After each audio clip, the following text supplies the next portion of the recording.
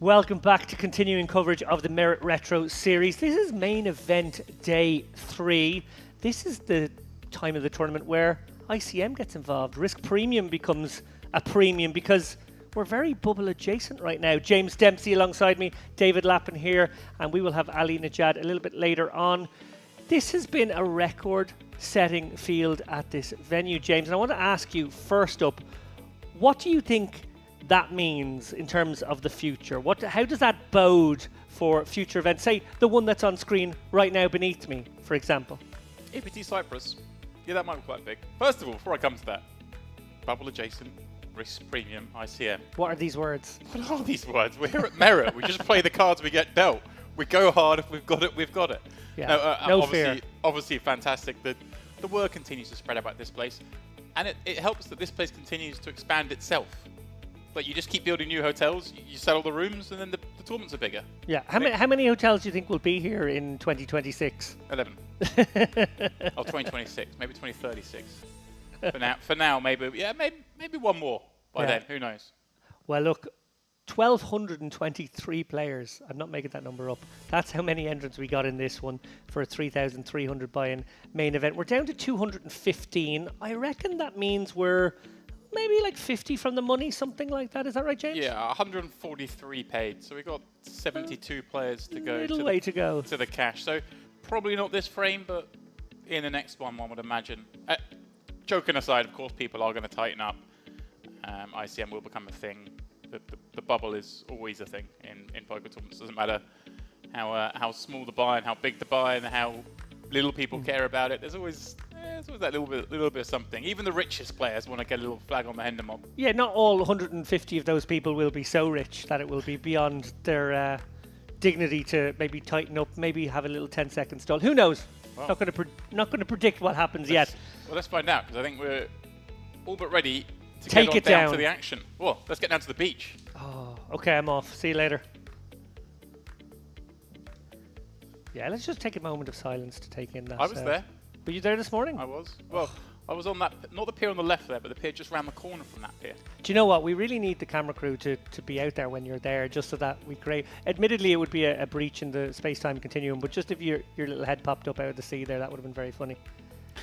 Look at this. Not so funny if this player's having to deal with Mustafa Biz. Oh my god. Man who got third in the high roller. Here he is again. Second in chips in the entire tournament. Has to be said, Mr. Biz. But there are a lot of chips. You told me there were a lot of chips in this table before we came on air, and you were not lying. I wasn't lying. You were very disappointed. You did the last frame last night with Ali, and you thought that was the table of all tables, and there were a couple of individuals on that table. You were like, they have to bring these guys back. This is the most amazing poker I've ever seen. They haven't brought those guys back. They've brought back some regulars in Volkov, Tahar Khani, Biz. I think the reason they've done it is that this is just a heap of chips table. Yeah. And we're going to see some deep stack poker. Yes, there are a few shorties there. Chisu, Danieluk, and Konstantin Helt, all playing sub 30. But really, it's a deep stack game right now. Did you say Konstantin Helt's a short stack? He's got 29 blinds. Yeah, it's very short in this game.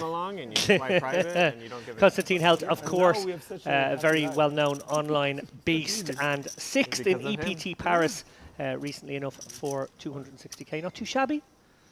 So he likes EPTs and he likes Cyprus. I wonder if he's going to be in October. Good luck, buddy. Okay. I don't wonder at all. Himself and his brother do like this venue. You might recall Justice Helt from a couple of streams. I think maybe the Western Series he made a final table, if I recall correctly. I mean, just the best name for a poker player. It is Justice Helt is, yeah. Sorry, Konstantin. Like, just having the surname Helt is pretty good, but I think Justice takes the biscuit. Yeah, I think. I feel like I was covering that one, so maybe not the West End, but the Carmen in some event. Who knows? James Romero has made his way over to these shores. It's a name I've not heard in a little while.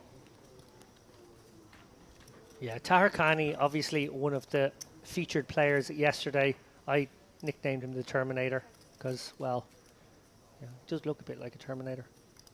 He was terminating Menes, the player, as he built this monster stack over the course of 2 days. Yeah, okay. Would you build a Terminator, given that it's a skin outline, we know the strength comes from inside, it's a machine. Would you build a Terminator that looked like Arnold Schwarzenegger, or would you build a Terminator that looked like a cute little dog? You get close to people. You see Arnie coming at you looking aggressive. You're running a mile. Doesn't make any sense to me. there's an error in that film. There we go. I've said my piece. James Cameron, I hope you're listening. Yeah. Didn't make any sense. Dan, I mean, look, there's probably some other plot holes and things in that film, but it's a perfect film, James. The first one, certainly. I'm going with... Ooh, it's going with the first one. Perfect. Oh, the first one's the best one. Dan, look, ace 8 suited, flop to flush draw. Romero with the gutter ball. He's also ace high here. These guys may take it slow here. Both have showdown. Both can improve in different ways. Obviously, the 4 of diamonds would be the action card. Yeah. Wow, look at this. Getting some value from the ace 8 high. This is fun. Well, maybe not getting value. Yeah, no 4 of diamonds, but 4 of spades gives Romero the check mark here, and he will probably feel the need to do his own betting in this spot. Sorry, I was busy arguing about Terminator films. Was it check back on the flop? Check back flop, bet turn. Okay. Yeah, certainly gets to have more leads then, as opposed to a spot where he's faced 2 barrels.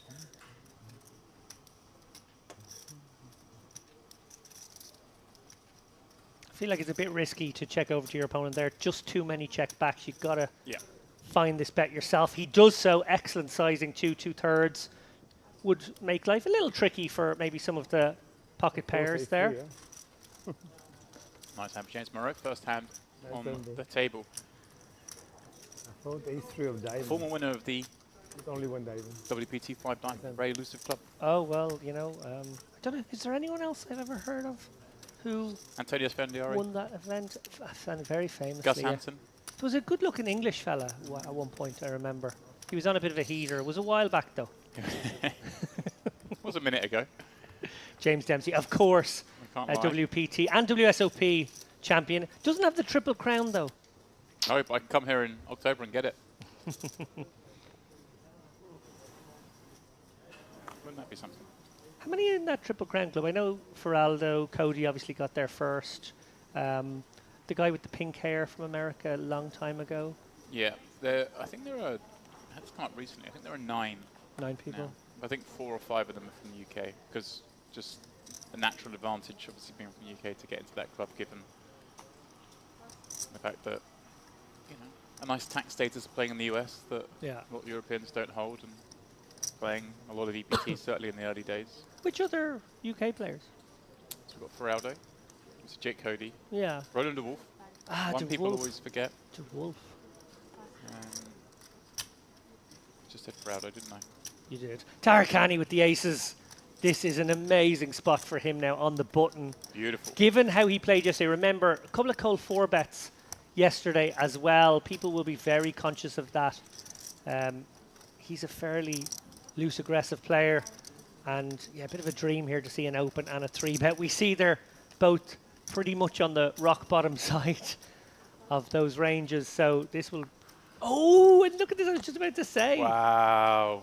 I think he'll just get it through, but playing a little trappy here, Like Mr. it. Takarni. Which is reasonable. It was so deep. Starting this hand over 85 big blinds deep effective between the 3 of them. And obviously keeping Rabayan as the opener, maybe allowing him to do something. Yeah, it's a little dangerous here at this depth, perhaps. It is a little dangerous, but I'm here for it. We shall be making as many film and music references from the past, obviously, as the theme is retro here this week.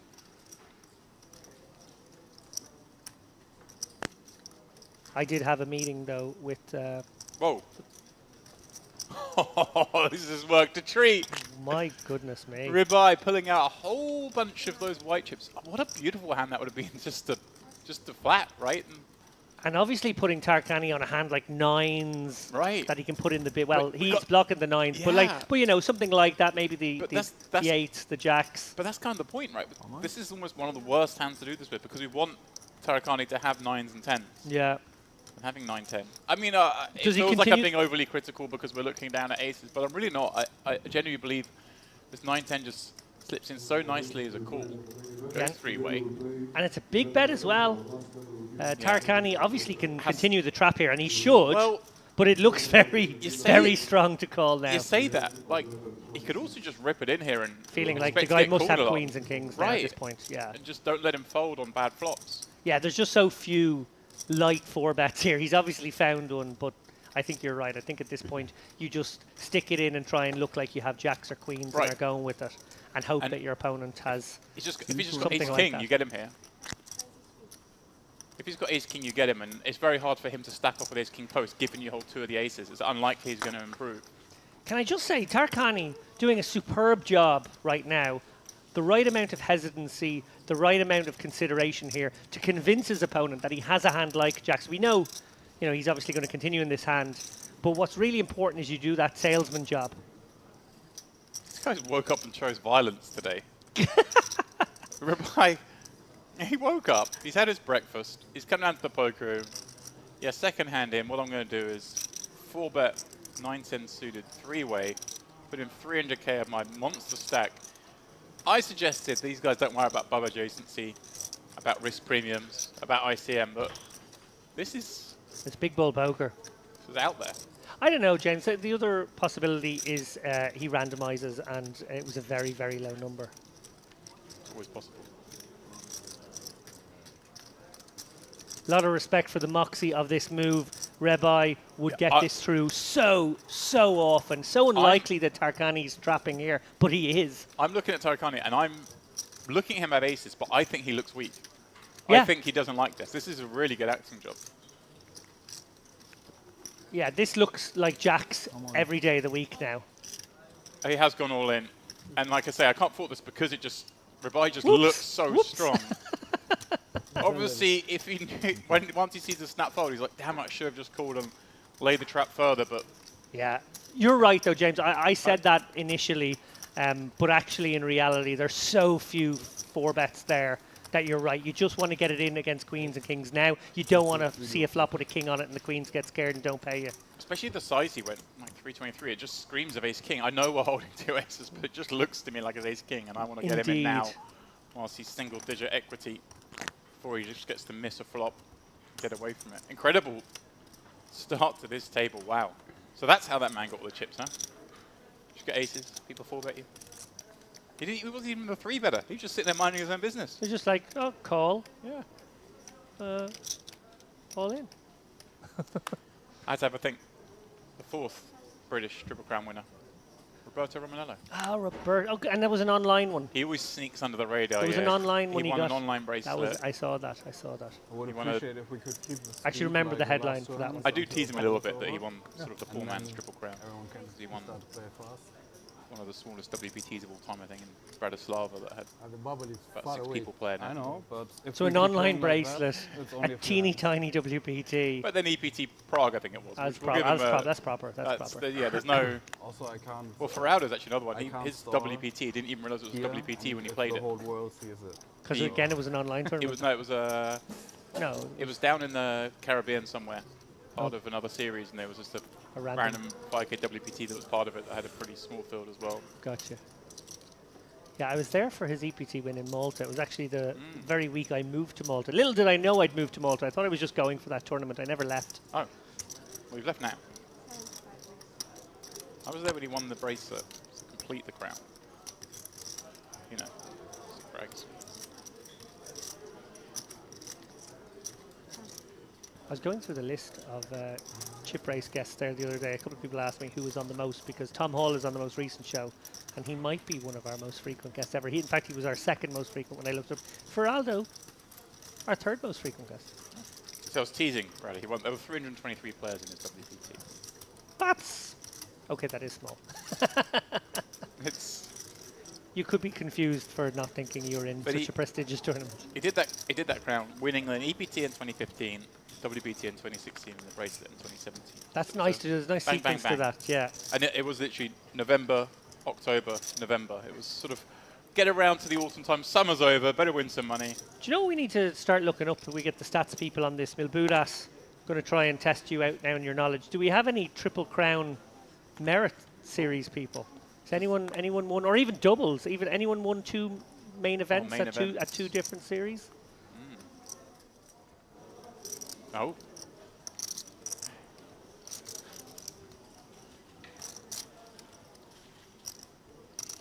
Oh. Same series, same day for. I'm going to have to get that pronunciation again. Good luck, David. Arunus Sapatavadish. Is it all in? Oh. Angry Goose Online, Lithuanian player. He Won the managed to win a main and a high roller on the same day. Is that even a Well, same thing? stop, I presume. That's pretty incredible. That's amazing at the same series, but that's not what I asked. But it's not quite Edward V material, is it? Actually, you tell me your Edward V story from Triton after this hand, James, because that's a good one, and we love a bit of Edward Barsagian in this booth. Together. Where is Barsagian? We haven't had him on the table yet. He was in the lobby earlier Oh, today, okay. so I don't know, maybe he's not in the tournament anymore. Goodbye. Able to continue that streak. What's going on here? He's always on Well, the short just- stack here, Daniel. Look, Pardon me. There we go. pocket tens. I was guilty of looking at the Ace chips of of ribeye. That will be tough. Ace of, another ace of club. Another ace of club. Dare I say, ribeye has some chips at stake. Ah, not bad, not bad. It's probably medium Not rare. bad, not bad, not bad. Eight of club would be funny. Eight o'clock certainly would be funny. Oh, of spades will do. that's not What about funny. that? That's very not funny for Daniel. Look, You can still chop. we can Also still one chop card. chop. Yeah. I'm sure he's aware. But unfortunately, we do lose Mr. Daniluk. 212 players remain, ticking slowly toward the 140 mark, where, of course, this bubble will burst. I'm the trespasser. Got it in with the best hand. Big He was killer. short, The trespasser. probably hoping for a bit of a spin this morning. Not to be. Do have a mystery bounty in the room today. Some other side events, so festival's not over, but this was the big one. Still time to get things done. Oh.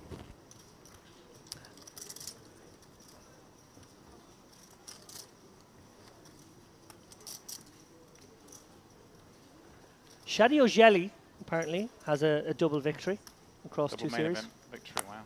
There we go.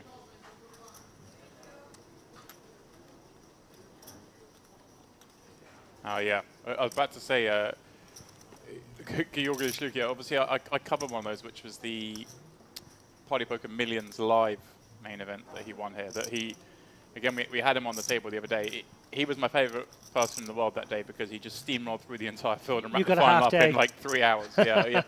You're settling down. You know, Party Poker live events were famous for having very, very long structures, and I was nestled in the booth, David. I'll be honest. I thought I was going to be there for a good 10, 12 hours. I was out in the afternoon enjoying the sunshine. Well, that's a lovely thing. As we see I thought you Konstantin wanted to wait for Helt of the Helt clan 3-bet this King of Diamonds and an undisclosed card right now to 56k. Picking a good spot here, Romero on the light side. Kisu unlikely to take this spot. Wily customer Kisu has always impressed on stream. Oh, and Mustafa with a more interesting situation, perhaps. Aware that health could be light here in some spots. Knows that he would be flipping against some of the calling off range too. No, just let it go. I think that's smart. You want to hand maybe more like tens in that situation to get involved. So health with the King of Diamonds, and maybe it was the King of Clubs. Maybe it was the Ace of Diamonds. Who knows? So James, I want that. Jack of Spades. I want that story now. So obviously Edward Barsagian, one of the most famous names here at Merit. He's had a ridiculous run, back to back, fifth place finishes. Little annoying for him, but incredible to make that many final tables in a row. He then chanced his arm at Yeah, the Triton exactly. series. Exactly that. So we had him in here back in March. And obviously he came off 5th place in the main event the series before. Then he was 5th in the warm-up, 5th in the high roller, 5th in the main event. An incredible run that netted him just under 200k. Let's not get the violin out here. I mean, this is... you want to run good at the end, but you take 5th every tournament you play. So then, obviously, we left these shores and returned not long later for the Triton event. And who would be in the mix close but to German Edward borders. Barsagian. And he would find himself down to down to the final 5 in the Triton event. And he was in there with, actually, Tarakani from here, on our table here. born near Cologne. Edward Barsagan, and then the other three players were Jason Kuhn, Stephen Chibik, and Adrian Mateus. Familiar And faces. and I was thinking, oh dear, This Edward's- feels like a fifth again. this feels like it could be a fifth again. But he managed to sneak one spot further. Nice. To get fourth. It was Mateus out in fifth, and this man, Kanan Terakani, would lose heads up to Jason Kuhn in that 20k, What's your nationality? French? picking up No. 450k. Yeah, French. Let's say yeah, French, Algerian. Great It's spot like- now for Kisu to get the double up. Oh, well, this could be a three-way affair. Yes, Angel, Yeah. interesting My hand family here. name is He's Brenner. got a player who covers the original opener from under the gun, remember? Yeah, This is a little awkward. Yeah, I wouldn't begrudge him for 39. just Yeah, no, pretending he old didn't get dealt this hand. Yeah, two ways to go, I think. You could definitely just toss it away, as you say, maybe just repress the memory of such a hand.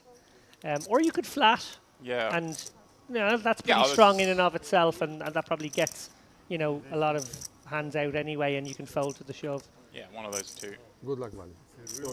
So I think I like this slightly more. So I've gone from saying what a great spot Kisu found himself in, dominating the pocket sevens in a must-call situation, to actually Angel waking up here in the big blind, and now he has to go to the races. Well, so far so good. Backdoors aplenty though.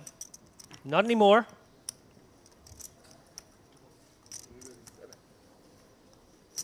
And Kisu will secure the double up, and there was a little bit extra in that pot, so more than a double up, 321k now. Yeah, that's. I mean, 129. it's never a bad time to double up, but obviously, as we're pretty near the money now, suddenly that gives him a lot of. He's very likely to make the money now.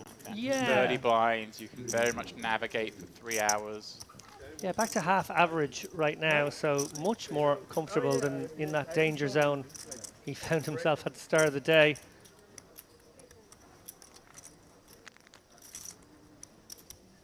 Trying to see, Kisu we had finish. No, Oh, it was 32nd in the warm-up in the Carmen series. That's where we last saw him on our screens here. US. And 14th in the high roller. It's a long time. There we go. He had a double appearance on our screen. Yeah, Kisu, quite a famous man in Romania. He's a screenwriter, TV producer, and regular on the poker circuit. I think that's what we'd know him from most of Yep. all, but I think a pretty familiar face in the celebrity world in Romania too. Are you well known in the Romanian celebrity world yourself? For all the wrong reasons, James. I don't want to go into it. I was young. I needed money. It was a different time. It was yeah. I'll say no more. One more. Volkov flicking in the peel. Ace-5 suited against Very Rigai. Discount so fort. Gotta say, Romania, one of my favorite countries, both to visit and holiday in, Bucharest especially, and also to play poker. I'm going to confess, I've never been. Well, I'm very much looking forward to a Unibet Open in December there at the Marriott Hotel. Beautiful country. I'm sure Kisu testify that as well. Really is a special place. Lovely people.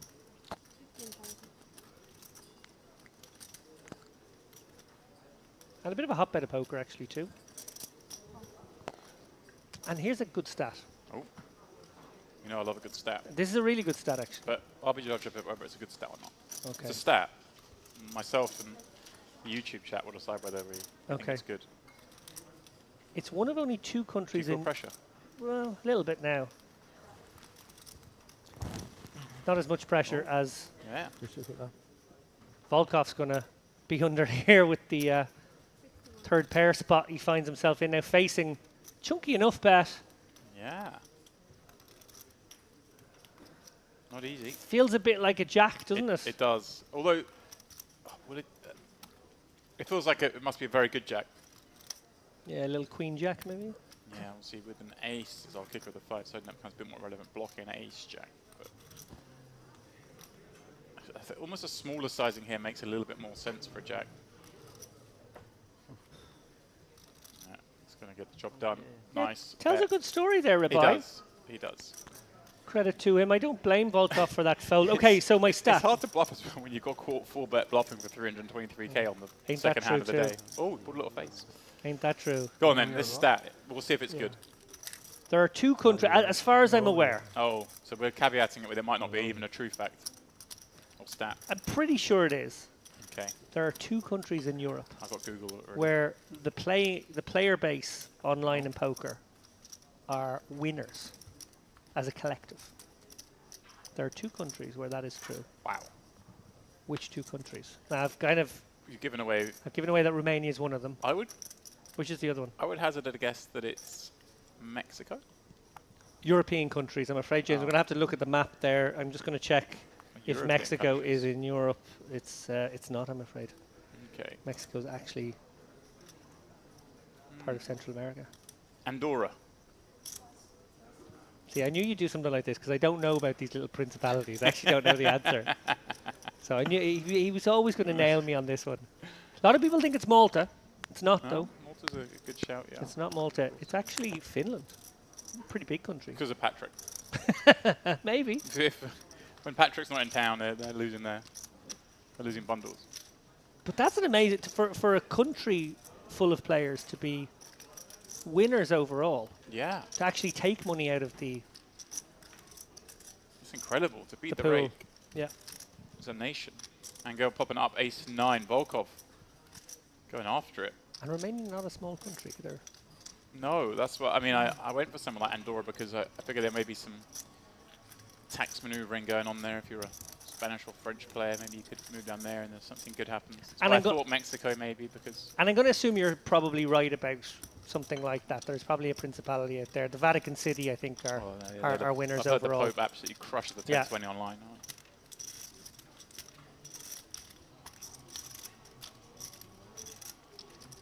Got direct line to the poker god. Is it the real one, though? Have you seen the Vatican City? It's I nice. visited. No, I visited. I've looked at the ceiling. Constantine Helt. All business. In the sunglasses.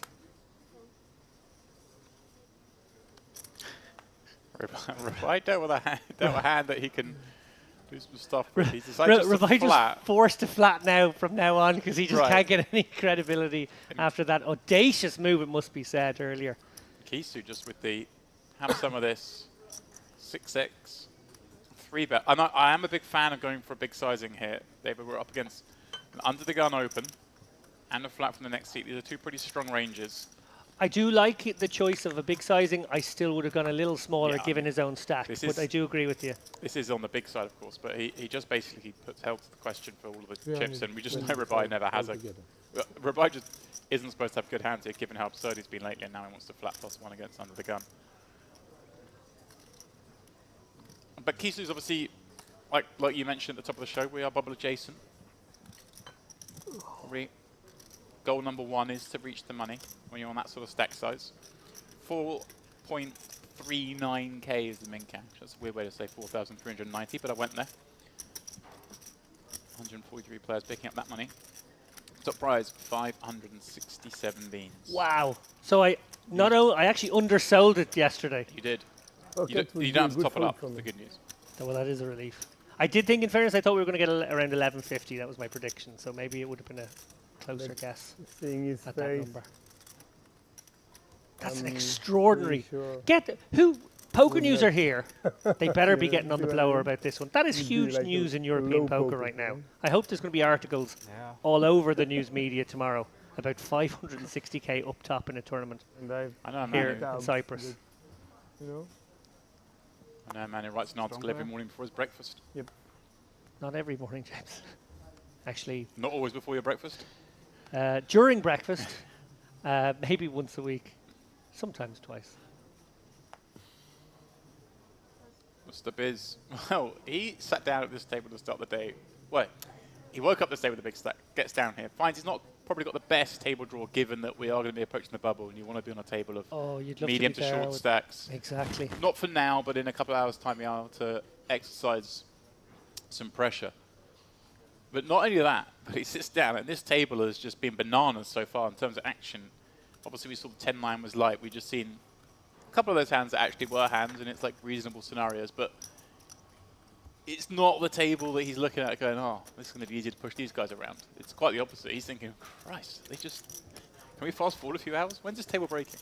Yeah, it's a nightmare situation when you think you're going to be able to go in there and in most situations poon a bubble. And in fact, Taharkani's now got more chips than he does. And maybe has a playing style more likely to go after it too. That being said, Biz... No, I'm not allowed to do it. Sorry. I have to say, there was an emergency meeting called last night with the powers that be here at Merritt, and I was told no more puns. It was too much. Where's the pun on that? Okay, well, it's going to be a HR meeting for you now, James. Hi, Robert. Kisu, 8-6 off on the gun, 40 points. Won't be seeing action. Has the stalling commenced? Yeah, I was just about to say. Obviously, under the gun, it might take you a split. No, it has. It has commenced. Me, Oh. I'm big blind, sorry. Oh, was just it on because you're me? short Oh, was the hand- action on me? I'm not terribly sure, sorry. but like, I'm sorry. it's I a actually very big believe him. table, I do as well. I believe him. I saw it in front of him and it confused me. Oh, no worries. Yeah, it's a bit early for that move. I've done that. I've done that move myself, Wants to Oh, save time, if any so- man but who I'd has. have to be 20 off the money for that one. Bubble. Yep. Yeah, it's great. Viz popping up ace-4 suited from +1. Romero with a very nice hand to call with from, I think, did Rubai? It's He's just cold call, but he motioned to tap the table like I'm just checking. Oh, has there been a raise? I'm just going to check. Oh, was there, oh, go on, I'll call the raise with. oh my goodness me! Would you believe it, Wow, Ribeye? you see how slowly he checked there as well. He sort of went, what's happened on this flop? He's deciding to stab here with backdoor spades. Yeah, and he had such a squeezable one. Yeah. And a man who obviously loves a squeeze. I think it's probably a good thing he didn't, just because his image has been a bit crazy, and it's like you could get a really tough spot with the 2 10s. Yeah, ace-4 might have gone for it. Anyway, as played. Oh, well, Biz picks up the 4. That might actually just keep him honest. Oh, but the lead out from Ribeye. Changing gears here. Trying to sort of take a I've got an 8-9 or Jack-9 kind of line now. Gosh. So much of this. No Because- draws complete, so great spot for him to go. Big sizing. Well, I was going to say, what if he goes blocky here, like I've got a 7? I think I might go pot if it was me. Might get really greedy and think I'm taking a... Well, he's followed your advice. Yeah, because all the draws miss, and I think that sort of call flop lead turn will be a 10x, but it will also be draws, and that's sort of how you'd balance that one out. Could obviously be maybe some clubs as well, maybe, I guess, Yeah. Jack-9 of clubs. That might be the kind of hand that would take this line as well.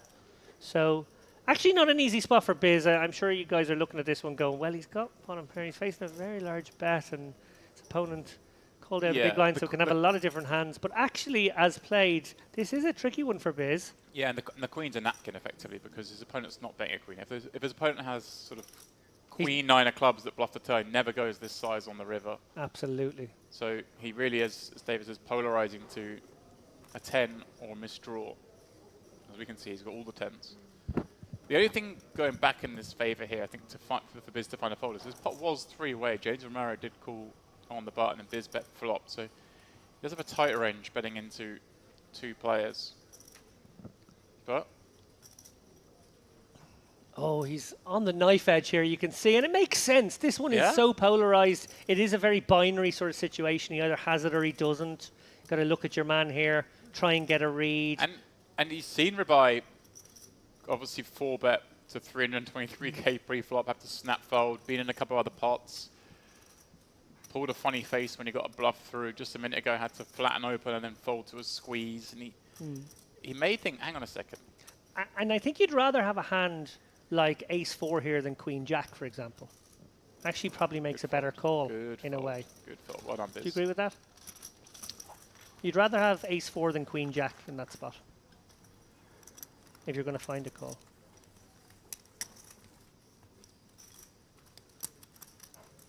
blocking fools. Not having a kicker Oh, that you remember interferes the with. hand yesterday I missed when I told you I No. fall because of my friend. Maybe. I don't know. When I came to Solver you, stuff remember is the hard. hand? Yeah. Anyway, And I he make finds the something, right? fold. Remember? Excellent fold Same in that now. spot. You will see on the I stream. actually think that's a tough spot, genuinely. Almost lost this hand, huh? Crazy, eh? 2 times in 2 days. 2 times in 2 days for quads. Claims Amazing. right. Saying he nearly lost with it yesterday. That would be a story. I don't know if anyone's been keeping track yet, but again, I hate to, hark back to the recent activities, but we have 15 days of Yeah, coverage in London for Triton. We had quads every day. Wow. Stream. Daily quads. On the stream. Daily quads on the stream. So you're every single getting, day. what are you playing, like 220 hands a day? Yeah, exactly. Not a Wow. crazy amount.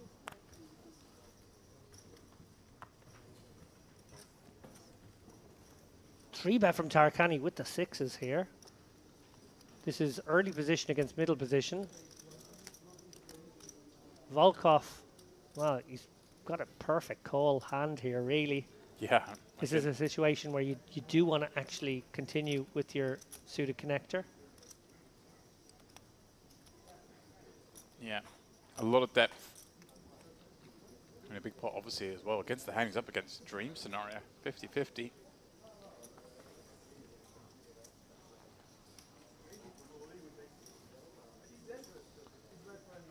Volkov. Gonna let it go. Okay, so maybe that's just kind of villain dependent as well. Just Yeah. doesn't really fancy getting into some big entanglement there. Well, it's what we've mentioned already, that this table, I imagine, is tougher than your average in this field. Doesn't want to play Tarakani out of position. Yeah, right. He's got 1.4 million. Probably thinks, there's better spots I can pick than this one. As we do work our way through this field. Yeah, it's a bit of an edge pass, but at the same time, you understand that you're not printing money by calling with the 8-9 there. I think you can probably just give up a teeny tiny bit of equity pre-flop there to avoid maybe some murky situations. Although, on the flip side of that, it's the kind of hand that can win a really, really big pot. I've just done my first ever repost on X. Because it doesn't say Congratulations. retweet anymore. It just says repost. That's right. I know they've... well, let's not get into I've just seen that. That's the first time I've Nonsense seen of it say repost. that rebrand. Don't My first understand. repost as a David Lappin tweet. Or X. Well, I appreciate you reposting. I reposted your X. Or do we just call it a post now? I posted on X. See, that's it. Like they invented a word that's in the vernacular, and now they've killed the word. It's bizarre. He's a strange man, Elon Musk. Conversation for another day. As action folds round to the He would be blinds. worried about the bubble. Ribeye. He's going to open it up with the 10-4 on the button. Biz calls. Battle of the napkins. No. Some napkins are better than other napkins.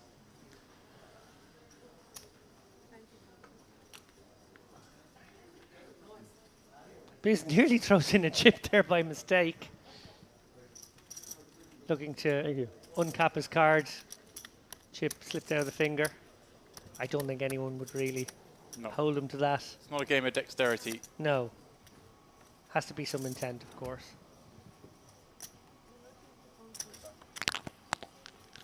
Aces. Yeah, great. Must have a biz. You know, I have Third in the 10K high roller. Just a few days ago. Did a great laddering job, it must be said, in that. I think he might have been shortest or second shortest throughout. It's a real tournament poker masterclass when you can do that. Obviously, we like to throw the laurels at the winners, but sometimes the guys who make the most of a short stack to get up those spots have maybe done better in some sense. Yeah, it can certainly. The winner's not always the person who's played the best. Well, that goes without saying, obviously, in poker. But yeah, sometimes the best performance on a final table can be the one who navigates the shortest stack with 7th left up to 3rd with not much ammunition. Tarakani, ace queen. way good enough to raise Romero. Going to flat with 2-8s, and Angel going to come in from the big with 3-4 suited. A bit more of a standard hand, perhaps, for once. 3 big stacks, battling once more. And, well, the battle will continue. Queen high, 2 spades. Tarakani with the 8 of spades as well. This could get feisty.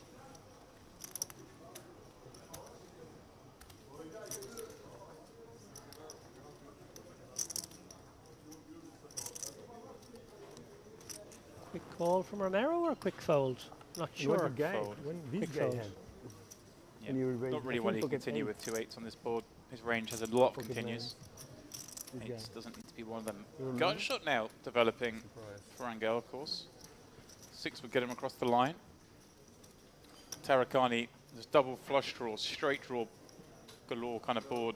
Welcome back. Just gets to bet big here, I guess. And then he can check back some rivers as well, even with hamstrings. Well, actually he's gone smaller. He's gone half pot. I'm kind of surprised not to see him just really bomb this.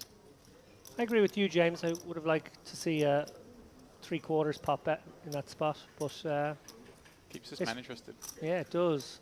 And rightly so. Obviously, 25% equity, likely clean outs. Well, that is a pretty damn good river for Tarakani. There is some concern, of course, about the diamond part of the card. Angel obviously giving Fine. a little bit of thought to whether he can bluff this card. Oh, giving a lot of thought to it. It's tough when Tarakani's bet this flop 3-way to imagine he has nothing. Let alone following up on the turn. Some of those follow-ups are going to be Queen X, are going to be some diamond combos. Of course, we always look to find bluffs, David, with the kind of worst hands in our range, and you can't get any worse than the board here. I think you have to step away from the table. Yeah, nice give Yeah, up yeah, sure, from Mango. Tarakani, there is some concern, of course, with diamonds. You can bet up against 5x of diamonds here, maybe, you know, the King Jack, Jack 10, Jack 8 of diamonds, 6-8 of diamonds probably raises turn, but Give me a size you like, James. Did I do think it? Yeah, given I that did. we went kind of, it's weird because we went kind of smaller on the turn than I would. So there is a little bit more weakness in your opponent's range given that. So I don't mind like half pot again. If I'd gone big on the turn, I think I'd go really big on the river head because you're just basically targeting a queen. Well, he is going pot, Oh, and obviously And easy is decision for 4 high. the other thing as well is that if you've gone bigger on the turn, your opponent has fewer flushes. When you go smaller on the turn, your opponent does get to have some more diamond flushes here on the river. So, you know, bombing into a range that includes some second pair type hands and flushes is perhaps not best. Sure. I don't know. Maybe that makes sense. I don't know. Ah, Bite Lobert joins the table. Welcome. How'd you like this seat? In amongst the mountains. He's looking at Tarakani stack up those gains. First hand you come to the table, you see bet bomb from a big stack who's on your left. You look around and you've got big stack to your right, another big stack to your left. Tarakani going to pop up again. He's got 190 blinds. David. We're on day 3 of the poker tournament. This man has 190 blinds. That's pretty sick.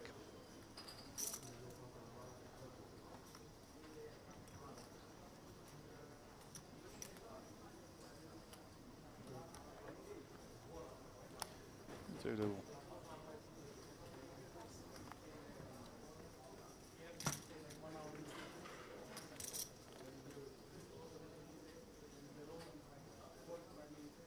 $24.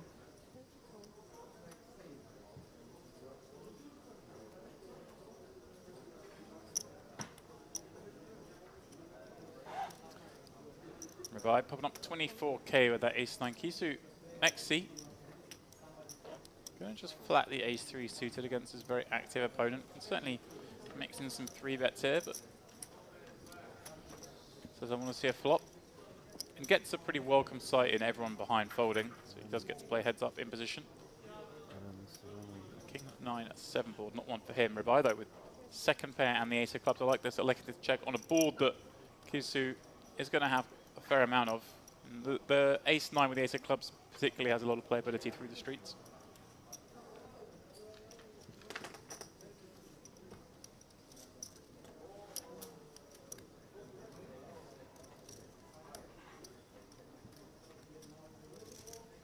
The average stack in the money is going to be 855k. Tarakani has 2 million already.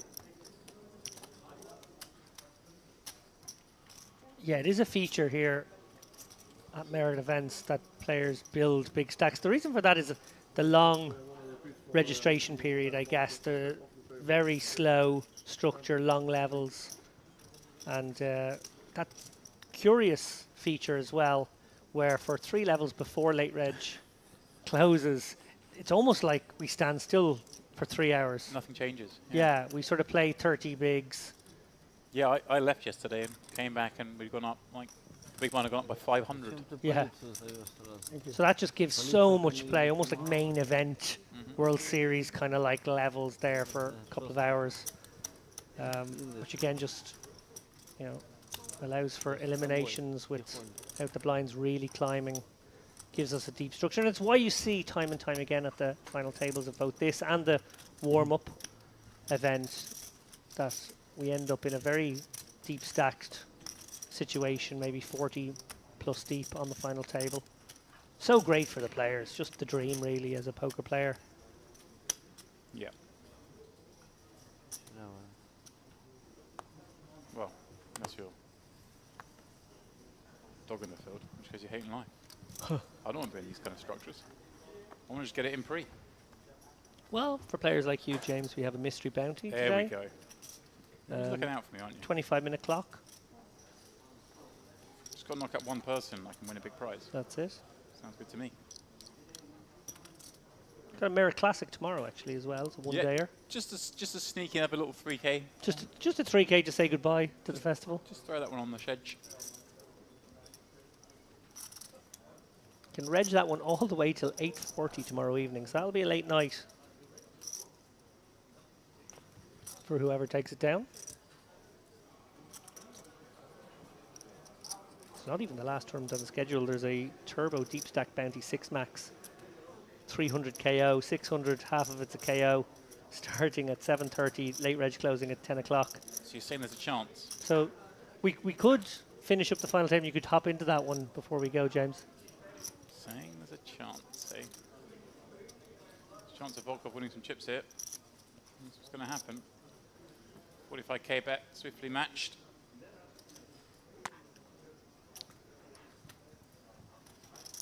Big bet. What a small skirmish for Taharkani there. Yeah, it's a big bet in relation to the pot, a small bet in relation to these two players' stacks.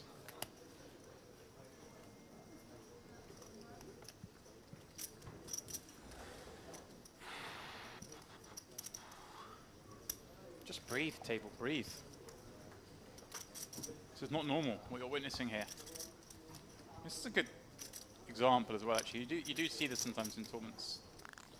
Some people on the sidelines at a table like this may change their own play just because of what they're witnessing, but as I realize, there have been some hands here, and there's been a little bit of a... Well, there's been some outliers in terms of play, and stack depth has certainly contributed to that. But There's been shenanigans. just play your own game still. Just chill out. It will calm down. Biz on those players is just like, hang on a second, they can't keep this up. Let me just ease my way into the game. Is that Bart Libert who's just joined us? It is. Excellent stuff. God, as if this table couldn't get any more stacked. That's what I was saying. He's sitting in with his 265k thinking, what have I got myself into here? Is this the right tournament? Have you moved me to day 4 of a different event? Yeah, Libert, 3.7 million in career earnings, one of Belgium's best. I think he's 6th on the all-time money list, if I recall. Well, I mean, you've got the page open, David. You tell us. I do now. I didn't have this. It's just breaking the fourth wall with you, isn't it? You just love the opportunity to pull your co-commentator down. Trying to do an off-the-cuff as if I knew that stat moment. Not letting me have it. Bart actually won his last event he cashed in about a month ago. A 330 buy-in at the WASOP in Namur, in his home country. Must have been a big field because he got 60 grand for that 330 event. 200 binds. Not too shabby. It was a $500,000 guarantee. Must have got way over that. Wow.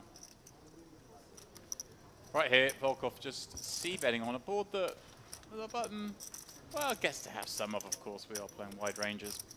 Certainly one that's supposed to favour the big blind. In this case, Romero with Jack 10. Could continue. Okay, going to test you out, James. Oh, I here we love go. a bit of trivia. Me and O'Carney do this all the time. Okay. Can you name me? I just said Bart Leibert was 6th on the all-time Belgian money list. 5 above him. Can you name 3 of them? Right, Kenny Hallett's Belgian, right? Correct answer. Pierre Neville, is he? Correct Belgian? answer. That's pretty impressive for me. Well, you know, my knowledge of the poker world is not quite what it should be. Belgians. I think I'd have got 4 out of 5. I wouldn't have got all 5. It's got to be someone, maybe someone else had a deep run in the main event or something and just snapped off a chunk. A couple of beasts there, in fairness. All-round beasts. No, you have Going to give you 10 seconds. Let's put my I'm gonna misery. do a countdown clock on this one. There may be a couple of players in there that I don't sort of slip my attention that they're Belgian as well. That might be the case. Kisu popping up ace 10 for now, and Terakani wanting to get involved with Jack 7 suited in the form of a flat. 3-time WSOP bracelet winner Michael Gatti. Actually, might be 4-time bracelet winner. He's won a lot of bracelets in the last few years. And of course, Davide Katai up top. Ah, Katai, of course. Katai would be the obvious one. So Terakani does get it heads up by flatting from the button, the situation he's looking for. He's not looking for an ace 8 flop. One spade, but this one is Kisu. Kisu's not going to waste any time in betting it. Okay, these are not such an interesting spot here with 199 left, but with 155 left with 143 paid, suddenly those spots become really interesting, and Kisu just has to check a lot. Precisely right, James. Good observation there. Basically, the effect of high ICM on those covered stacks forces almost all the value range to become part of the bluff catching range. You under-realize essentially, and when your opponent over-realizes, as he will obviously do in a situation where you under-realize, you have to get your chips by letting him bluff. And that's sort of the dynamic that takes place there. And exactly what you have to do. So quite right, yeah. 30 or 40 more eliminations from now, that would become a completely different spot. And that's what you see when you look at these sort of ICM-aware solvers, if you want to call them that, these days.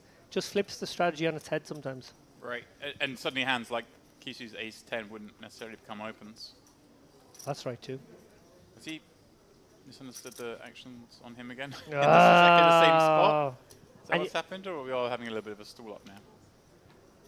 See, that was me. I believed him in the first one. I thought it was sincere, but you were like, hang on a second, that's like trick number 3 in your locker, isn't it? It's Game recognizes game, James. It's not even a good one for you. That's Tarakani. Very interesting spot for Health here, whether he might consider a flat, given that he's only got 20 bigs. Right, little over. Well, he's got what, 20? Yeah, 24. So I guess we can still slip in some 3-bet folds, make it kind of 6 blinds, 6.5 blinds. 72. Does take the more conventional line. Again, with that bubble adjacency, no reason to be trappy as well. I would like to see a deviation there against the opponent and go smaller. I know. Kind of want to balance, and you're making a size there that looks like you don't want to get peeled. Looks like you've got an ace 9 off or a king 10 off, and you're just trying to pick it up. But hey, let's be unbalanced. Just Yeah, a bit of exploitation. hey, make out you misclicked. It's one of my favourites. Oh, filthy angles now. This is coming from the man who'll spill a drink if he's on the bubble. I've never done that. That's an outrageous. exaggeration of things that I have done. I once blocked a dealer from getting to their seat for about 45 seconds, much to the amusement of my table mates, as I foostered around in my bag in a spot at the Irish Open where the tables were very close together and I was in the one seat.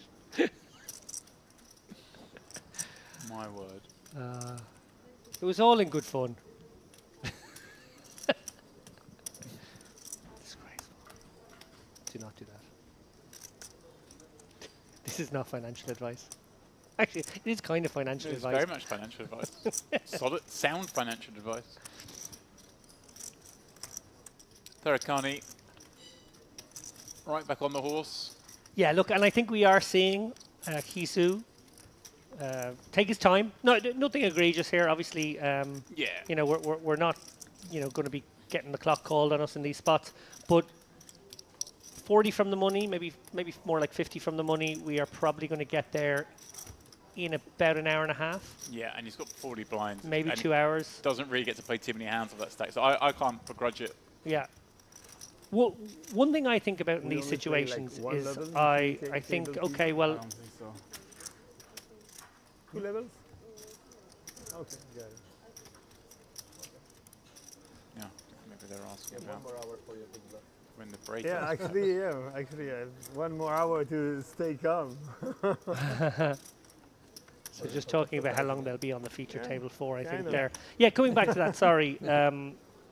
One thing I'll do is presume 25 hands per hour is maybe an average 23 hands per hour. Something like that is fairly normal.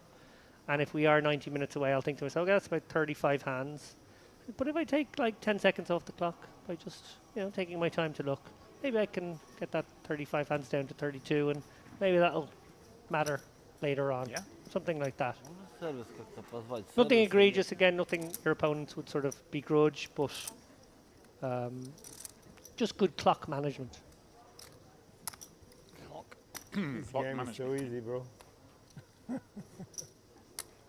When it is. Yeah. When it's not easy, it's very Very tough. difficult, yeah. Yeah.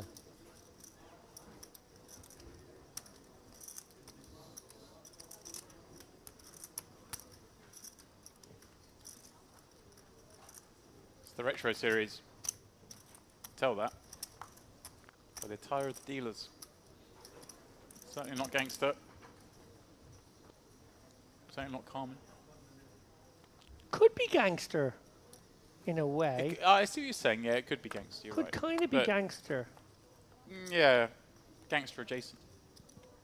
Kind of guys and dolls, Yeah. if that makes sense. It could be the, You'd be the dolls. gangster. You'd be the doll alongside the. Yeah. And guys dolls, and guys dolls very much fitting the retro because I think we're bang in that era. Can you name me 3 songs from the musical Guys and Dolls? No. Look, Be a Lady Tonight. Yeah. Sit Down, You're Rocking the Boat. Is this the case if you can name 3 songs, you wanted to make the point? Yeah. Yeah. Actually, my dad in a former life was a film producer and theatre producer, and he did put on a performance of Guys and Dolls, which I probably attended 30 times. So I could sing all the songs. I could probably do all the parts.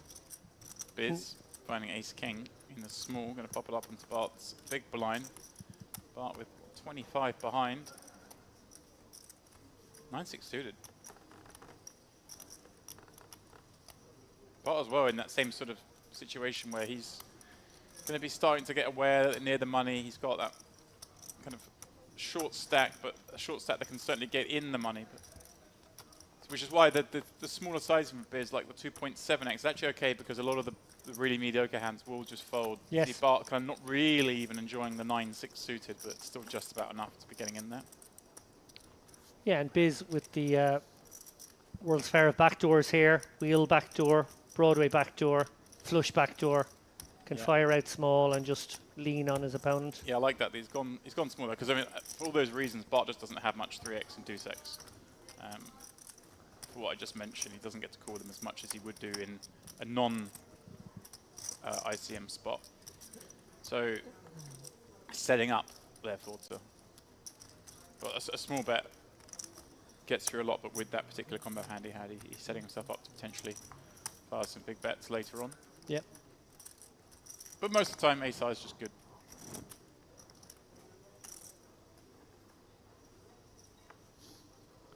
Yeah. Yeah, no, nicely played. This is going to be a fun table. It's, well, I say fun table. It's going to be fun for those stacks like Bart, Key Suit,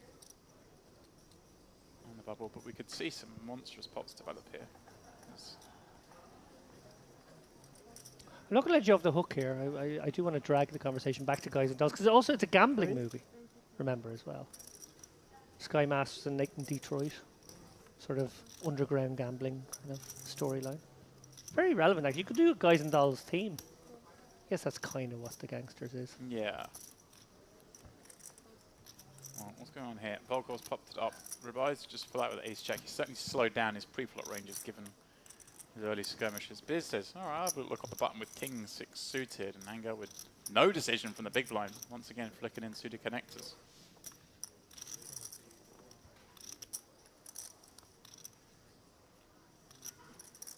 Queen 7-8. Ango flopping best by a long way. Volkov backdoors, but it's way too scary to fire into this spot. Ribai, wow, he's getting. It's a little fruity. It is a little bit optimistic. Ace Jack, no heart. Now, the one thing I will say is these four-way or any kind of multi-way spots, you do kind of leverage the fact there are other players in pots here where you make these bets. So if Biz had, say, king 7 there, he just can't continue. So Ribai's bluff would get through there, but this is just a little too optimistic. Did you play it fast now? Yeah, I think no reason not to. Opponent's just going to have queen and be in a horrible spot. Going to have some heart draws you don't want to give a free shot at. 150? You also just too often see, if you call, have it check back behind. And therefore you just give a free river too often. Specifically with bottom 2. Yeah. I like the check raise. Nicely done there from Ankel. So you unblock that top pair. With say like queen 8, maybe we throw in some slow plays.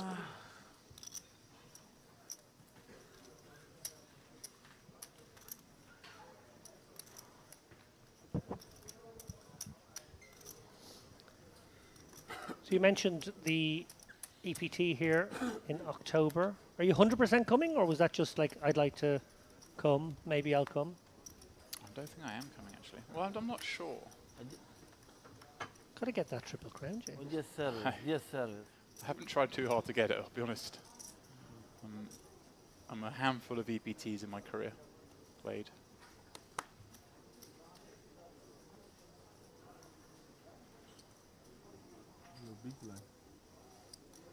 No, she took the 20. I think I have a work commitment at the end of October, and it's just before that, and I've been I was not on the for a solid 4 or 5 months, so Okay. I may see. I may have itchy feet by then. No, I thought. I have to say, I'm very keen to come over. I've already started playing the satellites. No. Good. Yeah, I would like to play actually, but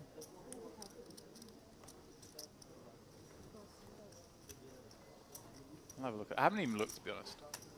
I just feel I've just like been on it the road might for be the months. birth of something very special in European poker. Yeah. I know we're in here in the booth and we're covering a merit event, but I genuinely feel like European poker is in this sort of quasi-flux at the moment. How does it move on? What's this new phase of it? How does it look? What countries will big tournaments be played in? And I feel like this could really become one of the main destinations.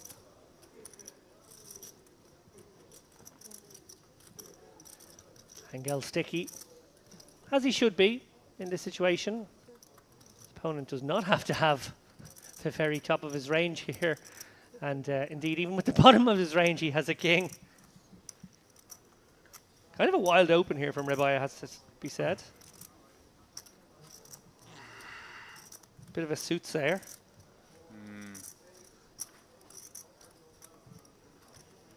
Go check raise him last hand. Wow. Look at this. Getting sticky. 2 flush draws on board. Myriad of straight draws. Yeah, Ribai laser focused on the possibility his opponent has a jack. Won't love the diamond. Yeah, and with the king with no kicker, Yeah. not that surprised to see him check back here. Hard to get value from much worse. Yeah. You're just up against the... It's not that you can't get value from much worse, it's the fact that they don't have that much worse. And then you do just bet into flushes and better kings a lot. So it's not like he's thinking he's losing there too often. So, what do you make of that little gear switch there from Rebai? Obviously, we saw him step out in a big way with that 10-9 suited right out of the gate, but then sort of go back into a shell, maybe flatting some 3-bettable spots over the next half hour or so, clearly deciding that he wants to take this pre-bubble period by the scruff of the neck. Yeah, and just opening with what Biz a couple of seats downstream.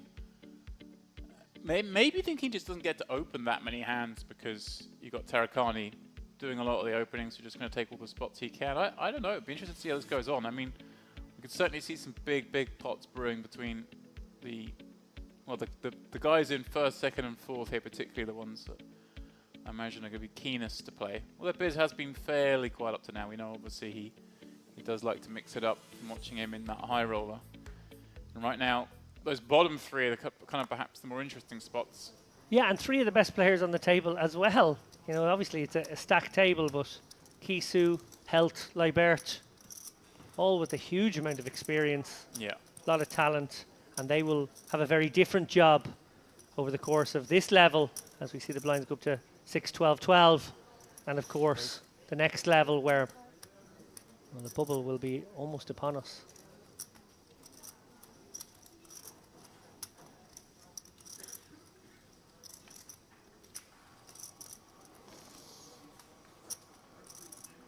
Got me searching for the full EPT schedule now. Oh, see, this is what a good salesman I am. Yeah, well, I'm good at creating the FOMO in others. it's the buffet.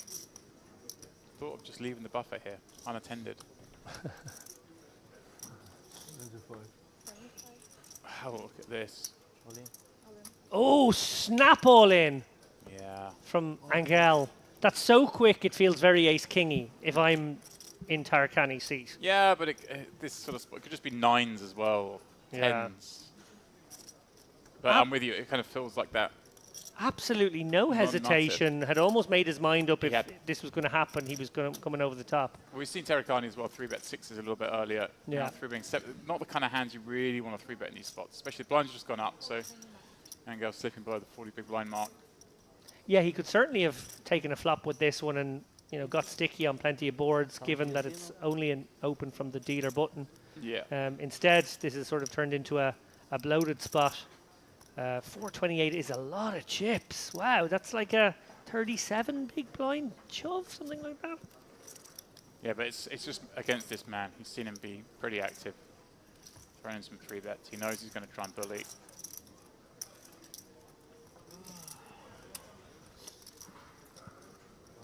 Angel was hoping for a very swift fold. Won't be enjoying this tank too much. He knows one of the hands that's going to like tank and then cycle is probably ace-queen. Oh, he does call. Wow. Let's go to the races. All of your chips, sir.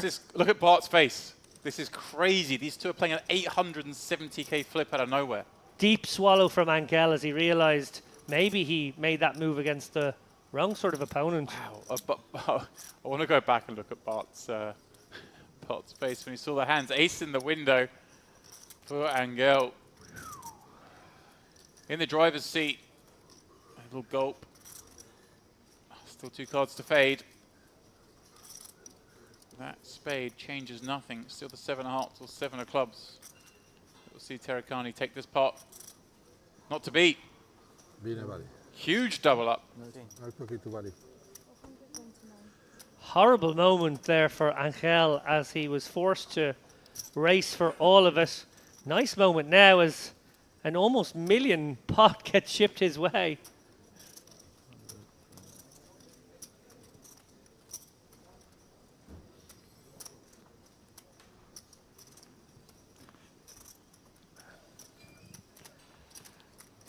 And James on the VAR here, on the action replay. I have action replay. Just watched Bart's face back about 5 times.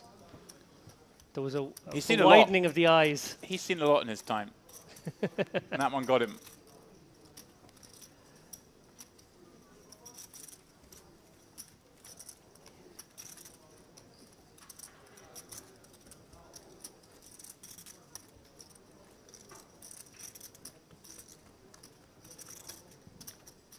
So, two things kind of happened there. Tarkani obviously takes a body blow, and that has pushed him back to, I would say, second or third in chips at this table.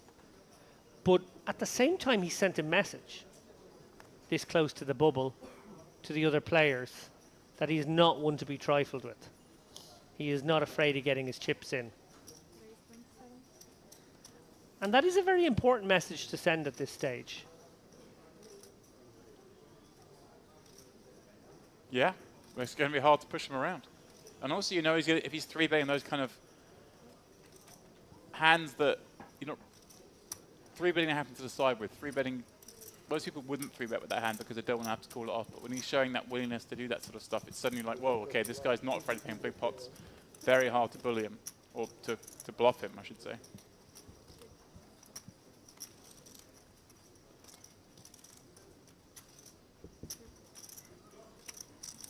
Well, I would say both is right. Very hard to bully and bluff him because, in a way, what you're trying to do is bully someone out of the equity that they might have. You're trying to get them to be dissuaded from a flip.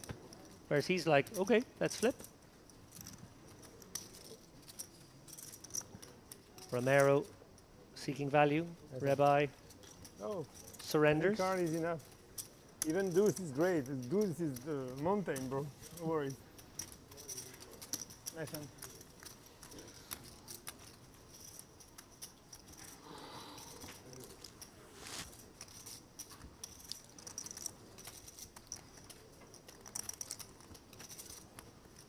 You can see lots of these players I don't have the right gazing to play with upward good cards. on I occasion. only have the right to play They're with not sit looking to down. the stars, they're looking to the That's what said screens the gods of and poker, you know? watching that ticker tick down.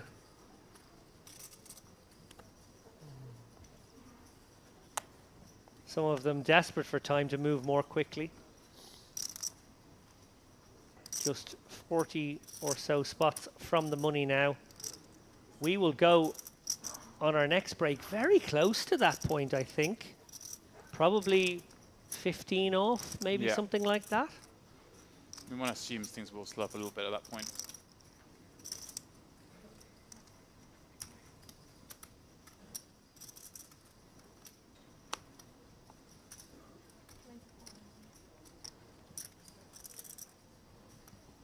One step beyond looking up the full EPT schedule. James Dempsey now looking up flights. Fully imagining himself sitting buffet adjacent in mid-October. Got me. Could still swim in the sea here in October, just saying, James. Very, very pleasant. I do it in Malta all the time. October swims absolutely lovely. Sun will be shining. They've promised that. 100% guarantee from Merit. The Well, in sun that will be case- shining.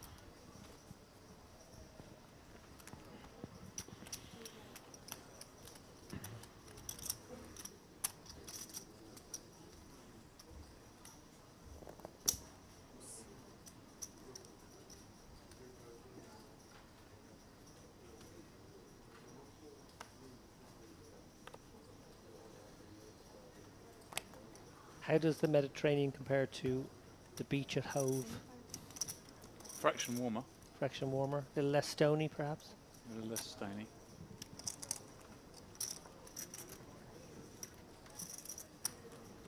There's something about the Hove seafront though.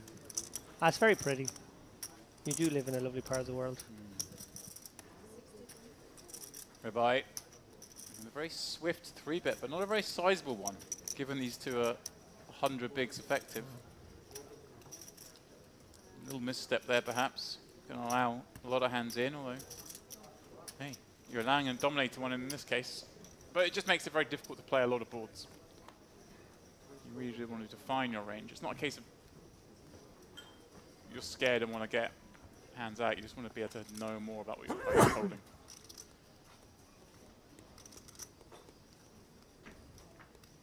Rabbi, happy to check it again perhaps. Biz door open. probably feels like he's being pot controlled now. And Rabbi going for that blocker. Do you like that? Go for the blocker or go for the check call? It's got to be one or the other, really. I guess is he hopeful that he can just get some really optimistic call down from Ace jack. Ace Jack? Yeah. Ace 10. Oh, yes, Feels like price. if he had a hand It's worse certain than those, he because might it- have bet them earlier. Yeah. I think I prefer the check call, but I check your attach, that's all. I don't think it would have Long made a time difference in customer, that please. situation. Yeah, probably not much different. Benefits, you know. Yeah, it was too much in the summer this year. Yeah, yeah. Sun. James now messaging the support people at Stars looking for any excursions or side attractions that might be available. He wants to put his name down.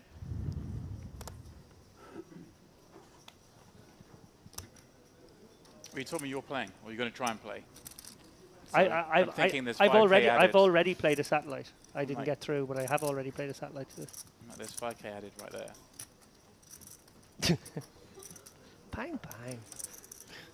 This is the bro. He hears me analyze all these hands and he's like, "Oh, that's a spot. Yeah. There's a spot. Oh, you'd have checked there, would you? Oh, lovely. I'll remember that." Oh, hello. Oh, behind is just. This is pretty fruity against the 20 big blind open on the button. I mean, a min open from a 20 big blind stack. What I mean, of course. Oh, sorry. He's going to get a heads up, but playing 10-5 suited. Well, 10-3-4. And a lead out. Imminent. Health.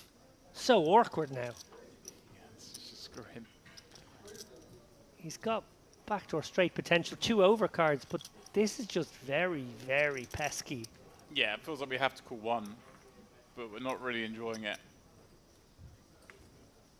Do you I ever? don't even know how to describe your range in this situation. You've seen Rabai, if you're in held seat, play a lot of hands. Not a lot of them have got the showdown. You just saw a really peculiar 3-bet size the hand before from the big blind, and then a block bet on the river. Now you're playing this hand with him, and well, you just call and hit a queen. That's suddenly all those worries have vanished. Life's good. One assumes he will charge whatever hand Rabbi decided to flat. Small blind lead. Yeah, maybe 10-3-4 now. maybe you're thinking, you know, he's got 5, 6s, 7s, something like that. Little tickler, 35. That should keep Rabbi in the picture. Oh yeah. Again, this is just peculiar hand, but Rabbi can't fold a 10 just yet. So he's going to have some weak hands. Going to have some just, I guess there are some just bizarre bluffs from the small here, just trying to leverage the fact that Held's opened off 20 bigs, doesn't really want to commit too liberally, 40 away from the money. So maybe if, you know, if he had flat with 8-9 and just decided to stab and try and make King Jack fold. Oh, wow. Well, that's a great card for both players. Unfortunately for Rabbi, it's the worst card for him. And it seems like the best card. Yeah, combinatorics at play now. Rabbi will be thinking second barrel here from Health is a little fishier. Yeah, and he's set up with 3/4 pot in there. I guess a bet could be a superior 10 on occasion, maybe an ace 10 or king 10 would still pursue value on this river. But Rabbi's certainly going to be in a tricky little spot here, facing whatever this amount is. Yeah, Looks I like wonder if Health's going to go somewhat smaller than Yeah, and what he has. I like that, leaving back some chips, because we are, as I keep saying, getting near that money. I think always betting these spots and leaving something back, whether you're bluffing or with the value. Never a bad line. Now he knows, obviously, if he's up against any hand better than his, he's going to have to call off the last 40, but he's just balancing here with when he's bluffing or when he's value betting a little wider. Yeah. And of course, just the mere aspect to this that a smaller bet will get called slightly more often. And he does get a curiosity call from Rabbi, who really did play his hand a little bit back to front there, I must say. obviously we know what he was going for. Oh, he hasn't realised he's still got the cards. I was wondering what's going on. We know what he was going for there, Rabbi. Obviously, immediately turned it into a street poker hand there, trying to exploit the 20 big blind stack bubble adjacent. I think I'll go for this fruity, as you said, call pre, and then making top pair decide to lead out and protect that hand. But yeah, a little bit back to front, I must say. And against a player such as Helt, who is so good, remember. Like, he is one of these players that maybe is not as famous on the circuit, maybe not as well known. I just pay to see it. Now I know. You could have known in half an hour. Yeah, but you're almost all in. I don't have any doubt. I pay to see it's okay. It's an investment, you know. I was pretty sure I will lose that one, but I need to pay it. 4,000 in equity investment there. Could have made a lot of different rivers. We have changed a lot of things. Actually. In all seriousness, I hate to Helt, lose like that. one of those sleeper heroes in European poker. From Queen Jack, actually. Himself and his brother had a lot of success in the game. 26. I mentioned earlier his live result there in EPG Paris. $250,000 for that one.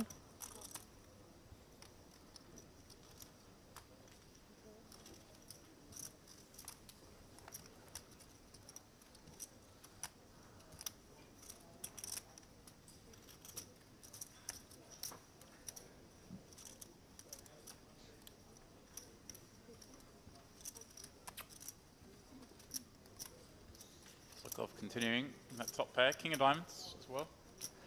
Yeah. Fizz. Backdoors to go with this bottom pair, definitely reason to continue.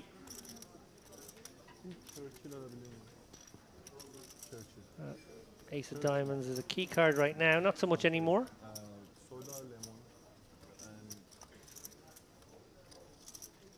Board is straightening somewhat around the low cards, which is maybe a big part of Biz's range in this spot, but Volkov gonna bet again undeterred.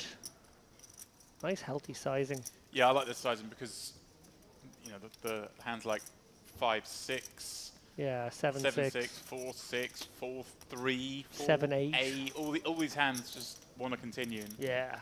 let's go taxing. Yeah. All those diamond draws, I pick up straight draws as well. Go much smaller sizing or deuce, much bigger sizing on one of those filling cards. Nicely done, Volkov, who brought 1.5 million chips to this feature table. Pretty sure he's chipped up. Yeah, he's had a. I like how he's approached us as well. We saw against Tarakani, he followed the 8-9 suited to a 3-bet. He's gonna dance the beat of his own drum. He's not gonna play reactionary poker here. I kind of like that. When you're this deep, you've got plenty of time to get the chips. It's not like you're in a rush. He's thinking, I'll get these guys, just I'm going to do it on my own terms. Don't need to play their manic games. See Tarakani happy to 3-bet call off 35 blinds, 40 blinds with 7s. He's like, I don't want any part of that. It's not what I'm here for. Two ways, well, I say two ways, far more than 2 ways to play this game.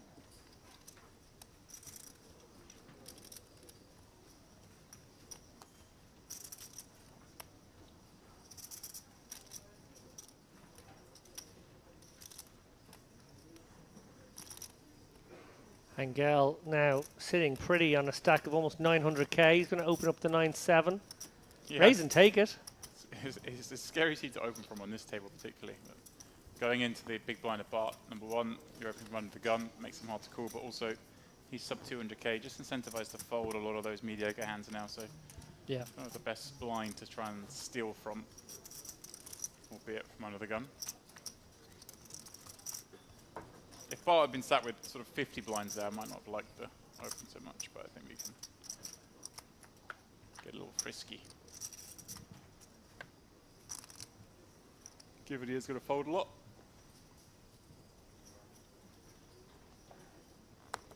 PV said they were swimming here last November. It was pretty good. I don't think you guys appreciate how much I don't like cold water. It's not cold though. Well, Honestly, it's very pleasant. I mean, it's glorious at the moment. In Malta, I would generally swim up to November. I wouldn't swim late November, but you know, first week maybe. And actually, I don't mind the cold water. What gets me is the jellyfish. You don't want to be in there with the jellyfish. They come closer to shore when the water gets cooler. Oh, They don't like the warmer water, so the shallower, warmer water near the coastline deters them. So they go off out to the deep water, and then we can get to swim in that water in the summertime. But sometimes you meet a wall of jellyfish. Not so much fun. I'm heading to the pool. Queen Deuce trade the flop after Volkov opens from under the gun. Robert checking back his 8s on this board. Could have bet. Checking also fine little pot control. Although pot control not been something of he's been accused of too often. No. And he does elicit a nice big bet on this gut shot producing turn card. Rainbow board. Oh. Yikes. Actually interesting that Volkov decided to bet that turn when he picked up the gut shot. You'd figure you're not going to make really anything better fold. No. You are going to make some worse fold, but then you do deny equity against those worse. I think he's going to be pretty confident he's up against this kind of hand. 7s, 9s. Yeah, I don't know how 10s. big he can really go here. There's some concern you're up against 6s, I guess. Although again, 6s maybe more inclined to bet the flop given the number of overs. Pot size bet certainly allows him to trust the read if he was to get raised off this size. Oh yeah, that's the good thing about going big here is if you get raised, you can be fairly confident you're goosed. Rabai just called a big bet a minute ago on the river, got shown the goods. Here he is facing another large wager. Some players seize upon that though, almost like if the door is opened by a big bet, then the raise over the big bet gets even more credibility. Levels on levels here, and Rabai not really with the call candidate anymore. One wonders if that's what he's plotting. We've seen him 600,000. step out, and that is exactly what he's done, James. Wow. Wow, this man loves it. Yeah, representing pocket sixes very narrowly, Yeah. but very sort of convincingly in this spot now because he's actually able to come over the top of a rather large bet. Yeah, and exactly what you said, because Volkov went big, the bet here from Rabai is just not an ace. If he'd gone 50k, Volkov, and been raised, he can go, oh, well, he might be raising with the ace here, cool. To this size, he knows it's not an ace, or very unlikely to be an ace. This is... And looks like the kind of bet that's trying to get an ace to call for a chop too. Yeah, this is like 6 or nothing. Could be a really impressive, like, raise with an ace to bluff off a chop. But more likely an ace would just go, whatever, cool, 175, you got it. Let's chop it up. Volkov, like I say, he has been trying to avoid these kind of difficult situations, but there's no avoiding it at this table. And there is something to it as well. I don't expect Volkov to have that much ace-x on the turn. I suggested I was kind of surprised to see him bet the turn because it was a good card for him. He's making a lot of king highs, fold jack highs. So Rabai may be thinking, you know, quite often I am bluffing here with the best hand as well, which is a nice situation to be in. If you think your opponent's got king jack. Remember, it has to be a hand that had value that has decided to turn itself into a bluff. 6s is the obvious one that had value that is now even happier with how things have gone. Yeah, he doesn't have the king highs because he doesn't call them on the turn. It's a great point, actually. There aren't really any bluffs. There are no natural bluffs, so then he has to find, I guess, if he's going to have 6s, sometimes he has to find a couple of less than natural bluffs, and maybe this is the right candidate, actually. But it's actually hard because I'm kind of surprised even the 8s didn't necessarily bet this flop. They're going to bet the flop sometimes here. Maybe looking at, you know, a 7-5 suited. Is that a hand it could be. There just aren't many. This is class from Rebai. Putting his hand that says 600k. He has been willing all day. He's only been playing an hour and a half. That's incredible to think. But for the entire frame, to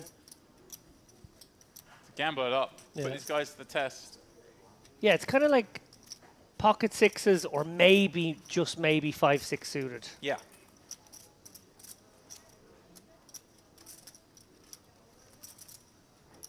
It's not even like you can have a 5 that turns into like 5-7 is about it.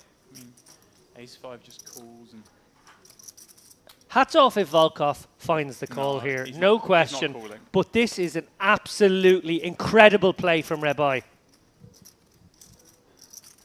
So damn good. Show the bluff. He's been asked to show the bluff. Everybody knows me, right? Show them a laugh. Of course it's a bluff. I know you have an ace, right? It's a blow. For sure he has an ace. So he has to pay 600,000 to see a straight. That's all. Show the blow. We'll see it in 30 minutes. Yeah, you will see very soon. No bluff. Nah, Bluff. My name is Bluff. Family name Bluff. It's your name Bluff. Bluff. Ace, you have an ace, it's sure. 1,000%, right? Wow, the So chat. if you have an ace, you have a straight. So you have to pay with a straight. It's the rule, right? I don't know about that rule. 100% six, Hand of the week, suited. James. six suited. You can. Yeah. With him suited, I wouldn't bet so much on him. Suited. I have pocket six suited, maybe. It's funny because the way he's talking, I'd Why be you sure he don't had pay it. with ace? Would pay every day with an ace. He would pay.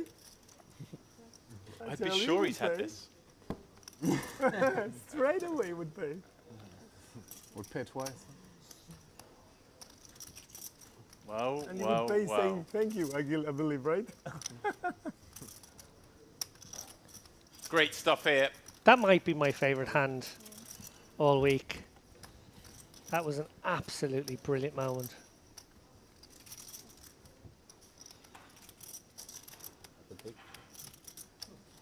It's up there.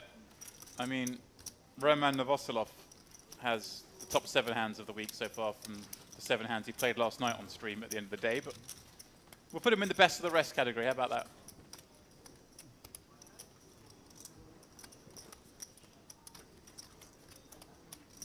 But it's just like I say, the continuation of the chat. It just, I'd be sure, I'd be 100% sure. I was like, I'd be patting myself on the back now for the fold. And then the tournament is going to find in 30 minutes. Unfortunately for us, 30 minutes is going to That's a tough fall on the 30 break. minutes for him. Yeah, we won't see their faces. Can I check them just out of curiosity? Oh, I always fold. It's fault out of 30. Just the hand.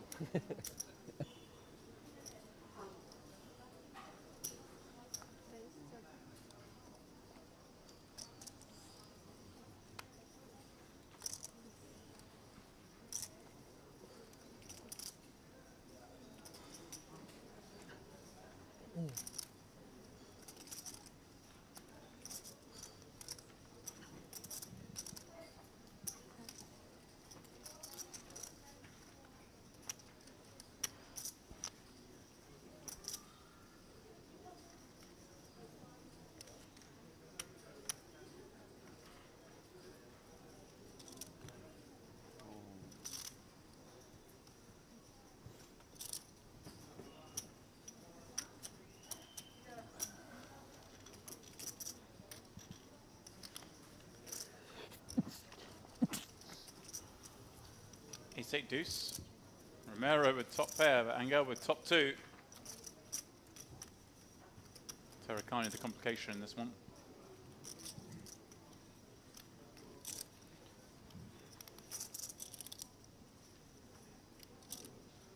I can't get over that last hand. Volkov just thrown in the bin, but a delayed bin.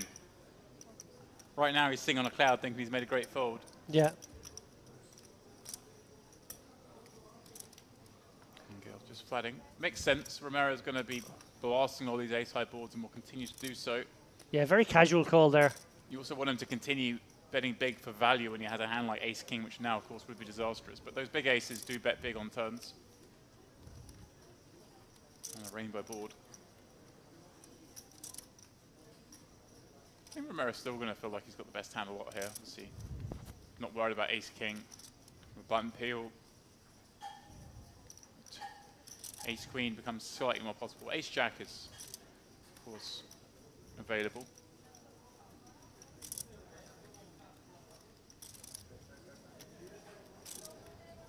But Romero's going to have some hands like to bluff here. The backdoor heart combos. And this ace-10 is not like a disaster one if we end up having to fold it on a later street.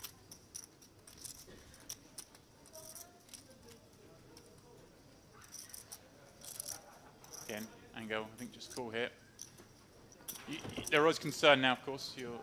You are behind to some hands, but you also just want to let these hands to continue to go for value. And it's a great river for both players as ranges. Romero, obviously, like I say, that can be behind ace-jack.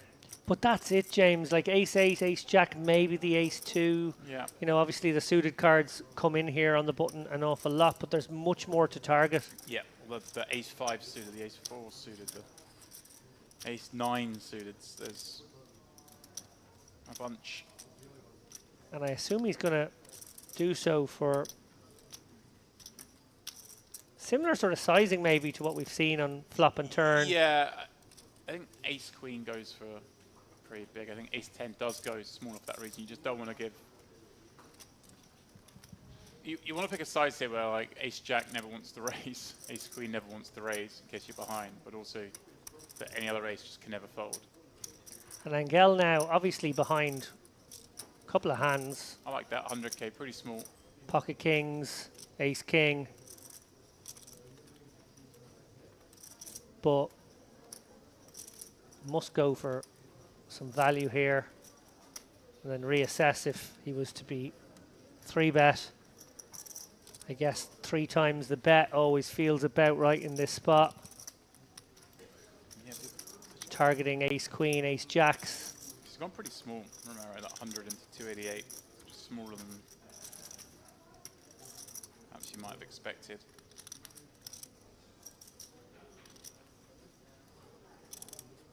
Very much representing about when you raise in this spot. Yeah, and he does have them all. He has deuces, he has eights, he has ace-8 suited. Ace-queen presumably would just call, so it has Yeah. to be boats. That's the thing, I mean, it does, but I'd go slightly larger for Romero on this river to kind of stop myself getting in as many different situations, but yeah. So we talked about finding bluffs, unnatural ones in that previous hand. What are the bluffs here, James? 8x of hearts. Yeah, Seems 7, like- 8 of hearts. That sort of feels like the type of hand category. Yeah. And 4, 5 of hearts. Yeah, Is that I a mean, thing? you'd always want to be blocking a hand that you want to rep. So you want to have an 8 here, block 8s, have a deuce here, block deuces. Obviously very hard to have a deuce here without having deuces. Mm.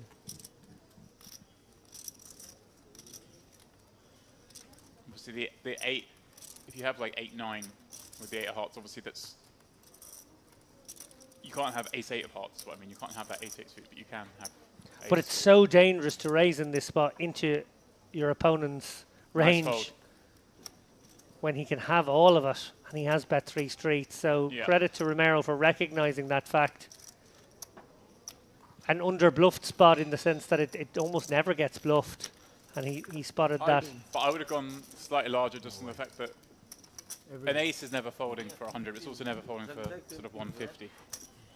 Sure. I think he's missing some Invisible value there, card, you don't- although he is and he saving has, when he's as behind. Maybe he blind, had an you inkling don't that, even remember maybe he his saw card. something and was Seven, eight. really nervous that he was beat. Right. 2 very interesting pots back to back there. River size. Fold.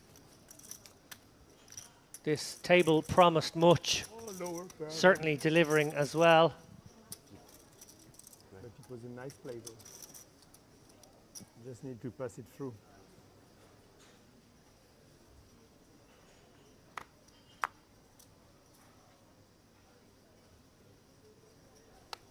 Raise.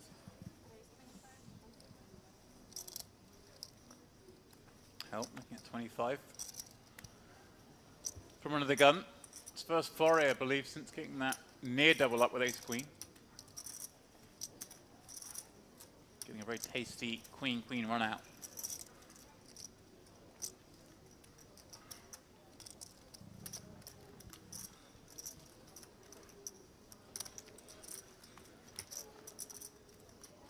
Mirror defending queen 10. Oh, hello. It's fun as well because it's a board that Romero gets to have quite a bit of. Hell's not supposed to have much of. He's looking around. What's he looking around for? Do do do do do. Very peculiar. Looking for a clock. Looking super Randomizing. casual. Oh, maybe. Maybe. Not his board.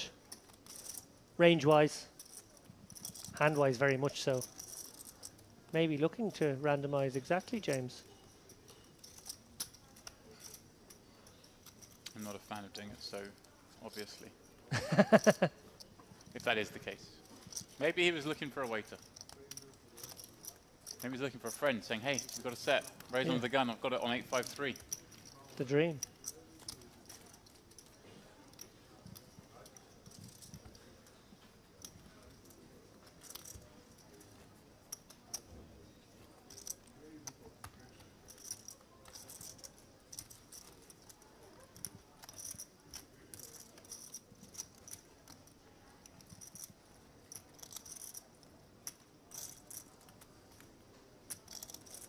Right behind.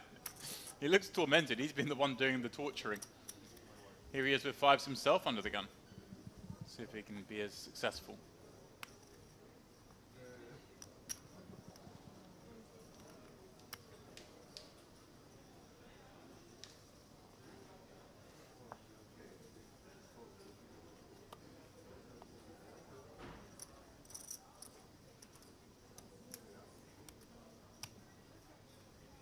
What a fun bluff that was with eights.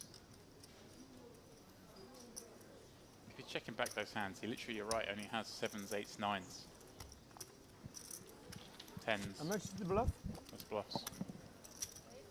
How much is the bluff he calls? Volkov's going after him. Look at this. Volkov, king 7 offsuit. Wow. Really not happy against his opponent.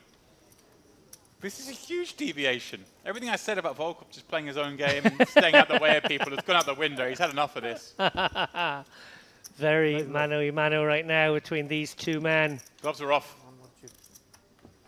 You have one more chip. Here. King 7 off against under the gun. That's personal. It does feel personal, James. Got a fold from the fives. But that's that's a man losing his cool. In my mind, anyway. Probably argue different, but so got your 3-bet and king 7 off. You're clearly unsettled. You're rattled.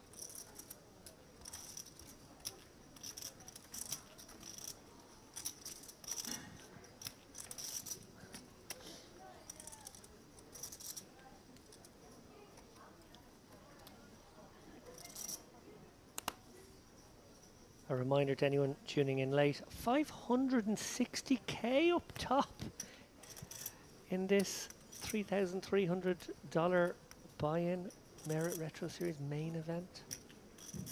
Record field, record first place money.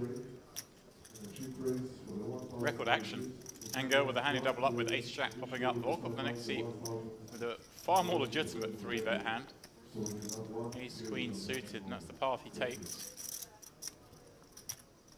And they're so deep for 100 blinds.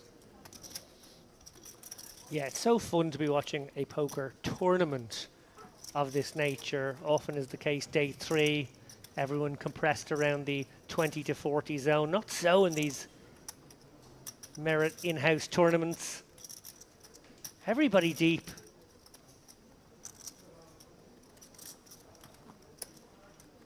Average stack right now, well over 60 bigs. And of course, these guys playing deeper again. Great flop for Volkov here. Nut flush draw, 2 overs. Backdoor Broadway, and Gal. Not a lot to write home about here. Average stack in this tournament right now is 57 big blinds. Yeah. 57 big blinds. Nearly in the money. It's mad. Insane. It's like the main event. Yeah. Which main event's that? Is that the one you keep cashing? You want to bring it up more often? You did. I didn't. This year officially marked the year I'm 240 down 6 figures in the main event. I got there. I made it a little harder for myself about 3 years back, but I've persevered. Sorry to hear that, James. 104,000. You were very close this year. Sure, we were chatting away just on the few hours before the bubble. Yeah. What we were both going to make. We weren't chatting away just on the bubble though, were we? No. I was in a swimming pool drinking beers. I was dusting off a third of my chips, maybe almost half of them on the bubble. Oh, nice. Big stack on the bubble. I decided, okay, let's get after it. I'm usually on the other side of this coin. I'm going to enjoy this. Did not work out. You know what you can buy for $104,000? I just never played the main event. Probably just like one of the cars you own. $104,000 I've New deck, please. lost in that tournament. Does it make you feel better if I say that I have not yet won $104,000 in that tournament? No. Close though. I mean, you're not quite as infuriating as Espen, just rocking up first time. Thank you very much. I'll take it down. Biz, 2-8, raising it up in great shape here against the man who's peeled Rebe in the small with 8-6. Oh, but hello. He checked in the dark. He's going to see an open ender.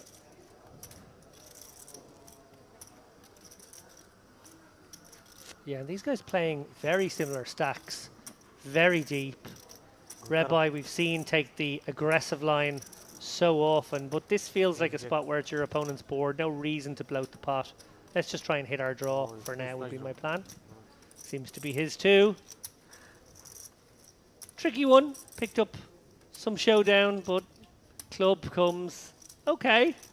Interesting little Little block. little way to go. Maybe tries to get rid of the queen jacks and king jacks that might have taken a stab here. The clubless ones, of course. And I guess earned himself the showdown, but showdown against superior hand. Far superior. Mightn't have had to put that 20k in to get the showdown, as it turns out. I set his price for the river. As we let's take a quick gander at the chip counts once again. Bartley Bert in a awkward situation, I would suggest here, but not one with which he will be unfamiliar. Obviously, having to navigate. Are you saying he's bubble. always short? Yeah, 19 big blinds, very short. Is that what you're saying? He's always a short stack? No, I'm saying that he will be. Don't want he the will Belgians ha- coming he, after us. He will have been in this spot on the odd occasion in On the his odd long occasion, career, okay. and So I think he will be able to navigate his way most of the time safely through this bubble. But you never know. He is the shorty at this table. Kisu has been relatively quiet since that early flurry. Konstantin Helt has chipped up nicely. There's a lot of people who identify themselves as something else. You know, it's the new trend. I'm aware. Yeah. So sometimes in poker they can identify themselves as a bird because they jump by the window. You know. Yeah.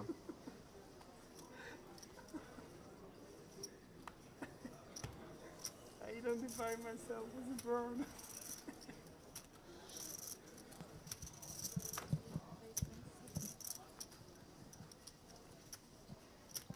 Romero raising up king queen suited.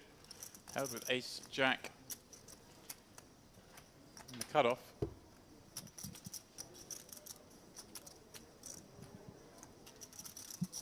Does cover his opponent now. The start shorter, of course. Things gone badly for Romero at this table. Very well for Held. And he is going to leverage that larger stack. Kisu, all right, in the small. What, 26 blinds, 27 blinds? Yeah, this is an all-in or shove spot, and it's a very tempting one. It's an opportunity to pick up 131k without showdown, which is always nice, but of course he is facing a couple of players who felt like their hands were raise-worthy. Yeah, and just, I mean, it's a case in point they've both got good hands. You may think these guys haven't really been playing that many hands. No, they're exactly the kinds of stack sizes that should be somewhat honest at this stage. Right, so I don't hate that. I agree. You rip it in there, you get called, you're in such bad shape. Romero, of course, with a hand that can continue in having the suited variety, but not loving it. Certainly not liking the ace-jack deuce. No, advantage held here in a big, big way. Getting a little stare down now, Romero as well. Held hoping his opponent has an ace-x of his own, maybe a jack-x. Can pursue value. Small sizing, always the play here. Indeed it is, quarter pot. Romero. Yeah, Could spike this 10, but it's not a pleasant spot to be putting any extra chips in. This 400k stack's a very nice stack to have going towards the bubble. Obviously, you know, it's borderline. You have to find some calls that aren't pairs in that situation against such a small sizing. I think if we were chip for chip right now, he might take one off. correct, yeah. But we're not now. Yeah. There are so many types of birds. For example, you can identify yourself as a bird, but you're a chicken, so you can fly. A penguin, you cannot fly either, right? I Penguins said cannot that to my fly. friend the other Confirm. day. They were having this discussion about, they were saying it's okay for people to identify as what they want. And I said, okay, I'm a fucking bird. And they're like, no, you're not. I'm like, yes, I am. You have to call me a bird, or else you're offending me. An eagle. That's my pronoun, bird. Yeah, bird. You need to call me bird. Eagle. Lay an egg then.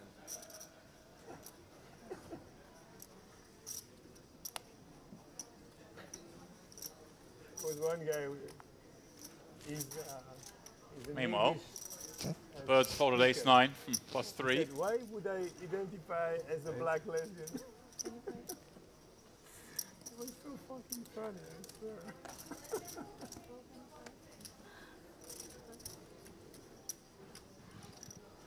I just find it remarkable, David, what people will say when they know they're mic'd up. I was about to say the same thing. What do they say off mic? Anyway, Held identifying that Queen 10 is a cheeky steal situation maybe for him here in the hijack.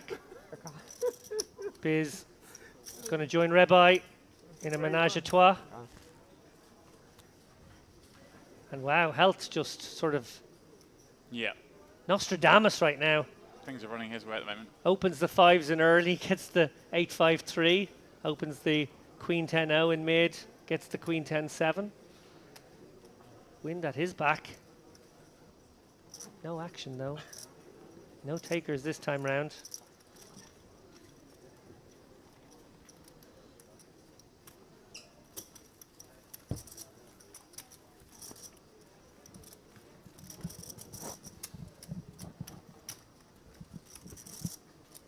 So he was for it. He was thinking that like that's normal and like your friend was thinking it's normal to identify yourself as. I must respect people that people can identify themselves as whatever gender they want, and I can't say anything about it. Not only genders, even they can.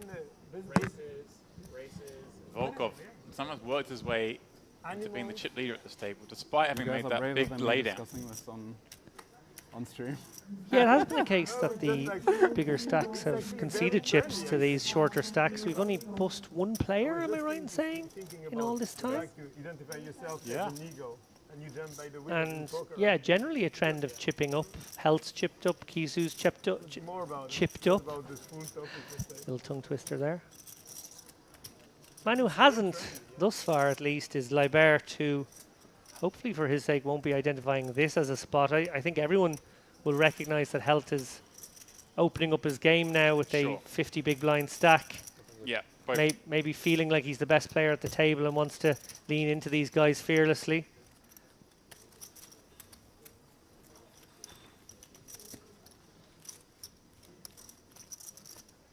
Just a few more moments left on this level. We will be switching out the feature tables. A little disappointed about that. I think these guys have provided tremendous entertainment. Deep stack poker. Yeah, but I think it might be quite fun if we do switch another table and see some more of the bubble intricate sort of stuff, the shorter Ooh. stacks, how they navigate it. I mean, this is great too, Hand us through, Richard. but I want to see some real pain on the Fucking hell. 15 big blind stacks. Yeah, we do.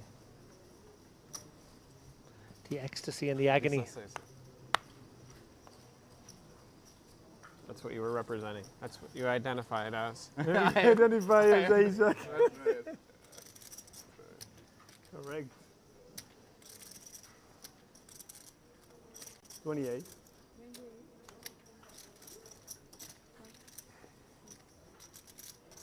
I identify as living aces. Nice. I can see that. And you have to respect it, right? Oh yeah, really? Volkov, ace, Oh yeah, queen, every day. Ah, he did. in the big blind against his man Rebai. He's staring him down already. Just going to take him to the streets on this one. No elevation. Curious if So you you saw it? You saw it? Yeah. Great, right? You didn't like it? as long as it works, it's always good. A6-4. Yeah, of Well, he course may he get a has few an ace. shells coming his Every way, and he'll be more than happy to take them. Did he have an ace? No. Rebai, Pretty cool also. not biting. He had an ace. He did. Very low open from +3. Because I think I like. Decides to check back that that's why I ace-6-4, feel like I would never fold. and an 8, not a great card for him either. You know what I mean? Going for delayed C-bet. Push me off. Yeah, Volkov loving this. Obviously very under-repped here. He 3-bet the king 7 Yeah. in exactly the same spot previous orbit and now decides to slow play the ace queen, I let his wonder, opponent hang himself. will he come with a check raise this tiny delayed size? Also, Really sort of One more. confuse him. Yeah, that's just the call. Kind of a fun spot to have check raised. Wow. Ooh, and Rebai might go for Yeah. some value here if checked too. Certainly. I think that's very likely. I'd be inclined to think Jack's good here. I like it a lot. Yeah. I think you could actually go a rather big sizing here with second pair. It's one of I those knew spots it. where your opponent's really Oh, shown. he No. just Oh, brought it wow. Oh, wow. He smelled a rat. My son. Whole showdown. How did that pot stay so small? Yeah. That's a moment to tell him. River, you or bet? Two players who have Oh, been yeah, battling. I'm very sure you were No trying bet. to. River, no jack. You bet pot. You think so? Yeah. You're right. Yeah. I think I go all in probably. Okay, good. You were tracking me. It was pretty clear. Huh? I mean, it is ganz klar, yeah.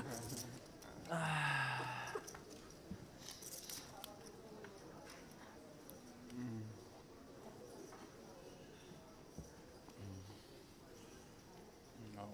Certainly been action packed. Romero. Doesn't mind looking at a king 10. Probably rather it be anywhere else but under the gun, but he's going to give it a go. Still 30 from the money.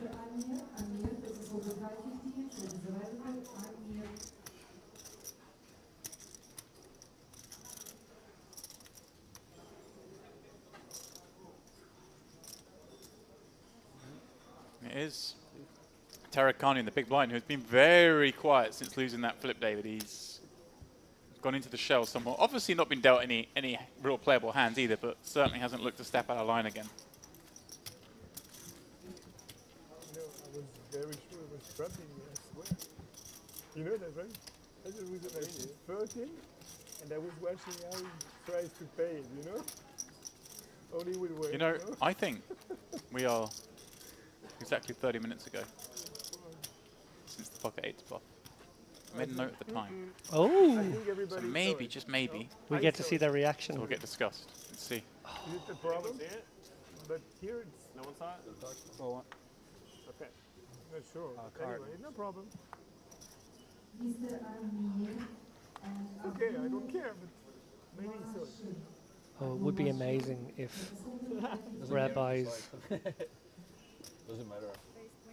cheeky play was revealed now This is in the we last won it. the closing moments of this frame, because nobody believes he had anything other than 6x. Biz think going it's after gonna be Rebbe's good open.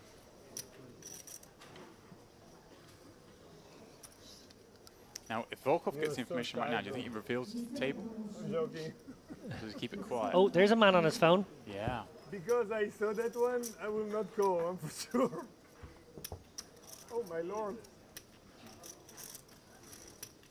Rebbe gets through. That's him. Egoísta.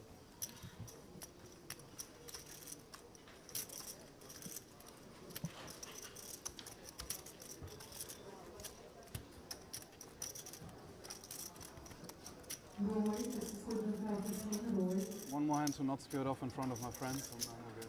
I can play that again. I think we stay on the table, I guess. Right? Do we? I hope not. I hope not. I hope not. It's okay, it's not like a big deal. I believe the plan would be to mix up the tables, as we did all yesterday.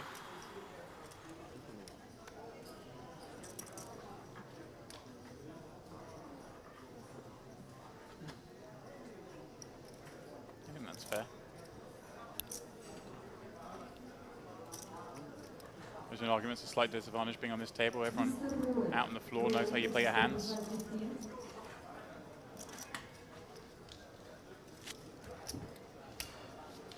Rebbe raising up ace-3 from under the gun. Just trying to get the last one through. At this level, and well, he may win it after flopping an ace on ace-8 deuce against the 2 9s, and a board that he's just going to attack a lot. Held with, well, way better than average hand in this situation. Leading second pair. Yeah, it feels like he has to be sticky here, maybe on the flop. Obviously, against most players, the ace-x will be a huge part of that under the gun range, but we've seen Rebbe really open quite a lot of hands.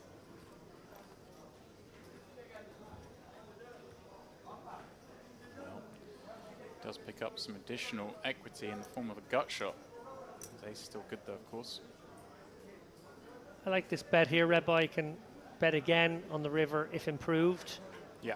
and then kind of use it as a advanced blocker if unimproved. Maybe consider pursuing value against an 8, but that seems thin, to be honest. Edward, no decision just yet. That sizing. No. And it beats an 8, certainly calling. Can him be up against some maybe even some AX himself that's going to bet here and check back. Yeah. And small kickers will play here. Rebbe will be conscious of that, I'm sure. Yeah. Yeah. So even the a6 will be a winner. As these guys take their leave of us, what entertainment they have provided. We see there Volkov, top of the charts there, 1.5 million. But noteworthy how actually the big stacks have less chips than they did at the start of this frame. Mustafa Biz 1.4, Rabai 1.3, Takarkani 1.2, Angel 1 million, Helt, Romero, Chisu, Leibert. You know, they've got the sort of middly stacks. Obviously, Leibert, the short stack there. He's got the biggest job ahead of him as we go into the next frame, which will be very close to the bubble. I'm going to preview the bubble dynamics with Ali when we get back. But what I want to ask you, James, is to reflect on what I'm going to call the Volkov-Rebbe war. Yeah, it really was. It didn't start out that way, and then, I mean, Rebbe started the war with everyone. Second hand of the day, full betting, 10-9 suited to 323,000 chips. Just What a moment. he came to play, then kind of chilled for a bit, played a lot of hands, then just ran that monstrous bluff with the 2 8s over a near pot-sized bet on a deuce 3 4 5 board. We loved it. It happened half an hour ago. They didn't quite discuss knowing what each other had at the end of that frame. They'll know when they come back from this break at that table. It'll probably be the first thing that's mentioned. And then we saw Volkov reply with the King 7 off 3-bet, where he clearly lost. I'll say it as I see it. He lost his mind there. He's just like, I've had enough of this guy. You're getting it with King 7 offsuit. Not a hand you would usually a 3-bet, but it'll be fun to see how they carry on, especially as we get close to this bubble. Yeah, and we will be taking glances at the outer tables. Obviously, as we do this bubble coverage, we want to see the bust outs that are all bubble adjacent, and of course, until we do eventually burst that bubble. We'll be back in, I think, about 15 minutes, maybe just over 15 minutes. Don't go anywhere. We'll be bringing you bubble coverage from the Merit Poker Retro Series main event and all the fun that entails.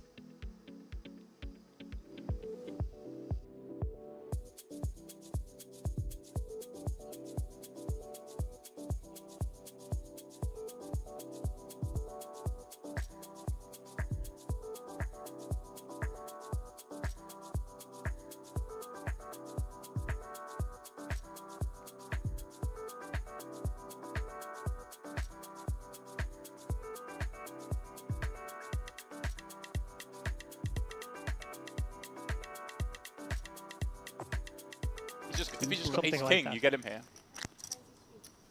If he's got ace king, you get him, and it's very hard for him to stack up with ace king post, given you hold 2 of the aces. It's unlikely he's going to improve.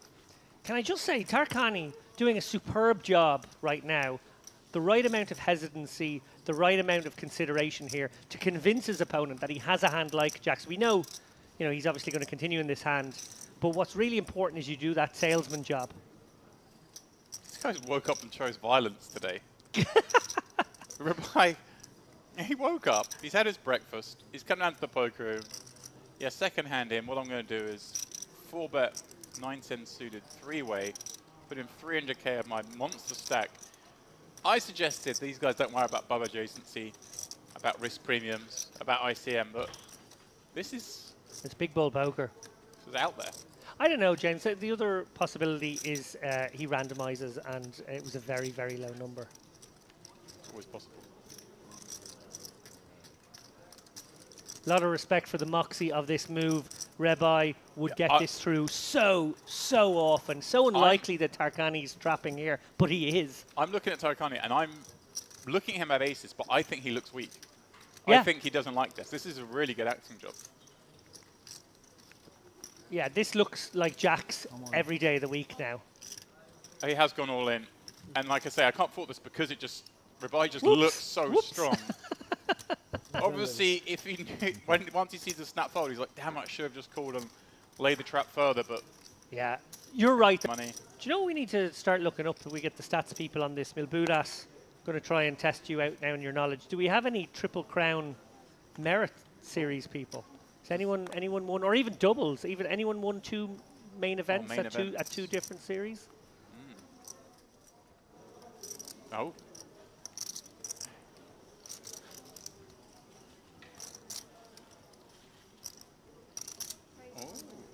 Same series, same day for. I'm going to have to get that pronunciation again. Good luck, David. Arunus Sapatabadish. All in? Angry Goose Online, Lithuanian player. He Won the managed to win main- a main and a high roller on the same day. Is that even a Well, thing? same stop, I presume. That's pretty incredible. That's amazing at the same series, but that's not what I asked. When But it's not quite Edward V material, is it? Actually, you tell me your Edward V story from Triton after this hand, James, because that's a good one, and we love a bit of Edouard Barsagian in this booth. together. Where is Barsagian? We haven't had him on the table yet. He was in the lobby earlier Oh, today, okay. so I don't know, maybe he's not in the tournament anymore, Rebai. able to continue that streak. What's going on here? He's always on Well, the short just- stack here, Daniel, look, Pardon me. There we go. pocket tens. I was guilty of looking at the Ace chips of of Rebai. That will be tougher. Ace of, never ace of club. Never ace of club. Dare I say, Ribeye has some chips at stake. Not bad, not bad. It's probably medium rare. Not bad, not bad, not bad. 8 of club would be funny. Eight of clubs certainly would be funny. Oh, of spades will do. that's not What about funny. that? That's very not funny for Daniel, look. You can still chop. We can Also still one chop card. chop. I'm sure he's aware. But unfortunately, we do lose Mr. Daniluk 212 players remain, ticking slowly toward the 140 mark, where, of course, this bubble... Put it down to the final 5 in the Triton event. And he was in there with, actually, Tarakani from here, on our table here. I'm born near Cologne. Edward Barsagan, and then the other 3 players were Jason Kuhn, Stephen Chibik, and Adrian Mateos. Familiar And faces. and I was thinking, oh dear, This Edward's- feels like a fifth again. this feels like it could be a 5th again. But he managed to sneak 1 spot further. Nice. To get 4th. It was Mateos out in 5th, and this man, Kanan Tarakani, would lose heads up to Jason Kuhn in that 20k, What's your nationality? French? picking up No. 450k. Yeah, French. Let's say French, Algerian. Great I've spot like- now for I'm a Kisu mixed to mix, get okay. the double up. My Oh, father, well, I saw your this name could next be to a French three-way flag. affair. Yes, Angel, Yeah. interesting My mother hand family here. name is He's Brenner. got a player who covers the original opener from under the gun, remember? Yeah, This is a little awkward. Yeah, I wouldn't begrudge him for 39. just Yeah, pretending he old didn't get dealt this hand. Yeah, 2 ways to go, I think. You could definitely just toss it away, as you say, maybe just repress the memory of such a hand. Or you could flat, Yeah. and that's Yeah, pretty that's- strong in and of itself, and that probably gets, a lot of hands out anyway, and you can fold to the shove. Yeah, one of those 2. Good luck, Vali. So I think I like this slightly more. I've gone from saying what a great spot Kisu found himself in, dominating the pocket sevens in a must-call situation, to actually Angel waking up here in the big blind, and now he has to go to the races. Well, so far so good. Backdoors aplenty though. Not anymore.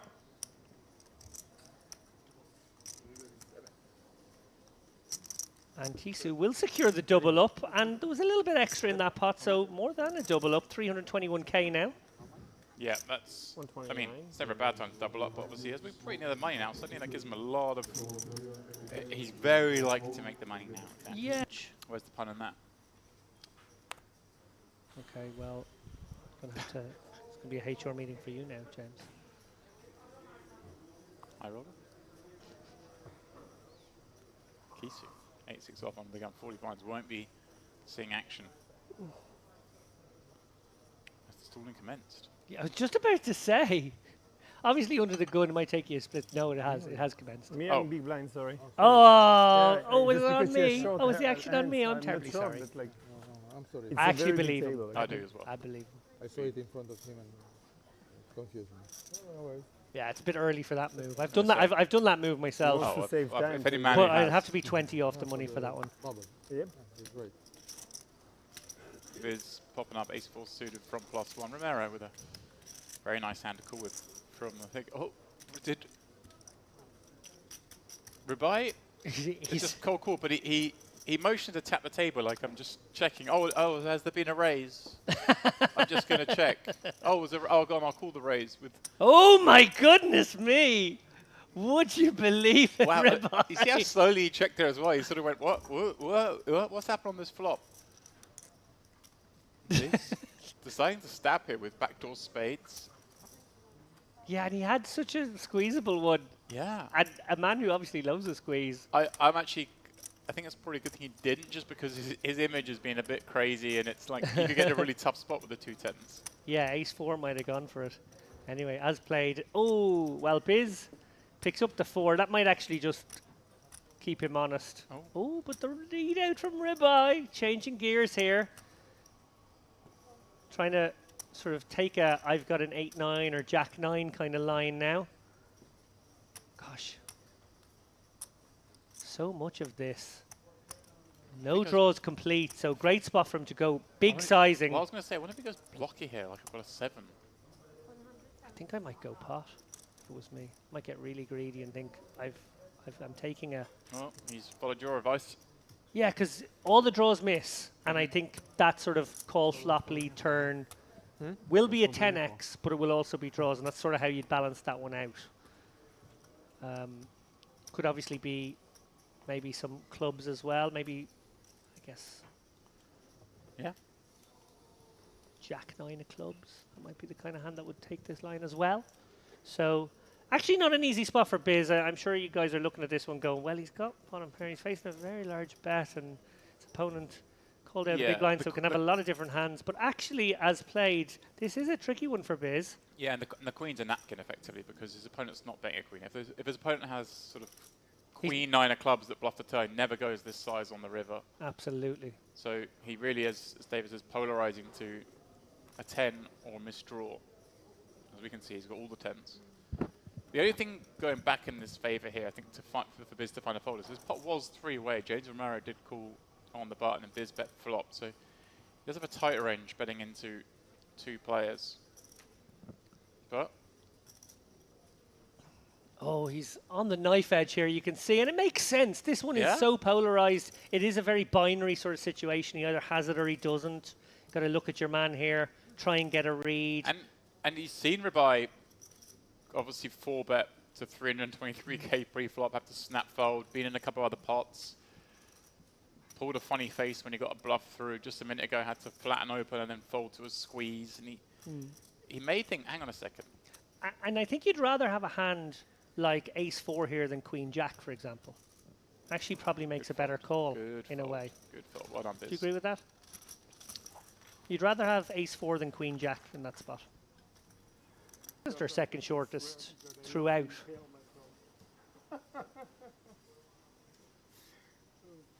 It's a real tournament poker masterclass when you can do Hopefully I that. didn't go over. Obviously, we like to Ah, bad hand. throw the laurels at the Fucking hell. winners, but sometimes the guys who make the most of a short stack to Yeah. get up those spots have maybe done better in some sense. Yeah, it can Build the certainly. foundation, like The winner's not always ace the person who's played the best. donations. Stuff like Well, that goes without saying, obviously, in poker. But yeah, sometimes the best performance on a final table can be the one who navigates the shortest stack with 7th left up to 3rd with not much ammunition.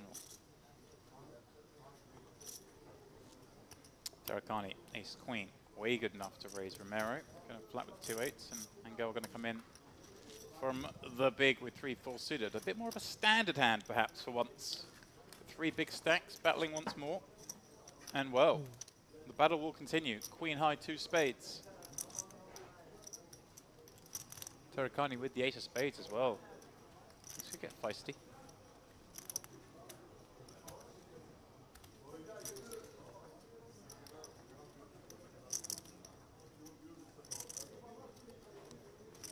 Quick call from Romero or a quick fold? Not What sure. the guy, Fold. when this Quick guy fold. had. Yeah. And you raise- Not I really think wanting to pocket continue eight. with 2-8s on this board. His range has a lot of Pocket continues. This guy. Ace doesn't need to be one of them. You're Got right. shot now, developing Surprise. for Angel, of course. 6 would get him across the line. Tarakani, there's double flush draw, straight draw, galore kind of board. Welcome back. Just gets to bet big here, I guess. And then he can check back some rivers as well, even with hamstrings. We've actually gone smaller. It's gone half pot. I'm kind of surprised not to see him just really bomb this. I agree with you, James. I would have liked to see a 3/4 pop bet in that spot, but Keeps this It's- man interested. yeah, it does. And rightly so. Obviously, 25% equity, likely clean outs. Well, that is a pretty damn good river for Tarakani. There is some concern, of course, about the diamond part of the card. Angel obviously giving a little bit of thought to whether he can bluff this card. Oh, giving a lot of thought to it. It's tough when Tarakani's bet this flop 3-way to imagine he has nothing. Let alone following up on the turn. Some of those follow-ups are going to be Queen X, are going to be some diamond combos. Of course, we always look to find bluffs, David, with the kind of worst hands in our range, and you can't get any worse than the board here. I think you have to step away from the table. Yeah, nice give Yeah, up yeah, sure. from Mango. Tarakani, there is some concern, of course, with diamonds. You can be up against 5x of diamonds here, maybe, you know, the King Jack, Jack 10, Jack 8 of diamonds, 6-8 of diamonds probably raises turn, but Give me a size you like, James. Did I do think it? Yeah, given I that did. we went kind of, it's weird because we went kind of smaller on the turn than I would. So there is a little bit more weakness in your opponent's range given that. So I don't mind like half pot again. If I'd gone big on the turn, I think I'd go really big on the riverhead because you're just basically targeting a queen. Well, he is going pot, Oh. and obviously And easy is, decision for 4 high. the other thing as well is that if you've gone bigger on the turn, PB said they were swimming here last November. That's pretty good. I don't think you guys appreciate how much I don't like cold water. It's not cold though. Well, Honestly, it's very pleasant. I mean, it's glorious at the moment. In Malta, I would generally swim up to November. I wouldn't swim late November, but first week maybe. And actually, I don't mind the cold water. What gets me is the jellyfish. You don't want to be in there with the jellyfish. They come closer to shore when the water gets cooler. Oh, They don't like the warmer water, so the shallower, warmer water near the coastline deters them, so they go off out to the deep water, and then we can get to swim in that water in the summertime. But sometimes you meet a wall of jellyfish, not so much fun. I'm heading to the pool. Queen Deuce trade the flop after Volkov opens from under the gun. Robert checking back his 8s on this board. Could have bet. Checking also fine little pot control.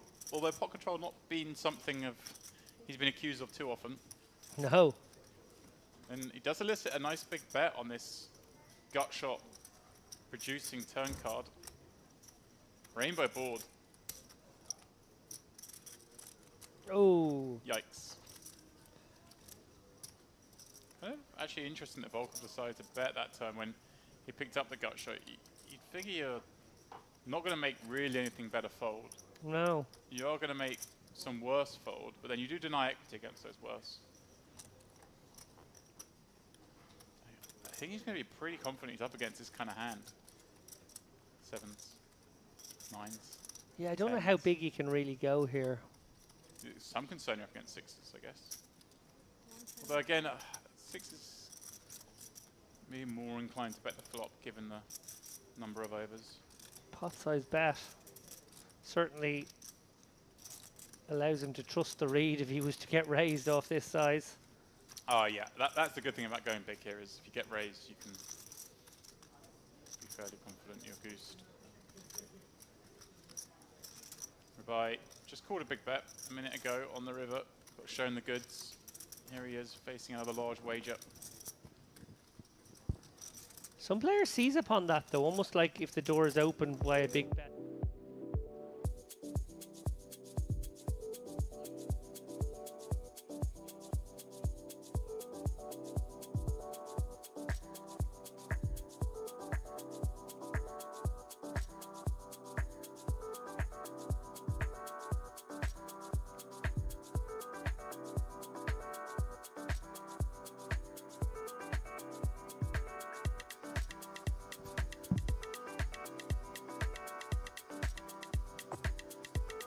And welcome back to the break desk here at the Merit Crystal Cove, part of the Merit Complex here in Kyrenia, North Cyprus, where the Merit Retro Series is full steam ahead. Ali Najad in for James Dempsey, and of course, David Lappin still here. David, you were front and center for that frame there to start the day. Plenty of action, obviously, as we took on the likes of Tahar Khani, Bart Labert and company. Obviously, some festive things took place. Yeah, it was a really enjoyable frame. Probably not the kind of frame you expect this bubble adjacent. We were obviously in that sort of run-up period to what I think will now be the bubble frame, if you like.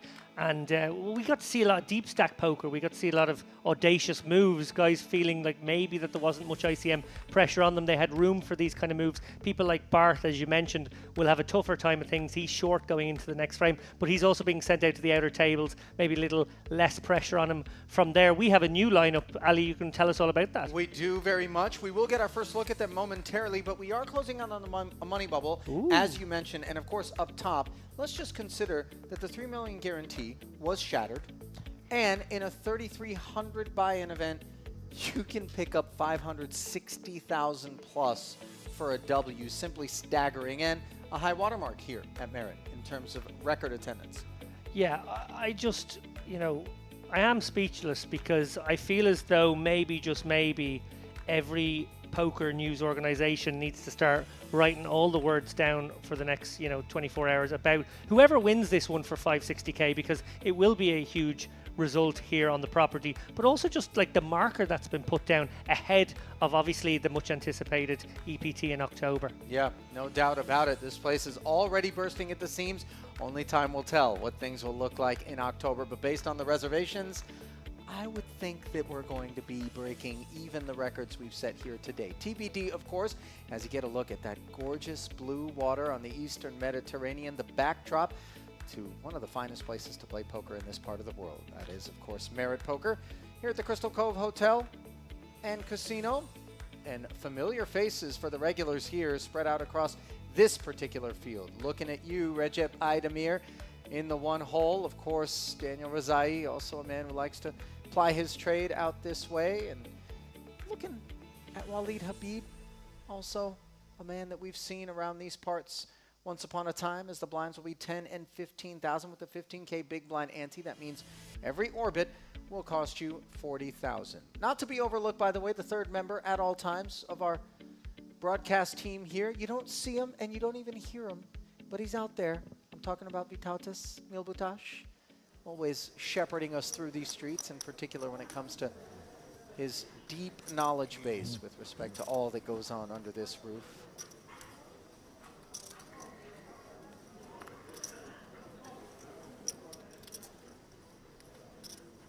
There's a look at Rezai, by the way, who I actually flew in with. He was up in London at the World Series of Poker Circuit International event that was going on up there. Triton was going on as well. And bright and early was our flight. 6:50 in the morning, came in the afternoon, and no doubt he was at a poker table not long after that, as we see him activating with King 9 suited here. Yeah, serious player, Rezai, 2.4 million in career earnings, if I'm not mistaken. His top score, a 435k result, third place in the Millions South America a few years ago. What I think is kind of fun about this one, I don't know if it is producer Milbutas's decision, maybe the share hand guys, but rather evilly they've chosen a feature table that's below the chip average, maybe feeling like the most bubble potential as we approach that exciting phase of the tournament. Maybe the most number of bust outs could appear on a table such as this one. Obviously the last frame, as I mentioned, we were very, very deep. These guys, not quite so deep. The Mad Turk, Yücel Imanoglu, actually lives in the UK, has 1.3 million roughly in career tournament earnings, and with a wheel gutty and the nut flush draw, he just rips it on in there. Rezai with no shot. Things being made easy. $244,000 is Imanoglu's career high cash. Scanning at his resume, it came back in December of 2021. The Grosvenor UK Poker Tour in an 1,800 pound buy-in. Second place.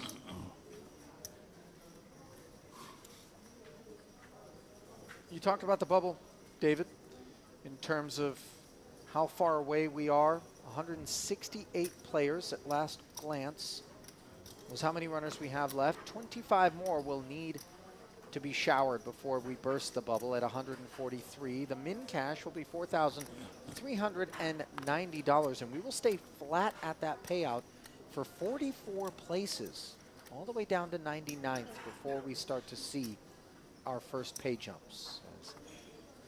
Abudi with the ace-10.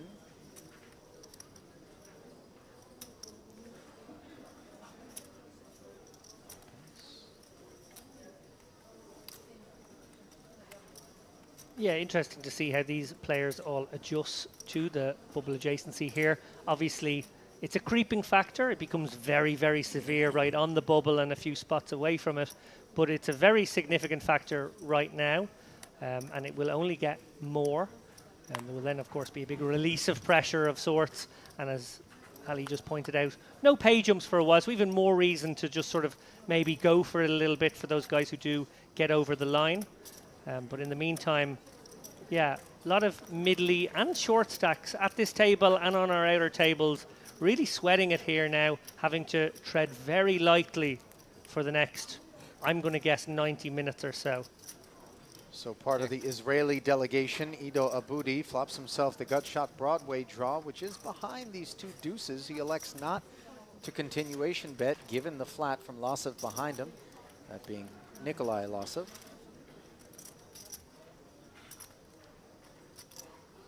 And note that the deuces are just on that sort of deference post-flop, trying to take this pot. 40K not going to work. Yeah, if this is a one and done by Losov, I'm not a big fan, I'll be honest. I think it's a sort of a weird hand to choose to take a stab at all. But maybe he has designs on attacking his opponent's flop checking range here across a few streets.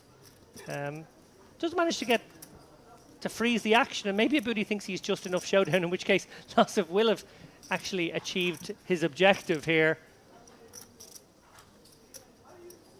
We'll have to see here. If Aboudi, yeah, he does think he is just enough. And Losov obviously happy. So worked out very nicely in that instance. Almost like a paralyzing, freezing stab there on the flop. 40K investment in getting to showdown, as it were, with both the turn and the checked knuckle. Turn and the river, rather. Knuckled. 922,000 in career live earnings for Losov, by the way. 193K is best live cash. Obviously, those sorts of figures suggest this is a man who takes his poker quite seriously. As many of the remaining field, it's fair to say, do.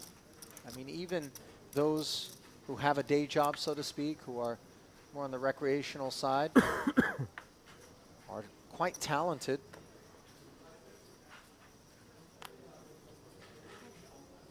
Ace-3 suited up front, Aboudi. Bins it. Now our first opportunity to talk about Roman Kolotyuk. He was third for 77,000 right here in January at the Western Series High Roller. I remember it well, Ali.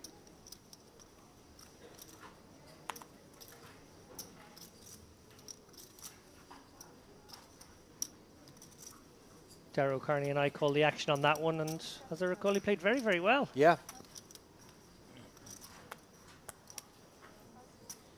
Quite solid.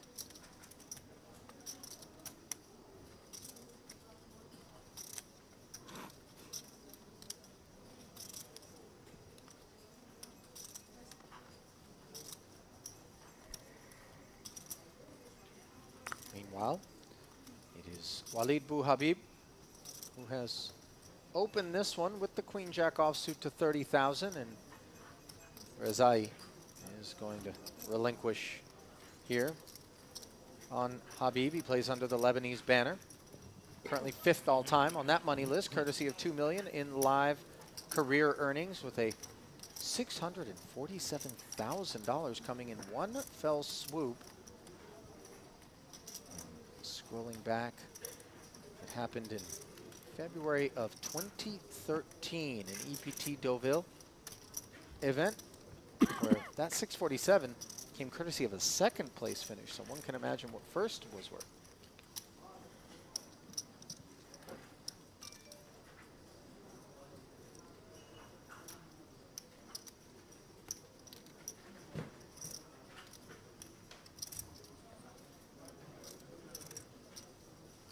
Kolotyuk now.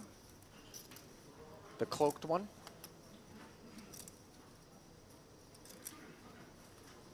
Pocket tens.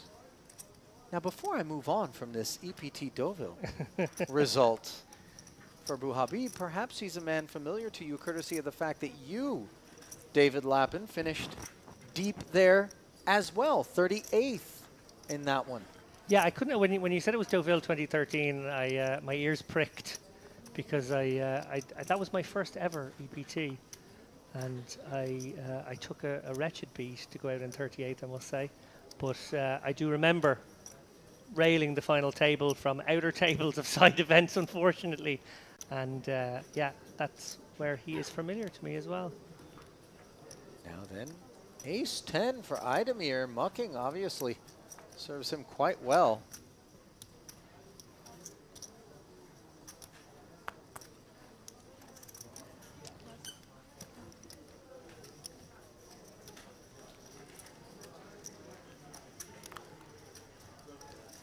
Jacks for Rezai. This is the medicine. He's leaning over for a count. Similar stacks here, just over 20 each. I just don't see escape routes here.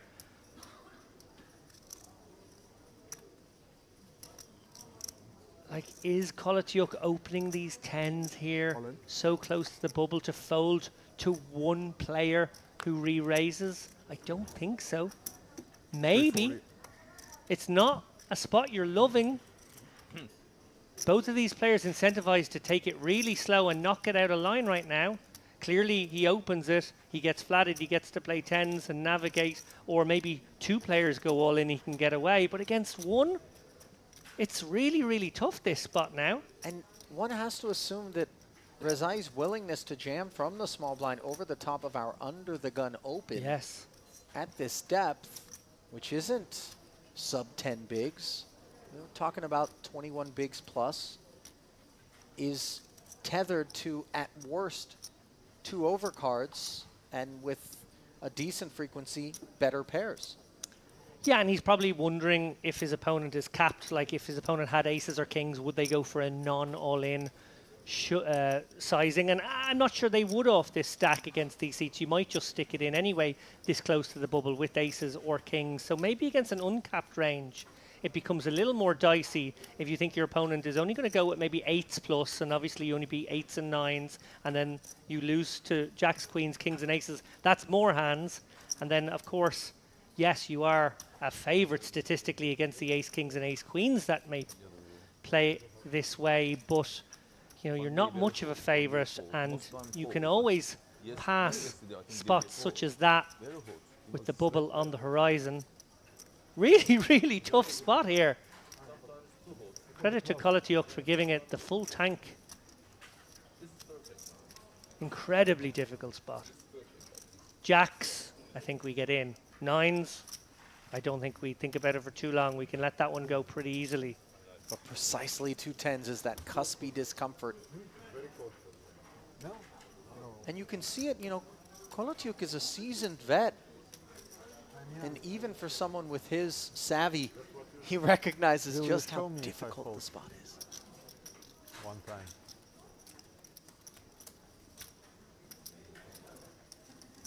Rezai stonewalling. And Rezai doesn't know what he wants out of this. He wants ace-queen to fold. He wants pocket 9s and 10s to call. He knows his opponent calls with better quickly. So you want to dodge the flip, but you want the 9s and 10s in there. Sure. So he's not sure what he wants right now. And Koletyuk asked him there, would you show me? He got no answer.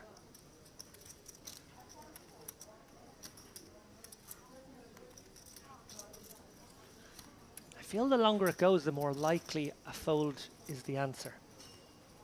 I don't disagree with you. He's in the agonies right now. He knows if he takes this spot and it holds, he doesn't have to navigate this bubble in quite the uncomfortable position he finds himself in right now. On the flip side, being sent out the door right now is a bit of a disaster. Tough decision, sorry. No, no, okay. It really is. Rezai has gone full barista, turning Koletyuk into a human frappuccino.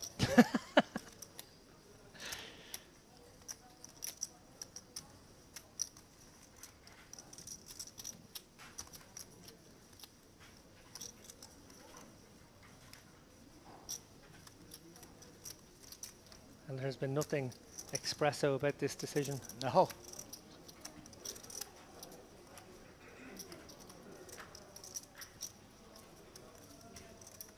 Several minutes into this one.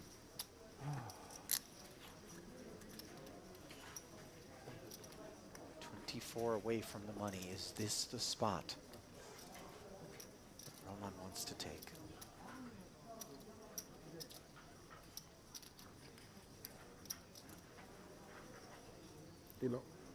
Clock. Not unreasonable request of clock here. It has been quite a while. Yeah.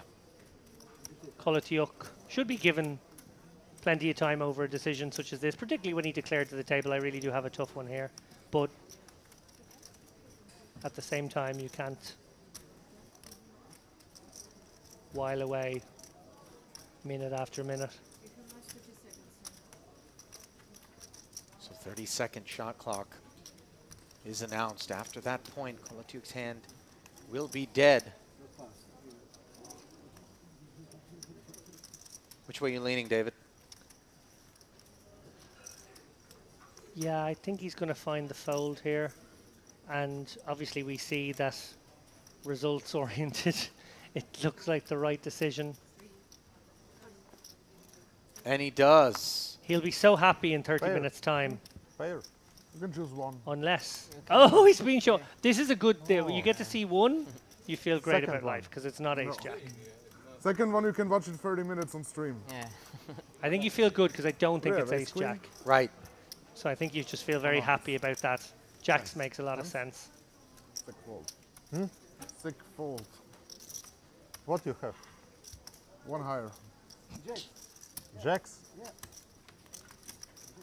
I think it was self-evident that Rezai would not have come. Do you At know that this spot is like ace on jack. GG? I'm so good. I had ace 10. Ace 10? Oh.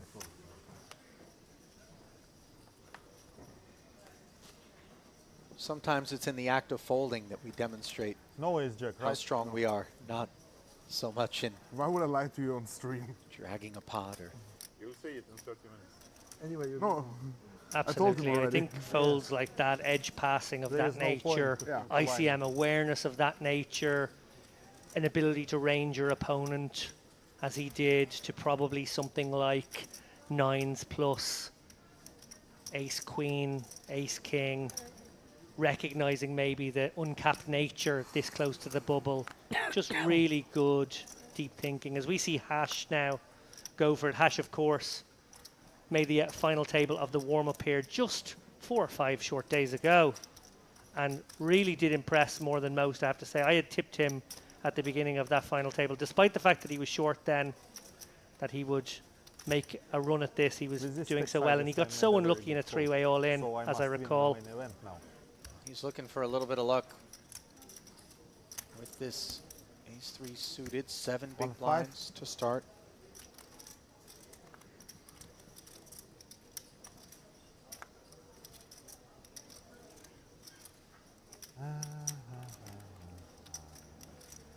Clock. Yeah, I was going to say this one not a close one, but obviously having lost those chips and now paying the big blind and big blind ante, finding himself sub 250k, understanding that the next hour is going to be uncomfortable. Anytime he has a hand that he can take 15, 20 seconds off the clock, he's clearly going to do so.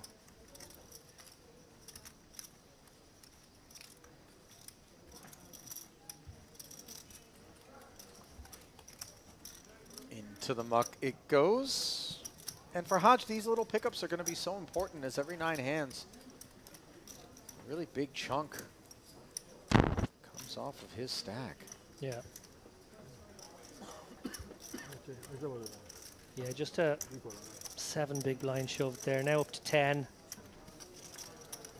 It's a little more fold equity on the next one, but he's not a player who can ride this one out. He's going to have to stay active, find at least 1, maybe 2 more spots over the next 2 to 3 orbits. Keep that head above water.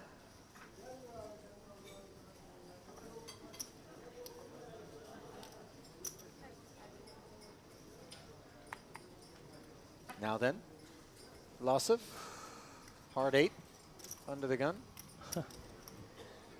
And Habib with, at minimum, the ace of spades. The pause suggests that there's something reasonable tucked away along with it, but into the muck it goes. Did you see that movie, Hard 8, back in the day? Early P.T. Anderson film? Who was the lead? William Gambling film? William C. Riley, Philip Baker Hall. I think it might have been known as Sydney as well. It had 2 names on either side of the pond. Very good movie. Paul Thomas Anderson's first film. Gwyneth Paltrow, Denzel Washington also in there. Sorry, not Denzel Washington. Apologies. Is it Samuel L. Jackson? Samuel L. was in there. I Yeah, did see that movie. Good one. Ever the cinephile, Mr. Lappin. Generally reliable recommendations coming from him. And I feel like I have free reign. The retro series, if I can call back to a 1990s or 80s music or movie reference, I've been doing it. Much, I must say, to the disdain of Mr. Dempsey, who hasn't been joining me in such frivolity. Well, James is obviously not as sophisticated or cultured. Yes, a culture curmudgeon. Against the ace, you double. Tried to drag him into a conversation about guys and dolls earlier. Not happening. Well, I don't know if he's the right customer for that. Theater is really not his lane, if you will, as we do see the pocket fours taking that one down. We wondered if there was a little overlap in theme, how the retro series, and it kind of seems to be like 50s, 60s if I had to pick an era. Although there's also some 80s paraphernalia around the room too, Sure. some tapes and Right, tape cassettes. players, cassette players. So I guess just looking back is the theme, but in terms of the dress, it felt like there might be some overlap with the both the gangster series and maybe the vintage series too. You know, I feel like we should resurface the floor in linoleum for this particular series, and maybe go with a pea green and chartreuse sort of Some wallpaper. motif. Yes, absolutely. Pocket fives on the button, and perhaps this will be the easiest of the decisions that Colotiuk has had so far here in this first orbit at our feature table. Day 3 of the Merit Poker Retro Series main event, a record breaker. Yeah, if you can get this one through back up to 18.5 bigs, just a little more breathing room. Plenty of fold equity on this shove should he take it. We expect him to. This is the kind of spot that you can much closer to the bubble, but I think you probably have to go with in this instance. You're certainly going with a shallower stack. Interesting if he just feels like this stack is an awkwardly large amount of chips to risk on pocket fives here. I still think he's going to do it. But he's not going to do anything quickly anymore. Yeah, we figured that part out, haven't we? Oh. Well, there's a third option. Yeah, not the one that either of us would have anticipated, as it definitely feels like it would behoove Colotiuk to create good fold equity. But the min raise ends up getting through in any case, David. And obviously, we know that when we lay a price like that, a lot of times we can pick up all manner of hands from the big blind and bar a flop that contains a 5. A lot of times be in murky water moving forward. Yeah, interesting decision there.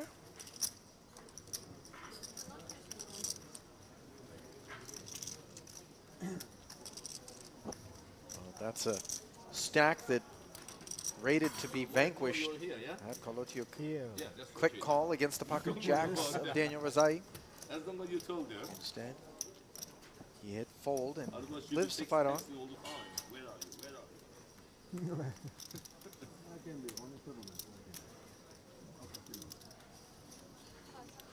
Me and you easy, eh? No problem with wife. If I'm Matt in Turk, casino, a it's regular big on the UK problem poker for me. scene, popular figure. He's on poker club, it's okay. One comes, one goes. Doesn't matter, is it? No, it's not easy, bro. Very not easy. For me, not easy. Fairly docile first orbit here for this particular table. Mind you, this isn't the Do you like first weather? poker they're playing on the day, of course. They were elsewhere in the room while we covered the prior featured table, but it does still have that vibe of toes being dipped in the water and light tread. Yes, Everyone being very careful here as we see poor old Kolotiuk with another tester here. Comes with the min raise from the cutoff. Relief once the button gets out of the way. Really nothing of any interest surfacing behind him. Yeah, Habib, the covering stack, may understand the ICM pressure that can be applied post-flop here, but Queen Deuce, really not enough kit. Bit of suitedness, bit of connectivity would certainly encourage him, but great pickup there, double pickup by Kolotiuk, 8s and 5s previously. To get those through, such a relief in a way. Difficult hands to play post-flop. There is still a good bit of tarmac between where we are now and the 143, where the bubble will be burst.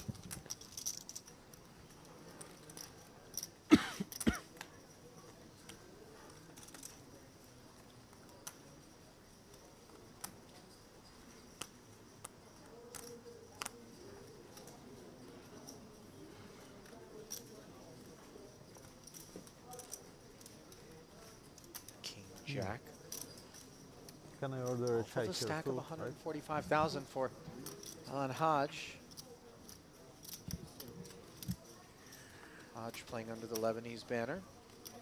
Quite a bit of representation from Lebanon here at this particular series. He's got 109,000 in career tournament earnings.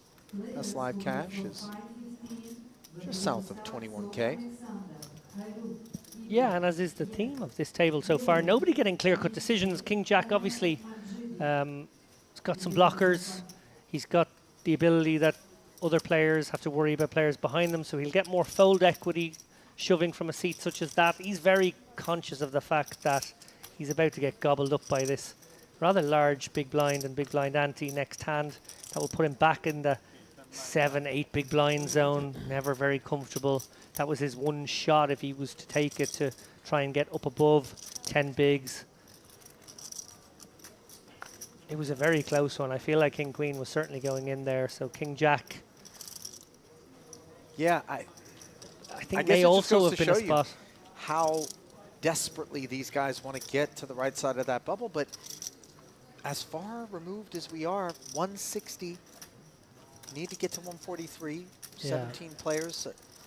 You know, it does feel as though some stacks are going to have to try to control their own fate as opposed to sit back and hope that others are vanquished elsewhere in the room.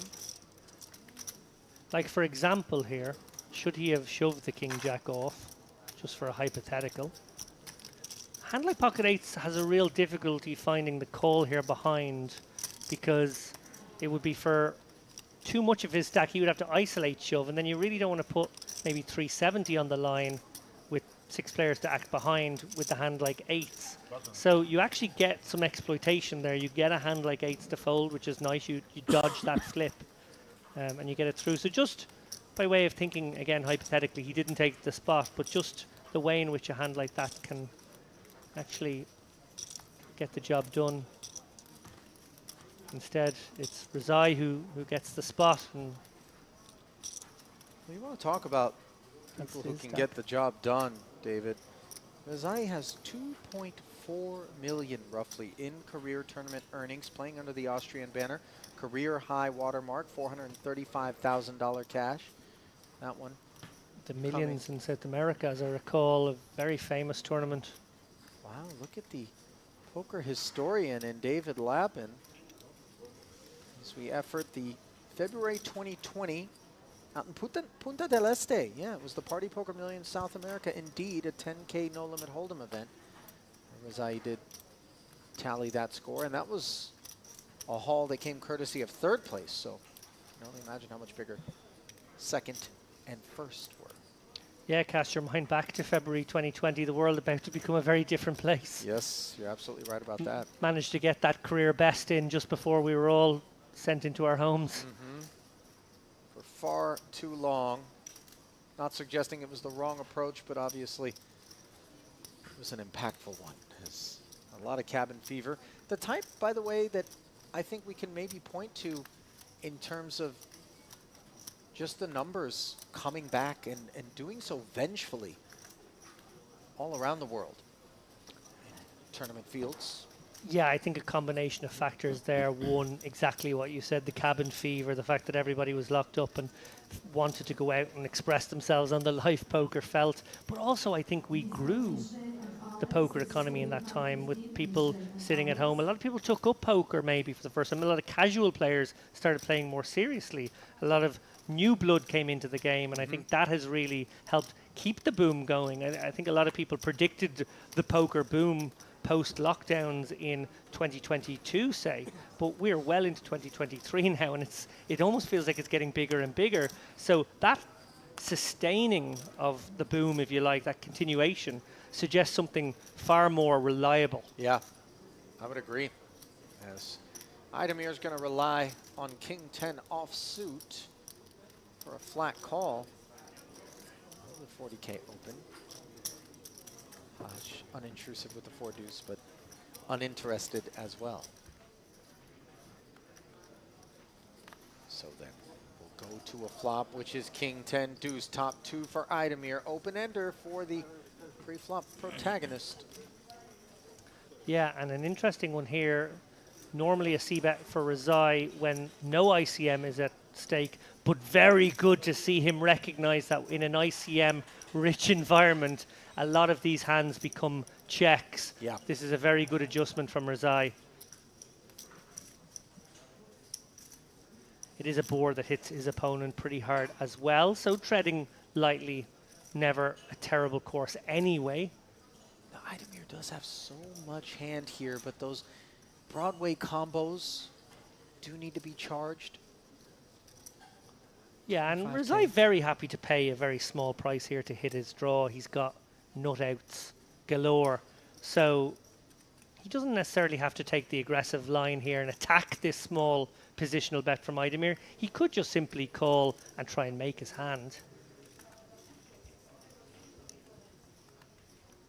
Does not do so, however.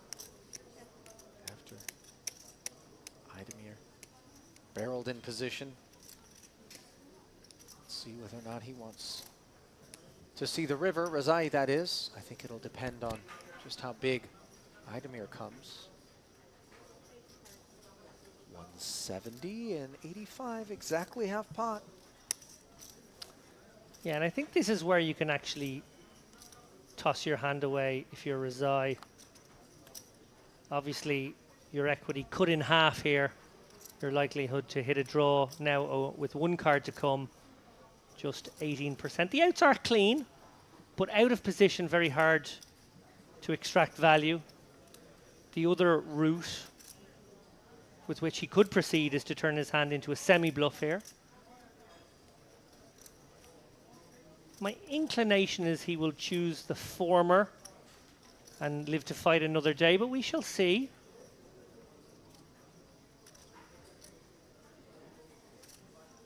Certainly not unreasonable to attack Idamir in this situation.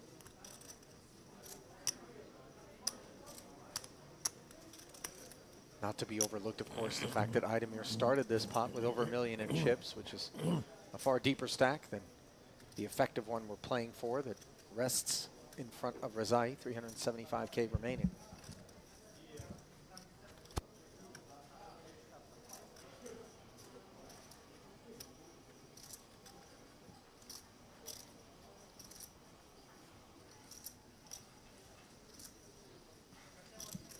Regardless of his ultimate decision here, it services Rezai and a couple of other players at the table here to take their time regardless. Take a minute or two off the clock regardless. Every little bit helps, as we are not in any sort of hand-for-hand situation right now. Still good distance between this 159 player field and the 143 that are in the money.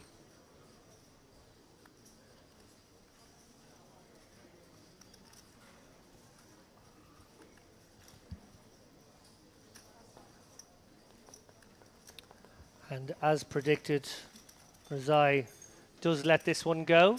Tell you what, it's not every day on a board that's fairly clean, such as that one, that you will let go of an open-ender, but, you know, I think he figures that with a decent frequency, the ace-X is there. That reduces one of his outs. Maybe if the king is there, the queen or the jack are no good. So ultimately, more cautious procedures from Razai, who doesn't lack the heart, by the way, to throw caution to the wind. I mean, we know that he can be an action player. But he's thoughtful.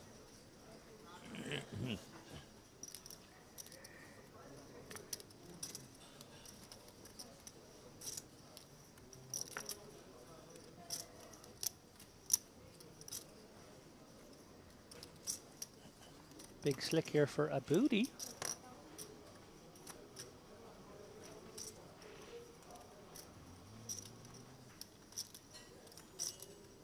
$30,000, just the standard open sizing.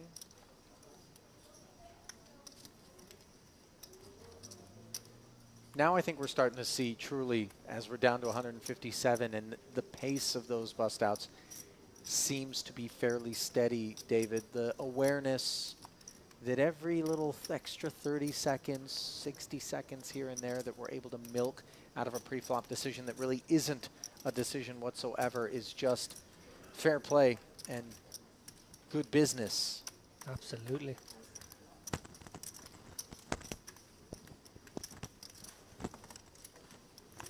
And ranges are supposed to narrow up in a situation such as this one.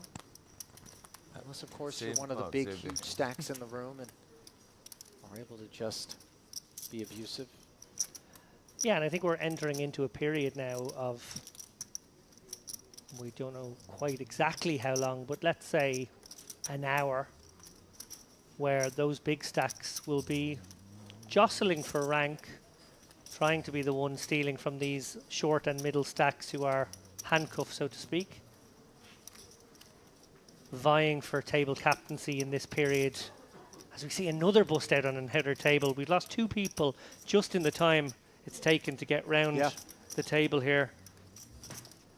That is obviously a delightful sight for all those remaining, but in particular, those Oh, shorter look at stacks of this. sub 10 bigs and top pair, top kicker against a set of sevens is the development here as we see the first involvement from Domenico Zappia. Wow, and does a booty find a check back here ever? I doubt it. And that is going to open the door for Zappia. And this is a terrible spot for a booty, but let's see how Zappia wants to proceed. Obviously, there's a bit of texture in the form of the two Broadway connectors and the spades, but it does feel as though the interaction from a booty as an upfront opener is going to be in the form of one or two pair, more so than any of the draws. So a clean turn card after the set of sevens, slow played on the flop. Now let's see if a booty has a taste for another barrel. Is covered. Yeah, and there's plenty for him to target here in terms of worse hands, but he's also going to be aware of overcommitting himself here. Looks like maybe something around 2/3 pot, yeah. And an interesting inflection point now in the hand for Zappia with the sevens. He's out of position, may feel as though he has to do his own betting here for fear of being checked back on river. But also, his opponent seems pretty happy with his holding. Does he just call and check it on over for a third time? Penalty. We await that choice. Next time. So Three or he's two? 90K. 3. He's drawing dead. 3 or 2? 3. So now Little how does he many know it. hands you will- One round. And the thing about the raises at this point in time, David, is that they just look so strong. Oh, yeah. Yeah, I will look telephone.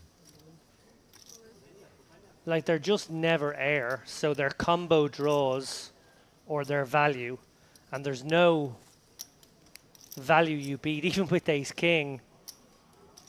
King jack never does this. So you're worried about queen 7, you're worried about king queen. And then the hands when you're in good shape are maybe, I don't know, jack 9 of spades, jack 10 of spades, ace 10 of spades. Do we expect that level of aggression and ambition out of Zappia here? Leveraging the ICM, maybe incentivized to approach that sort of kit in that way as opposed to top of range? Well, it has put even a hand as good as ace king in the blender, so maybe. Oh no! Showers for Abudi as he calls, and that will be that. The ace king drawing dead. And that's going to be a point not lost on him, as an 895,000 chip pot, regardless of the river, will be delivered to Zappia's doorstep. And the Aussie will love it just about as much as Abudi will hate it. It was a cold deck. To come this far, David, 155 left, 143 paid. I mean, whether you're the stone bubble or 10 to 12 away, it is heartbreaking. As you can see, some sympathy from Zappia there. Just a movable object and unstoppable force kind of spot. Yeah, like the ace king did give it some consideration. Maybe could have found a hero fold occasionally. I think it is a close spot, to be honest, but as soon as we saw that flop came out, we sort of knew what was coming. We didn't know when it might come. Maybe it would have happened on flop. In what form, but a little bit preordained, Yeah, it seemed. and a great situation now for Zappia, who is no longer under that ICM misery. That cloud has vanished. That's not to say another one of these big stacks couldn't put him in the blender over the next half hour to an hour, but he has much less to worry about. Yeah, there is quite the food chain out there. Yeah.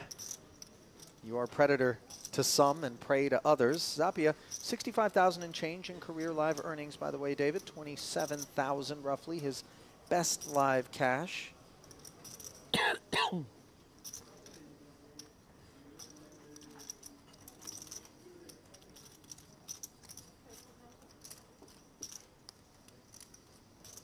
So onwards we march with no time for any funerals or eulogies. And in fact, it is a celebration of death of sorts when we're working our way toward the bubble. Sure, we feel for you, but thank you for your service. Indeed. Well, look, there was 157 players in this tournament when that hand began. We are now at the beginning of the next hand, and there are 153, one of whom obviously was seated at this table. This is going faster than I would have anticipated, to be honest. And it's something I've seen time and time again in this Merit Poker room, where sort of bubble be damned. These players just keep playing poker. Yeah, yeah. They don't slow down. It's kind of cool. I mean, I have to imagine when we get down to the stone bubble or two away, especially, maybe we'll see some grindiness as, you know, the clip here would seem ambitious to maintain all the way through the membrane, if you will. Ace 10 under the gun. Supposed to be strong, and some respect being shown by Habib in consideration of the position. Despite being the covering stack. Could 3-bet maybe, David, and put Kolotiuk in another one of those spots that we've seen him struggle with already on multiple occasions. But as it were, the flat now inviting Alan Haj with King-Queen offsuit to partake. Yeah, an interesting spot for Habib there. Obviously, if he was to 3-bet, he would have to commit to the shove, and maybe just didn't fancy his hand against the 4-betting range of Kolotiuk. Remember, he can also leverage post-flop ICM pressure on his opponent. That's even more deft and devilish, if you like. As you mentioned there, Ali, Haj with just no fold equity pre-flop, I don't think can consider this a shove spot. And but flatting a flat is 30% of our stack. Yeah. think he's probably letting this one go, but maybe feels as though he can justify a good long tank here with a hand such as this one. It doesn't seem unreasonable. Yeah, I just don't see a way to proceed. You would love to have this hand with 15 or 16 big blinds. Maybe then you would take the spot. Although again, bubble adjacent, I'm not sure you would. King, queen. If you were in the big blind completing the action, you could maybe call, take a flop and go with equity. Dealer button in position. Remember, position kind of a disadvantage in a way in this situation when you're this shallow, because they will have the opportunity to bet before you. You don't have the fold equity. You would have almost in reverse position coming out of the blinds.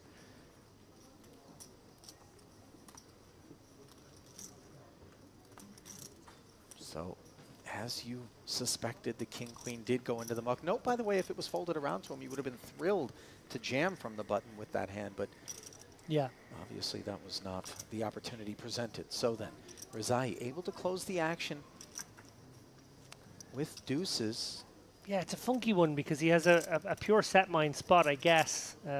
Obviously, you know, could just let this one go and, you know, pretend he didn't have a pocket pair and just not get involved and not risk committing chips. But if you make that promise to yourself that, you know, no set, no bet here, you can commit one big and maybe, just maybe, win a large pot on the right board.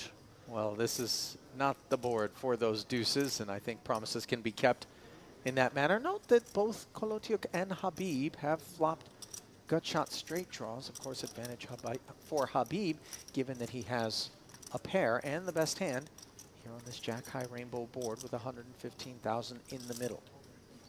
Yeah, interesting to see if he chooses to take a little stab at this one, taking control of the pot, admittedly with the hand that probably likes to check here a reasonable amount. It's got showdown and a way to improve, but it's a tricky little one. I'm not exactly sure what I would do here. Habib is going to take control.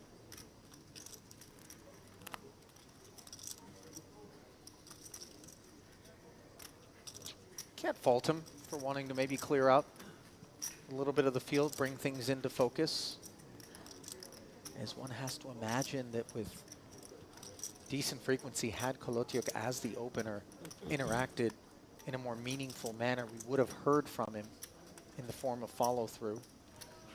In this specific situation, David, or do you argue the other side of the coin, where it's coordinated and we don't want to end up even with an ace-jack or an overpair in an awkward spot? I think he's recognized that Kolotiuk is probably going to be coming with premium hands from this seat.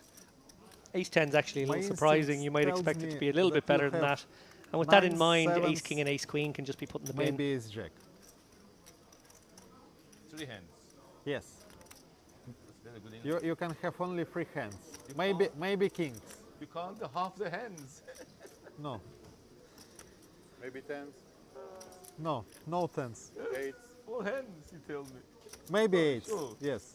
So he's gonna So see interestingly, the class of hand that Kolotiuk suspected that I bet Habib had, I bet people watching this, they love this live stream. It must be the most slowest live stream ever. Yeah. One hand every We'll play- 20 minutes. We'll play one hand every 10 minutes. It's Not 10, 20 minutes. They Wow. must, ridiculous. they must, because it's a bubble. So I know, they can't wait to turn it off now. Watching this. Oh no, not this one. Nobody will watch. Honestly, one round is, we play 2 rounds in one level. I don't mind, obviously, it's a bubble time, but it's a bit slow. Recep Aydemir suggesting that you guys should turn off the stream right now, but I don't know. I think this has been very engrossing stuff. Obviously, the pace of play is not rapid fire. That just doesn't happen at this stage, but it's an intricate period of play, which I think a lot of people do enjoy. Aggressive player.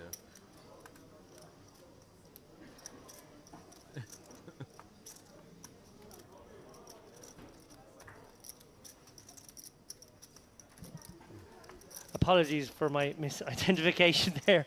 I said Recep, of course. That's Recep center screen right now. It was Mad Turk Allah, yeah. chatting it up. I bet somebody died in this chair before me.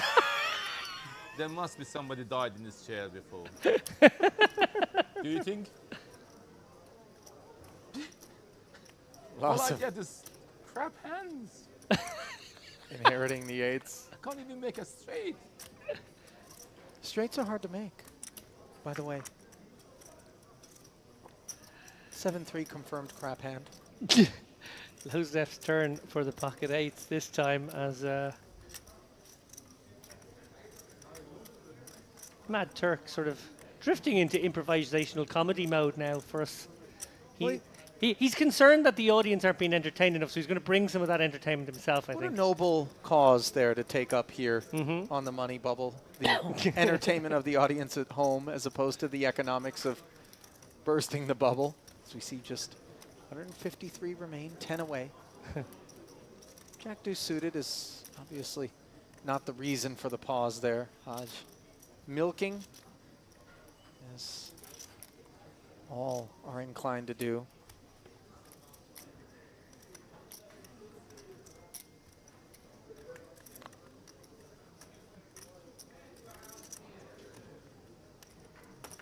Another player incentivized to take it slow. As I mentioned at the top of this frame, the sort of evil decision by our production team to choose this table, aware that it was a table of somewhat shallow stacks and maybe would be this sort of painful, anguished, tank to the money, pray that we get there sort of situation.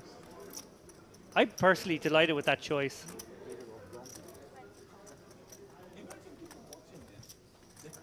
Ido Abudi's replacement, Mr. Domin here, with the Jack 4 suited defending. By the way, this is not the sort of behavior we've observed, but granted, it's been behavior attached to far leaner stacks than his, which is 1.5 million strong. And now he has peeled on the 10-5 tray board, David, and hits top pair. Granted, the third spade causes him to slow down. Did have some backdoors. The 4 was working.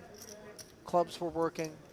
Now 2 overcards are lurking. And little does Losov know, but that Jack has hit the opposition as he checks back and then hits a spade, which will be good at showdown. Not sure whether or not he's going to want to seek value with it.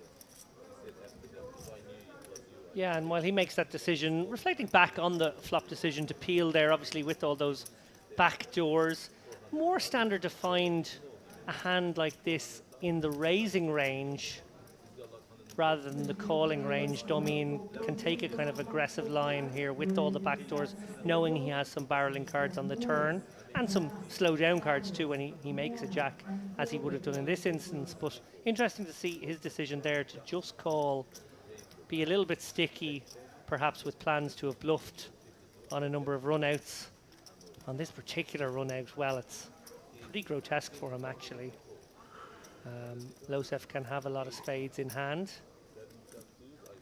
and has looked to get value with just the 8 of spades.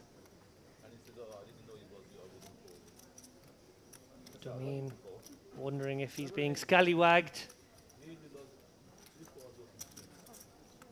Does make the call. Gets shown the winner.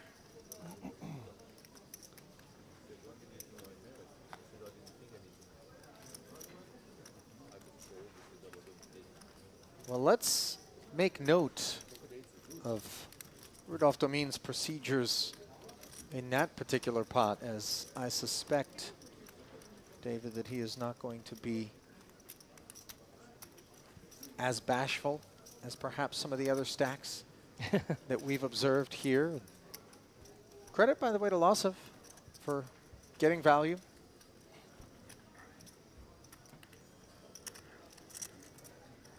Domin, by the way, playing under the Russian banner, 434,000 and change in career live earnings. 83,000 is career high cash.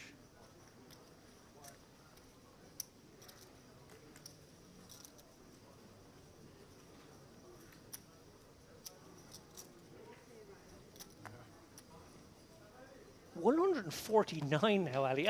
It's almost like it's sped up the quicker we get the closer we get to the bubble, it's almost like there's more bust outs. We don't allow any spectators in the bottom area. And it is getting serious here. We can hear our TD shooshing spectators away now. We want to just clear the area. Another bust out, 148. My goodness. Dropping like flies. And I have to imagine that the players that we are losing are not involved in some deep stack, massive pot collisions. This is more the guys lurking around that sub 10 big blind level and just recognizing that everybody's waiting them out. Now, Another one. 147. We've lost 10 players in 10 minutes. And that 10 minutes encompassed 3 hands, Correct. I think, here at the feature. Wow. Maybe you're starting to get a sense of exactly why it is that everybody is taking their time, as they are well served to do so. Loss of then. Winded is back, King 9 offsuit. This is a bit liberal, but once we're in that 7-figure stack range, we do feel cozy enough to get a bit more creative and take advantage of what we feel as though right now, in terms of climate, is a very airtight affair. Yeah, I predicted 90 minutes to get us through the bubble. We've played less than 30, maybe just over 30. Under an hour, that's for sure. Wow. Yeah, the attrition rate is extraordinary for this stage of the tournament. While we see players at the feature table going about their business carefully, it would seem like players on the outer tables not doing so. Of course, chip distribution elsewhere could have something to do with that.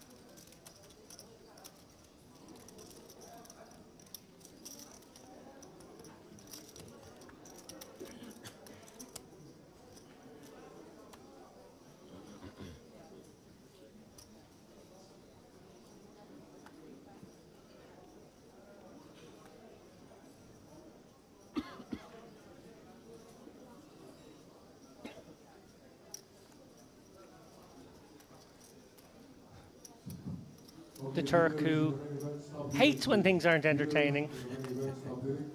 Tell you what, he would hate busting out of the money even more than he would disappointing audiences in terms of entertainment. And listen, even the audiences out there, as much as they crave entertainment, they also crave observing proper poker to a degree. Oh, for sure. And I think these guys have been forced by sheer virtue of the fact that there's so many 20 and sub 20 big blind stacks on this table. They're all playing this tippy-tappy, stay out of each other's ways, small ball style now. So we see Razai. Razai actually has the opportunity to open up into 2 shorter stacks in this spot. Interestingly, does take the spot.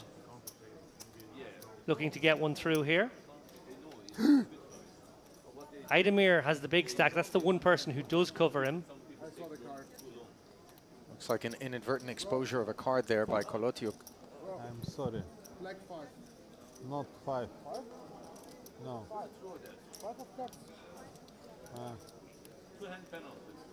Always worth getting the dealer over to use up another minute here. No.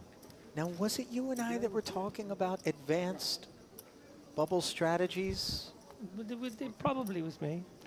Spilling the cocktail into the middle of the table? This is outrageous now that this is being brought up for a second time today by my co-commentator. Well, I mean, I remember the first time that I heard it, I was so mystified at how advanced it was in terms of its efficacy.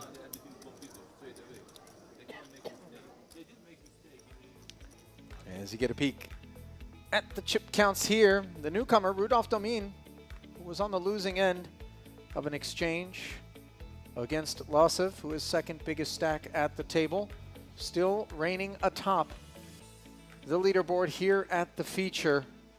A feature that is ground to a very slow pace, and that serves Alan Haj just fine.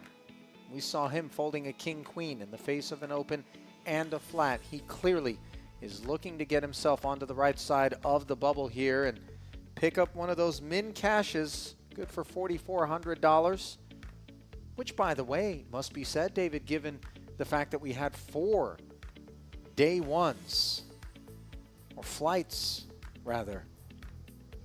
It would seem to me a bit ambitious to presume that anybody has run well enough to only be on 1 bullet, as the chips fly fast and furious during those day ones.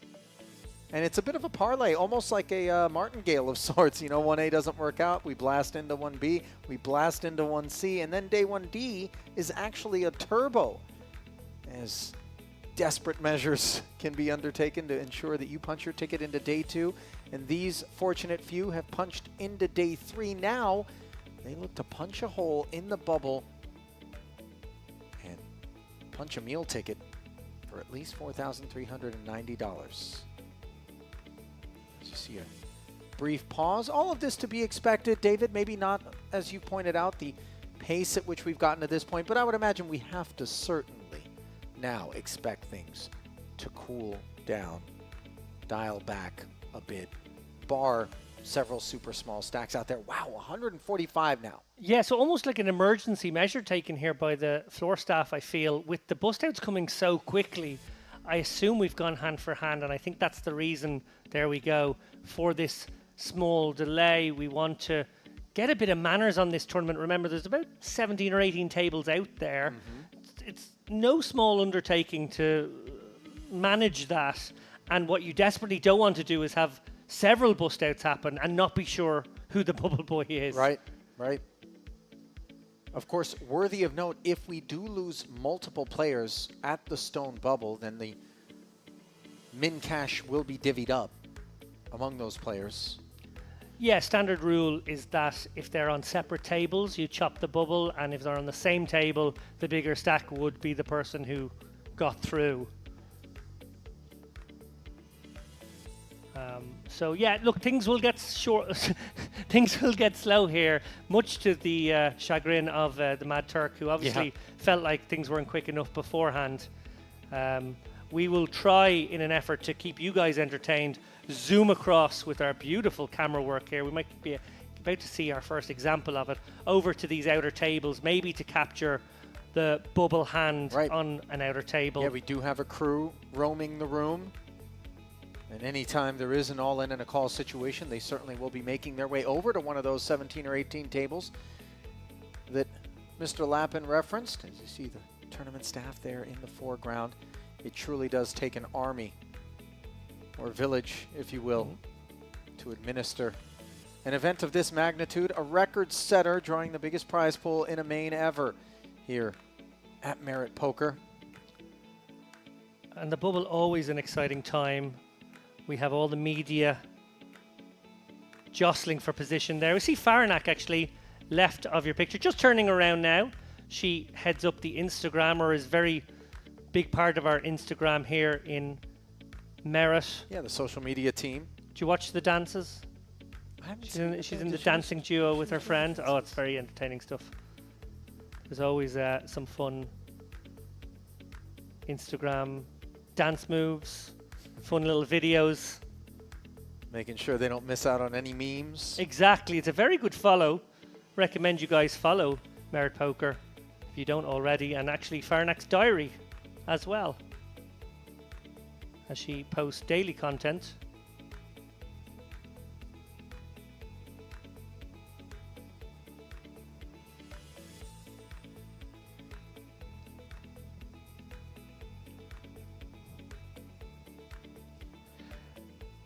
As we see players at our feature table enjoying what is one of the more social moments of a tournament. Obviously, one of these guys could be our bubble boy, but notwithstanding, always a period in a tournament where you sort of all feel like you got there together at some level. You're all there, you're going to share a moment, hopefully, in a few moments' time. You've all made the money, a certain amount of satisfaction in that on its own. It is a strange form of camaraderie, isn't it? Because you're very happy to cannibalize anybody who's here in the interest of working your way into the money, but it has been a grueling 3 days of poker, and perhaps many more days for those who have actually fired multiple bullets, as clearly the number of entries have evidenced has been the case for many. Yeah, now while there's probably a lot of short stacks, very short stacks in fact, all over the room, we will be taking a closest look here at Hash, who is really hanging on for dear life on our feature table. 7 big blinds. That's enough to maybe complete 3 orbits of the track. That should probably get him through. People do Almost die in certain chairs. that there will be a bust out somewhere in the I room think this is over one the of next one of 10, them. 12 Yeah, yesterday I hands, was worst case scenario. It was But of dead. course that means blinding yourself down to an absolute stub. Not much you can do though. The logic of this one is when you are very, very short, most of your equity is in securing that min cash. Interestingly, if you're one of the really allowed big to stacks, if drink you're out there with 1.5 million, you do happen to get into a clash, a disastrous clash it might be, with another 1.5 million stack. Well, you're going for a 3 million stack, which would put you in an incredible position to make a run of this final table. So actually less of your equity is in the min cash, so maybe you don't have to worry quite so much. It does feel so irresponsible that when we find ourselves in those sorts of collisions, and it would require the absolute narrowest of ingredients, one would imagine. Aces, kings, pre, things of that nature. Seriously, you are not Play left. roulette. Seriously, you are Two not of the left. huge to play the stacks. call. My friend was in England Ah, playing okay. roulette. I Get saw you involved. standing It up. was I a said, lot oh, of money. And they were putting Is this 7 a and neighbors. translucent Him and his hoodie? friend, they were putting big money. maybe they are. David, the And undershirt they came suggests around you that anyway. the Put pattern 28 continues you know, beneath. And That he's is supposed a- to put 7 That's, and I've never seen that before. But there was Chinese guys. Particularly thin fabric utilized there. Yes. He put 29 more, but people got As we he thought he put it. do our first of presumably quite a few these moments. You see there the dealers standing up. That is to signify that the hand has been completed at that table. Our tournament director will be on the microphone throughout this period, calling the action on any tables that have all-in and showdowns. There is producer Vita Milbutash, by the way, roaming the room, hunting coverage of this bubble. Black hoodie, phone in hand, relaying information to us in real time.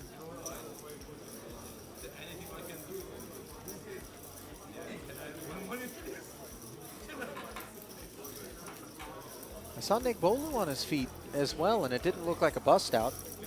Just kind of roaming around, getting his bearings.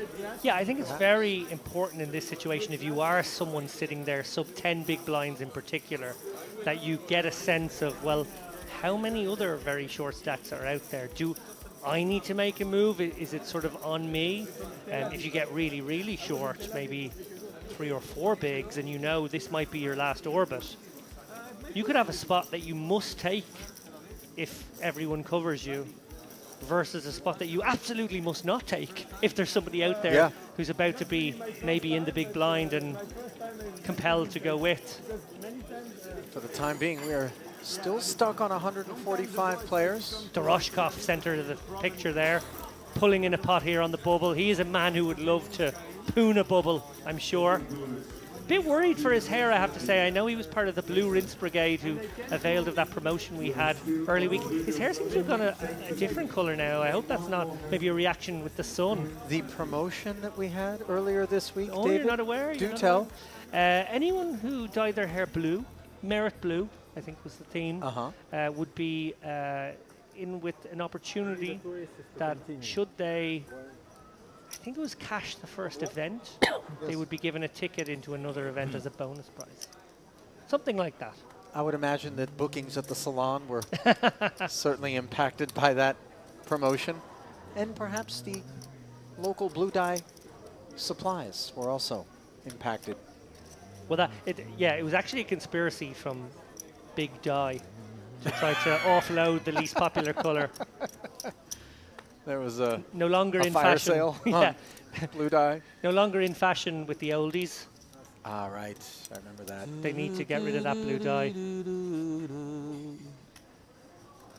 pocket fours here for Lossev. He has shown that he is willing to take advantage of what might be some passive behavior here on this bubble. Just limps, by the way, and Habib with among the meteor stacks here at the feature an ace-10, which certainly under normal circumstances could be looking to get more chips into the middle. Yeah, it's a funny spot here that neither player should really be thinking that they could get their stacks in too often. I think just because of the bubble, I would have checked back the ace-10 and sort of squeezed it into my deceptive range for that reason, just preferring to keep a pot small. But Habib going to play it fairly normally here, coming with the raise, and Losef obviously coming with the call with the pair. 10-8-3, top pair for Habib. That's because I'm a coward, though, Ali. Listen, cowardice, when it can be assigned to you, is with willful intent, is my guess, Lappin. Just standard kit. Meanwhile, Habib following through. And now perhaps this one of those did we make a promise to ourselves kind of spots with the baby pair, no set, no bet, no continue. Yeah, we make those promises and then suddenly we find ourselves facing quarter pot bets.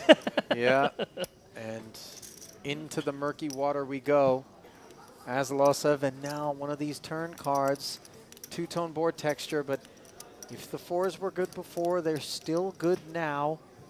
Actually a spot where Losef can consider a lead.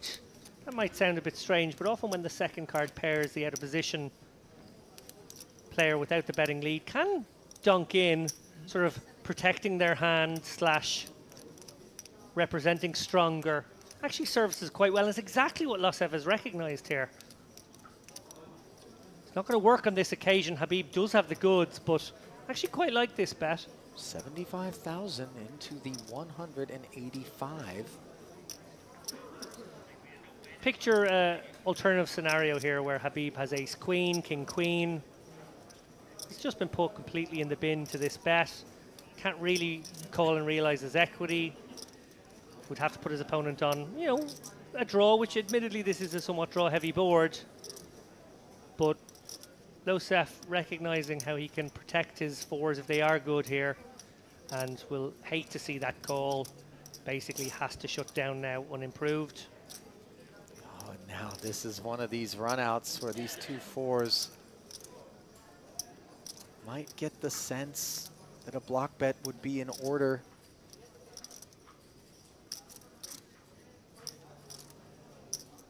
Trying to both get a little value out of ace high and put the handcuffs on hands that have us beat, not face something bigger, as this has grown to 335,000 and a far more uncomfortable spot for Lossev. Yeah, I think you're right, Ali. I think a sort of almost like 10%, 15% bet.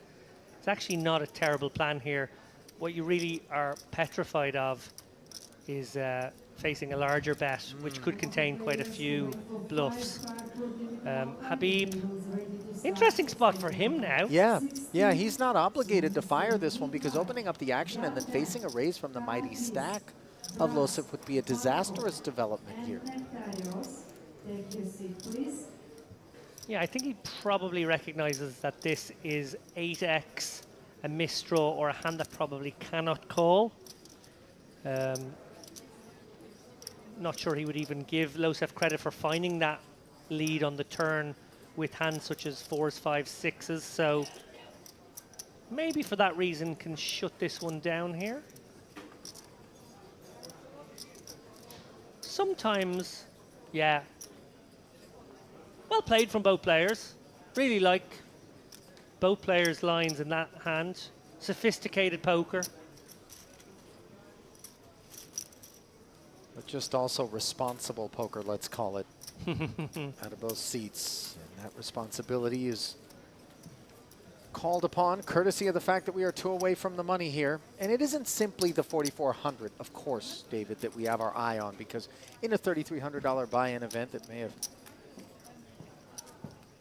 been a multi-bullet affair, that's not the most meaningful reality. It is much more so the desire to keep ourselves alive in the hunt for a $567,000 first place payout. And there are six-figure payouts available in total, as the blinds will be going northbound to 10 and 20,000. Small blind staying static, a 33% bump in terms of the big and the ante, as this value-packed and fairly slow structure affording everybody a chance to feel as though roulette is not what we play. Much more so poker, and deep stack poker at that for the most part. Not, of course, if you're Alan Haj. Oh, And just 5 bigs now. yeah, just about to say the one player who absolutely hates that big blind jump is Haj. He's now got 2 orbits of the track. And he's one away from the Electronic big devices blind is right not now, allowed. too. Yeah, so he's going to have to just play no hands, basically. I don't really see what you could even play in this situation now if you're him. Far, far too important to sneak home. And they do give him a tempter because the poker gods are cruel like that, Ali. I mean, consider that he's got 2 orbits worth of chips if he just sits back and mucks. Yeah. Based on the pace of play we've seen thus far, 2 orbits could take forever. But we're hand for hand, so the actual time no longer matters. Correct. And does he think that sitting back for the next 18 hands is going to be enough for him to cross, not the finish line, but the bubble threshold? Yeah. Crucial here, look at his stack. He has a starting stack in this tournament. He has taken the spot. Wow. Are you in favor or against? I'm against, if I'm honest. I feel as though with a starting stack, he could be about to turn that into around 5k, should there be a bust out somewhere else. Obviously, we don't know the stack distributions for sure. Maybe he has greater insight into that. He may have had a look around the room, saw that he was the person who was in dire need.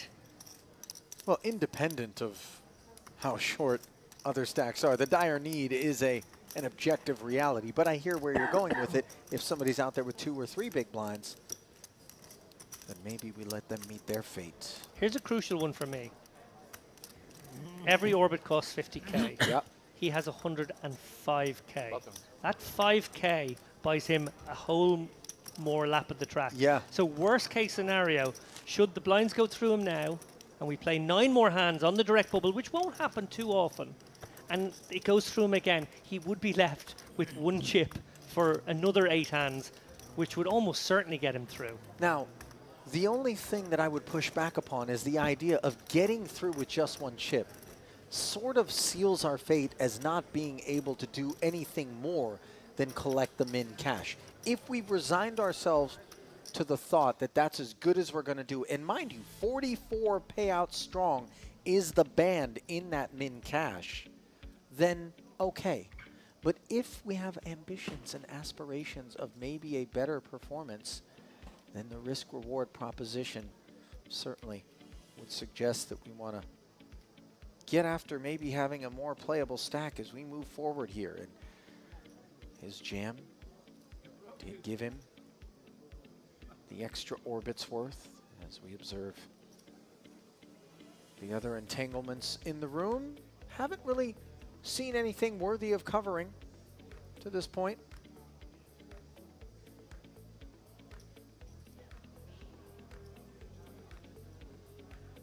There you can see our remote cameraman there, center left of the screen in the Merit Polo.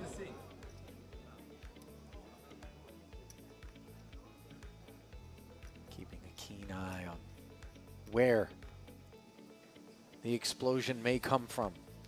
Yeah, 2 more players need to be eliminated. Soft bubble, if you like. Still call it a bubble. I still tell my friends I bubbled. It's now. Yeah, I don't think anybody needs to vet the dishonor of exactly what bubble spot you were in, whether it's 2 away from the money or 1. The heartbreak is the same.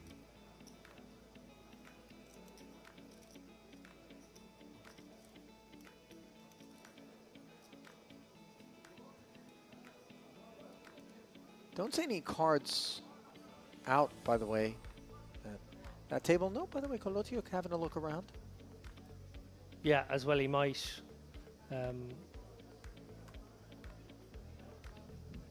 Everybody curious. You do see some cool customers on the bubble, and you do see some people frantically running around trying to catch a glimpse of the action and then have to run back to their table. Look, we've 2 players missing. Will they be allowed to play their hands? It does appear that way. The hands were dealt to the stacks. Now, I know in certain tournaments, David, if you are not in your seat at the time at which the cards are being dealt, you will not be dealt in. I think Kolotiuk made it back by the skin of his teeth, sort of, you know, arm's length or whatever the rule is from your seat. He was probably thereabouts. I'm pretty sure there was another player just not present. That would have been the player directly to the right. Correct. Of Kolotiuk, and that would be Rudolph. No, yeah. No, but he's there. No, they have the cards. So it would have been to his left. To his left was Idemir. We'll see now in a moment, was Idemir missing. Also, an opportunity people often think during hand for hand to go for a quick bathroom break. You think there's going to be a few minutes and maybe all the hands happen just a little quicker than anticipated. I think Idemir wasn't present. I agree. I didn't see him anywhere near the table when the second cards were being dealt off the deck, so unclear whether or not. So big stacks able to go at each other here in this situation. Domine identifying the value of an ace-5 suited here, attacking the open from Zapia under the gun. Yeah, quite right. His glasses are there, but he is not. Recep Idemir. Well, that's one way to stay out of trouble. Yeah.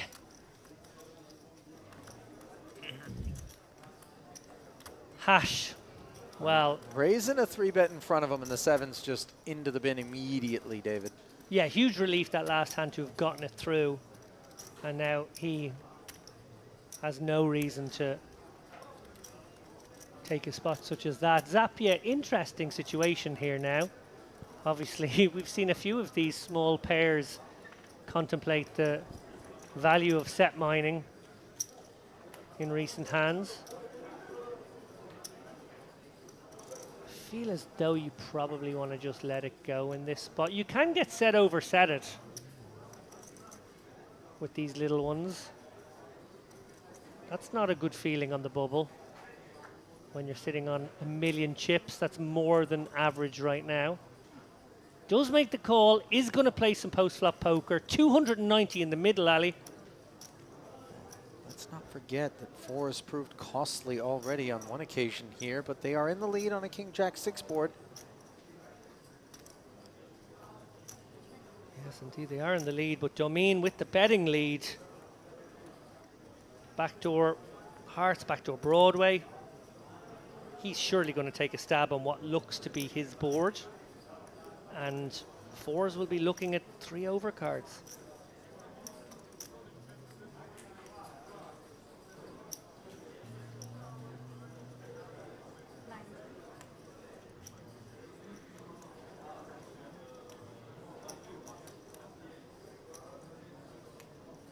Not much you can do here as Zapia.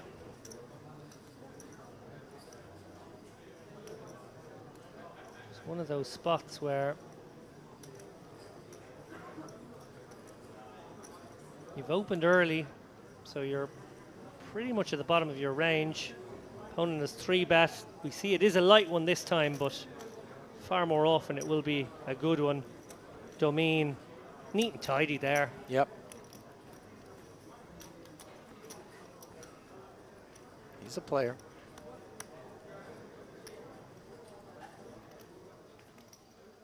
And as that hand comes to a close, feature table players will await conclusions of all other hands elsewhere in the room, none of which have provided us with anything spectacular, although now it would seem that we've got an all-in somewhere. Yes, the 9 hole.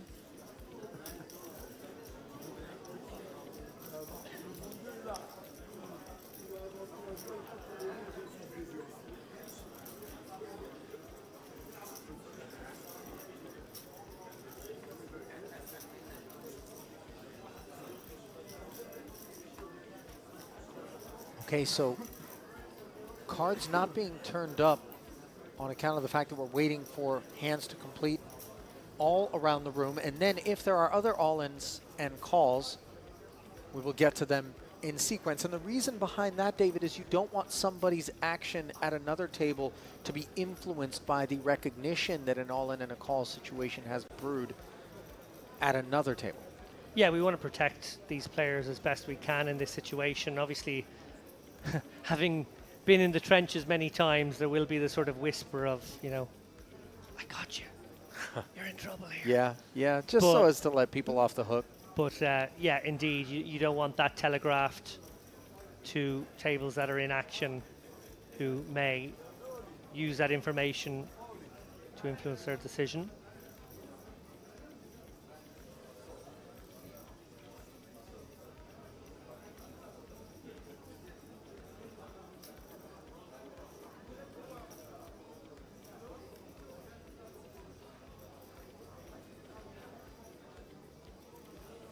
Is that the Cyprus bear in the 9 seat? That is the Cyprus bear. Well identified, Ali. And doesn't look like a huge amount of chips in front of him. Maybe just over 100, 120, perhaps. So that's Orthodoxu, who, by the way, picked up a title. If I'm not mistaken, it was at the last series. Was it the high roller? At our prior. Might have been the high roller. Just how incredibly emotional he was. It was the bear versus bear. It was Russian bear, Cyprus bear. Yeah. Chernikov, Orthodox. So I'm going to step out and see if my memory. Take that, Darrow. If I'm right about this, Darrow Kearney has to stop saying I have long COVID.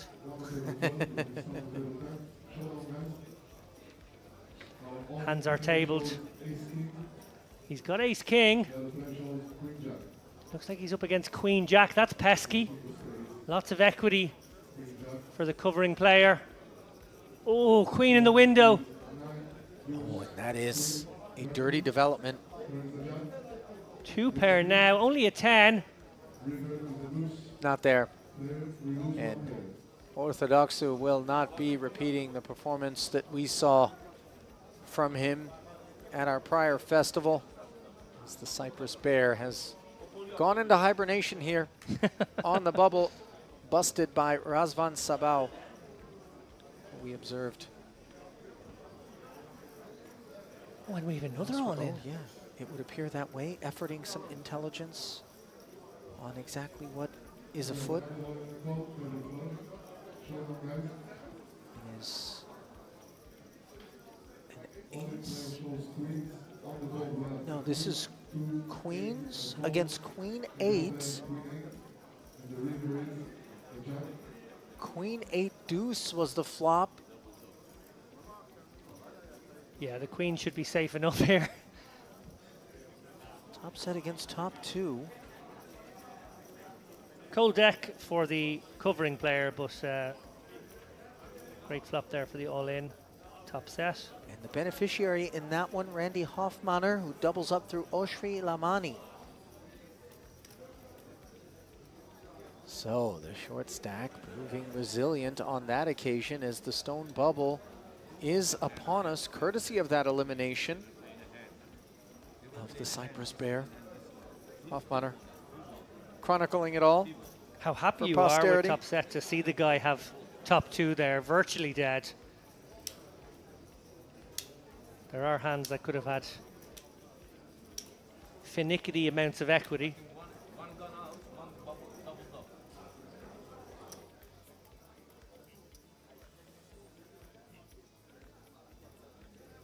Boy, look at the cluster of people just watching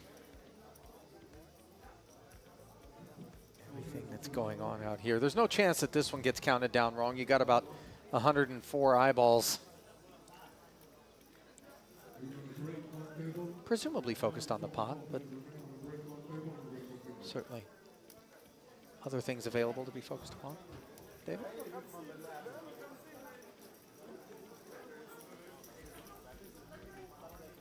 It's a very professional job there. Double checking the math.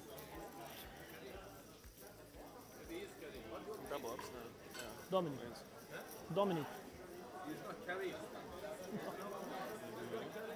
Thank you, team. And That's the normal auto. players getting very casual here now. Most of them on their feet.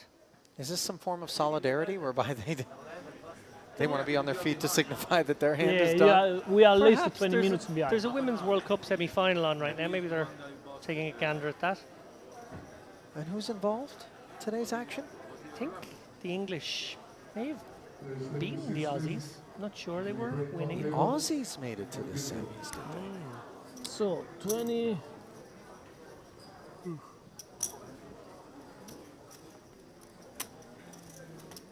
Well, ladies and gents, we are on the direct bubble now.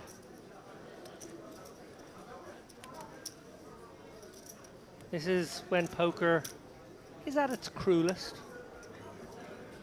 Yeah, for one of these remaining 144 players.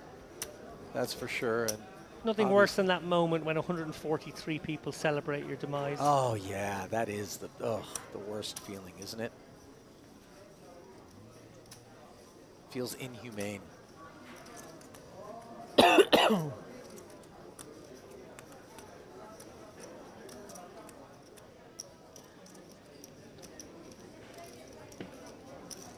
Lines have been posted here. I think we are pretty close to continuing on. Obviously, we did play out those all-in situations. I don't think we have another one, so Attention all dealers, all new dealers from the bush will take hand calling. Once you complete your hand, you have to stand up. Dealers, we broke a table. All the seats should be full. If any table has a seat oh, we open, broke a please table, let Ali. us know. So we are all equal number of players per table. I like that.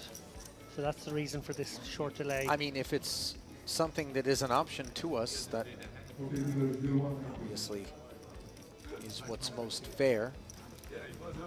The disbanded table will be percolated throughout the room. Yeah, for so many years it used to just be that the bubble would burst and then an even number of tables would be formed.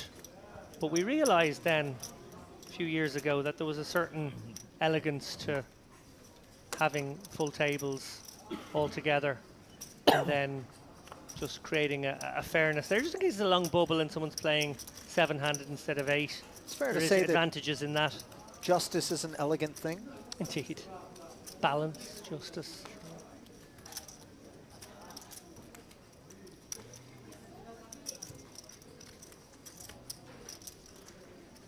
Now, Idemir, who's been pretty snug here throughout this high ICM phase of play.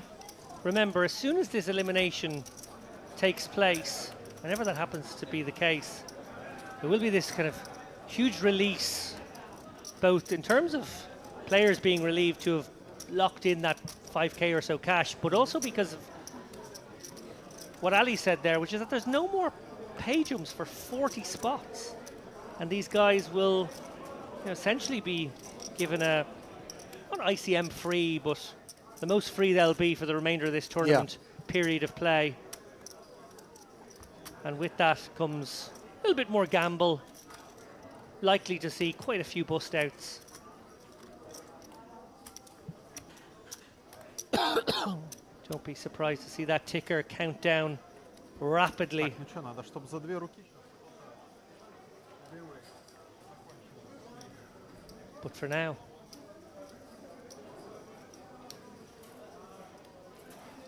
time ticks by oh so slowly. Thick grains of sand in this hourglass.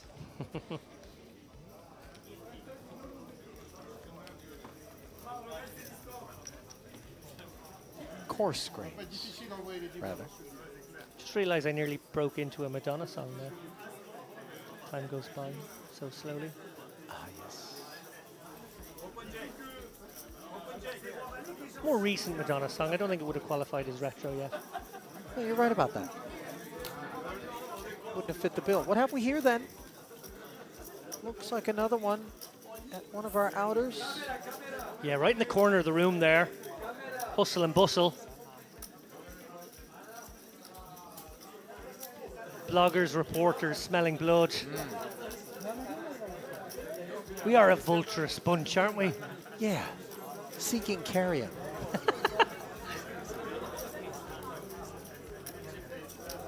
Is there an available carcass? Which to bury our beaks to the tune of 43.90. See there, Mihai Nista. In shot for a moment. They're out of shot now. Top Romanian player. Talented players in the room. Doroshkov again there, all smiles, bottom of your picture.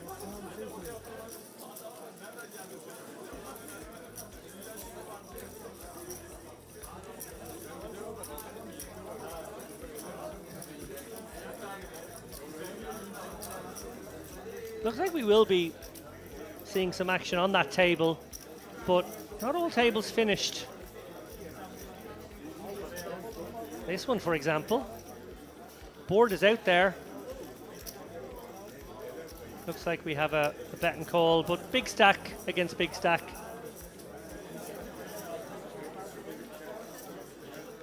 So back over we go. Our drone shot.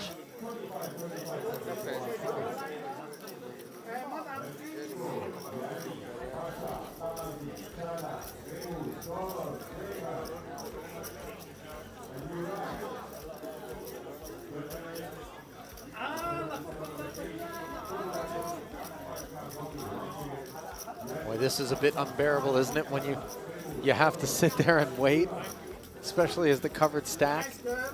It doesn't appear that there's been an exchange. Have they had a whisper? It doesn't look to me like they have.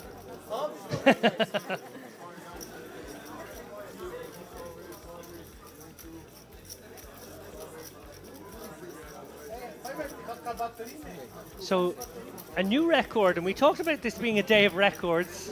Producer Milbudas recognizing another record here in this room, which is that we've never had a bubble where there was 17 tables playing at once.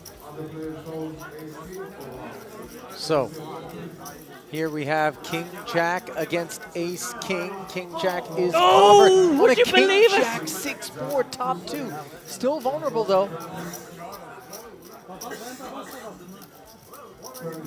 Stays clean, and Ace is what the whole room is rooting for here. Instead, it's a 5 and a fist pump and a fist bump.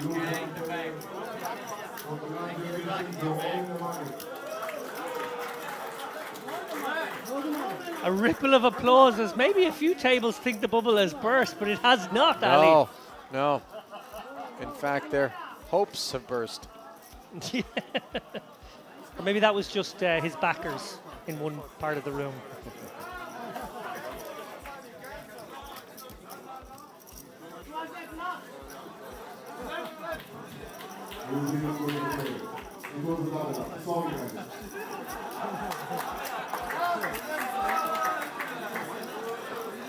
I do hear some applause somewhere in the room.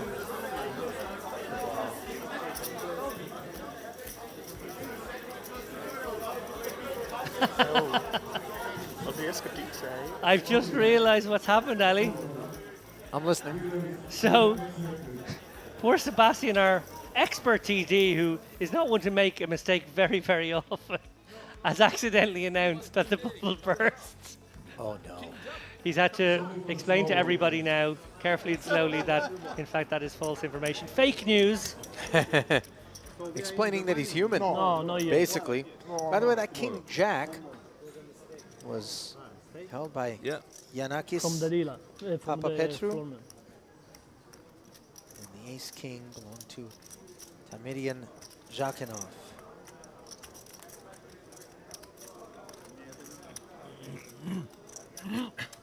I don't like.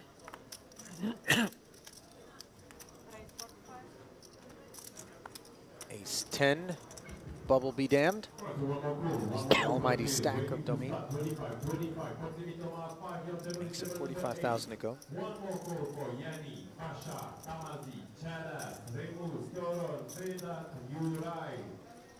Guys, you can take the seat on table number 8. We are ready to start.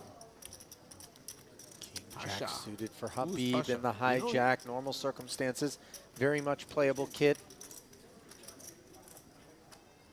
Maybe your friend with the beard. The one who lied to you when he had aces. I know. God punished him.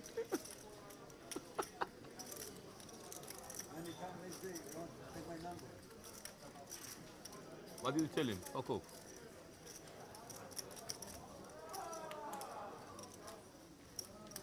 Abi, unbelievable. Jack on the turn. Abi, never cheat anyone. Did Habib 3-bet? He wanted Yeah, to it looks cheat. like a graphical error here. Domin, I think, is open and Habib has flatted. That's certainly the way that it looks, as didn't observe Domin putting more chips into the middle, and he certainly doesn't rate to be doing so on the 7-4 deuce to heart board, although I stand corrected, David. Yeah, Domin has probably stepped out more than anyone else on this bubble, and I think has just decided that firing small bets is the way to go if you want to pick up soft chips in this sort of situation. Habib, interesting spot, you know, facing a small-ish bet. I guess it's half pot. Has to claw his way down the range to find some non-paired hands that can continue. And I guess the backdoor clubs is interesting, although he would love a bit of connectivity. That would probably bring this into the call range. If it was, say, a 10-4 deuce with one club, I think he can let this one go, particularly in this context. Don't see any reason to get fruity, as James Dempsey would say. And he stands in agreement. It's kind of the club interaction. Just going away. Yeah, Domin's strategy right now as translucent as his vest. We do see some stacks spin up during this specific phase. 1 or 2 big blinds away from the money, as we can see here. We are on the direct bubble, as you mentioned, David, where you just raise unrelentingly until somebody pushes back, as so many are just encouraged to find the muck and not get involved. Ali, on the bubble of the high roller a couple of days ago, we watched Chernikov open shove 20, maybe 25 hands in a row I mean, this is what I'm talking about. and go from 1.5 million, which I think was already chip leader, certainly at his table he was, and I think probably overall, to 2.4 million without a single showdown, and then rather beautifully wake up with sixes when the big blind only had 3 big blinds and he gave him the walk. So he could continue the punishment. It was glorious. Well, certainly was for him. King 9 for Rezai. Fold it around to his small blind. I gotta say, I think in his shoes I would just fold my King 9 here. 15 bigs. I assume my opponent's gonna just put me in so often. There's no real reason to even waste this half a big, but he has limped in, and wow, Domin, the player we said most likely to pounce, has pounced. Yep. The strength of that suited king. Also Rising with a up and hand like taking King 9, just for fear of, you know, making a pair and end up playing down the streets, you could end up getting all in by turn and river in spots that you would hate there as well. It just simplify things and muck it.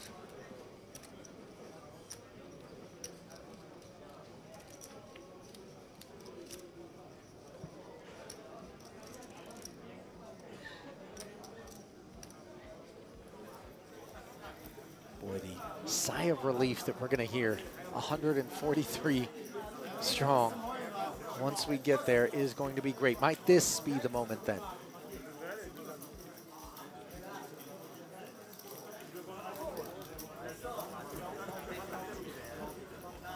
His hands being instructed to stay face down for the time being. See the rail growing. Keen with interest in particular. Those who are still alive at other tables.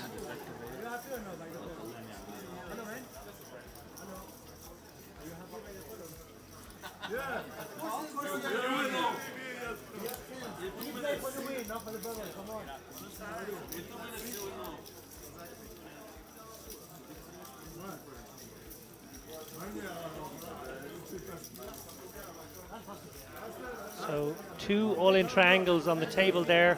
Looks like Max Kabelitz, one of the players there. I think he's in the 9 hole.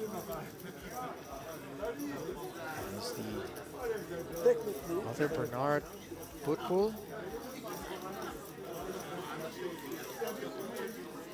If I had to guess, I would say Kabelitz at risk, although we are slightly obscured by the dealer there to the exact chip count. Smiling away though, doesn't seem too bothered.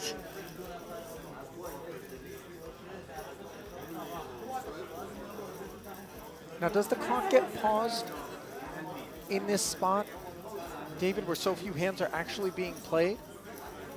Great question, Ali. Normally, and I'm almost certain what's taking place right now, is a 2 minutes per hand sort of rule. So to keep this structure as good as you want it to be, you don't want this period to essentially remove a level from the game. We want these guys to still have play and for it to all grow nicely. We just take 2 minutes off the clock each time. Here we go. What have we? Drum roll, please. Is that Queen against 10-10? It is, unfortunately, for our all-in player. Yeah, the 10s are covered. What is this board development here that has everybody concerned? Must be it must be an all diamond board. And the 10 of diamonds must be present. A big round of applause for our battle boy. Congratulations, this time you are all in the money. This time you are all in the money. Officially. Yes. Samuel Max Kabelitz. The dubious distinction of being the bubble boy and leaving behind 143 players, all finally, at long last, 3 full days of play, at a minimum, in the money. That money, $4,390 across the next 44 payouts, as players will make their way back to their tables for what one would anticipate will be a bit brisker action from this point forward. The likes of Alan Hodge can feel considerably more comfortable getting in their stack, and we've seen it many times where you'll get that sort of protracted run down to the bubble, and then once the bubble bursts, all of a sudden free flow the chips. Yeah, and it did happen. The short stacks got shorter, as you would expect that they would. The aggressive, bigger stack players, particularly Damien, made hay while the sun shone there. But it feels now as though, let's just say, normal service has been resumed. Yeah. We return to our regularly scheduled programming. 20. Let's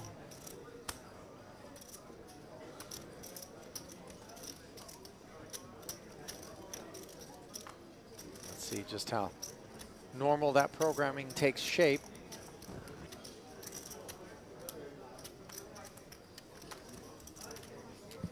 Yeah, a player like Damien doesn't strike me as someone who will take his foot off the gas too much.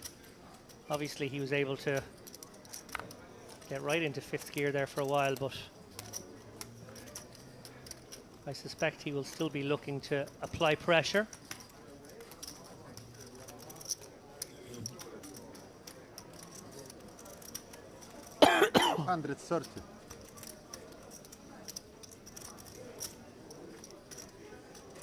7 suited.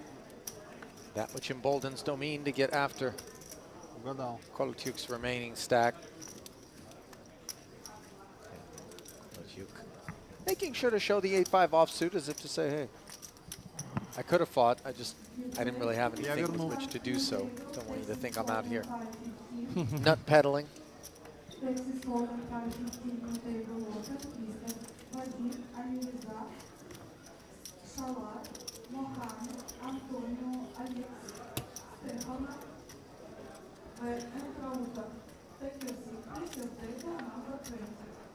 Yeah, and with that, the clock has been turned back on. No longer 2 minutes coming off it per hand. We have just over 40 minutes, I believe, maybe 45 minutes of play left on this level. Does seem like quite a while ago we announced the level up, but I think we only played maybe 5 or 6 hands in that protracted period. And as we discussed, we don't play with just a continuous clock during that phase. As we see the Mad Turk, nothing mad about jamming ace-jack suited. Gambly sort of spot here, presenting itself to Hash. Oh yeah. Probably should let this one go, but as I said, sometimes in this post-bust out phase of play, people do decide to run free. What can I do? Not this time. Ne Recep abi? Ne yapabilirdim? As-jack suited.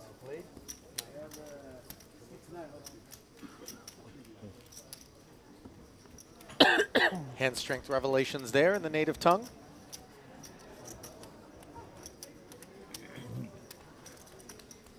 Not close. Secret. Secret.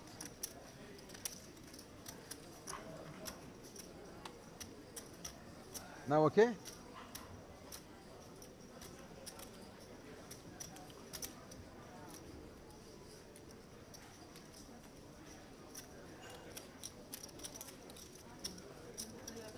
The Fold Brigade continues here.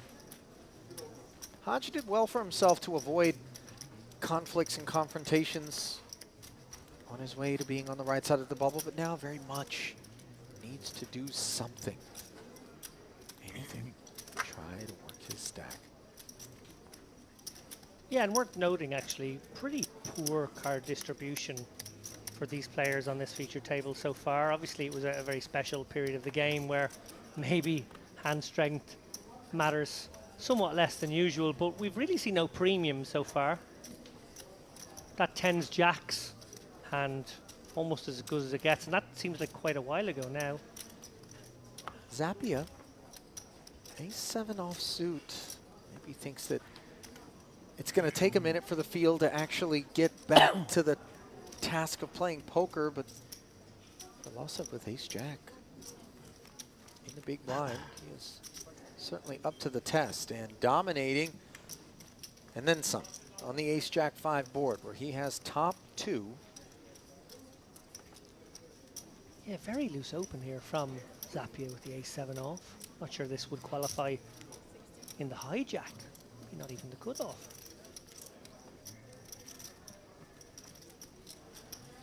Is he about to get punished?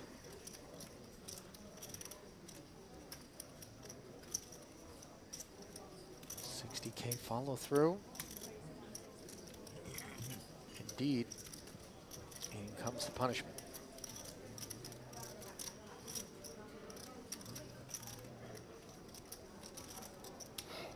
Yeah, Losef deciding no reason to slow play here. He can target ace-king, ace-queen. That ace is going nowhere end of the day, so really that's your customer. You could play possum, call, and hope that an opponent with some sort of Broadway stuff would fire again. Maybe a small pair that stepped out would fire again, but actually it serves you quite well to fast play this one. Zappia with just 665 behind. Neat fold from Zappia, recognizing that he did step out a little bit there with the ace-7 and got put back in his box pronto. Well, perhaps these are some of the arguments against opening a hand such as ace-7. Right. David, it's not the type that is particularly heat resistant.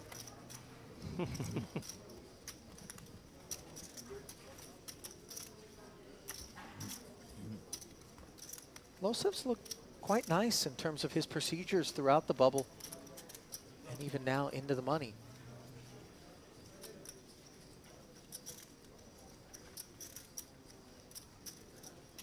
Yeah, sharp operator.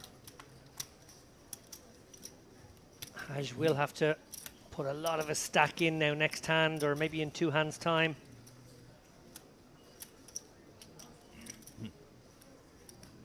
Desperately seeking a spot now.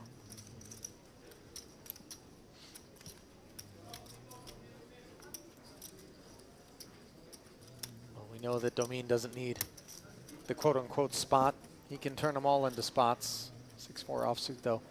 Deemed too ambitious from the hijack.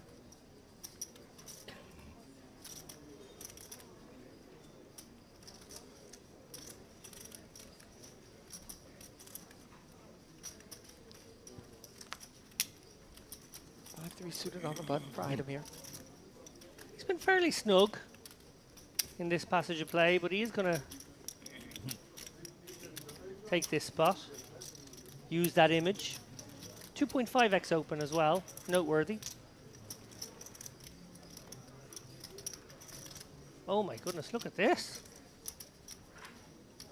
Just said he could exploit that tight image. Well, Losev, no interest in letting a button opener, tight or otherwise, and note the kid with through. Sorry, Ali. Decided to do that. No, I don't mean to interrupt, but I mean 9-5 offsuit, not really the candidate, and yet he does dominate Idamir's 5. And this is just proper identification that Recep cannot, short of upper part of range and pretty narrow upper part of range, responsibly get himself involved against another stack that is slightly deeper than his own. Yeah, definitely not the hand selection one would recommend, but real show of strength. Heart. Always 10-9. 10-9 heart. No.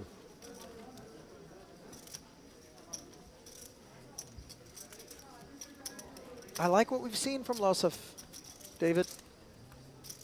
Seems very much to have all of the kind of gears necessary to work his way from the start of play today straight through the bubble, and now adjustments on the fly continuing to be made.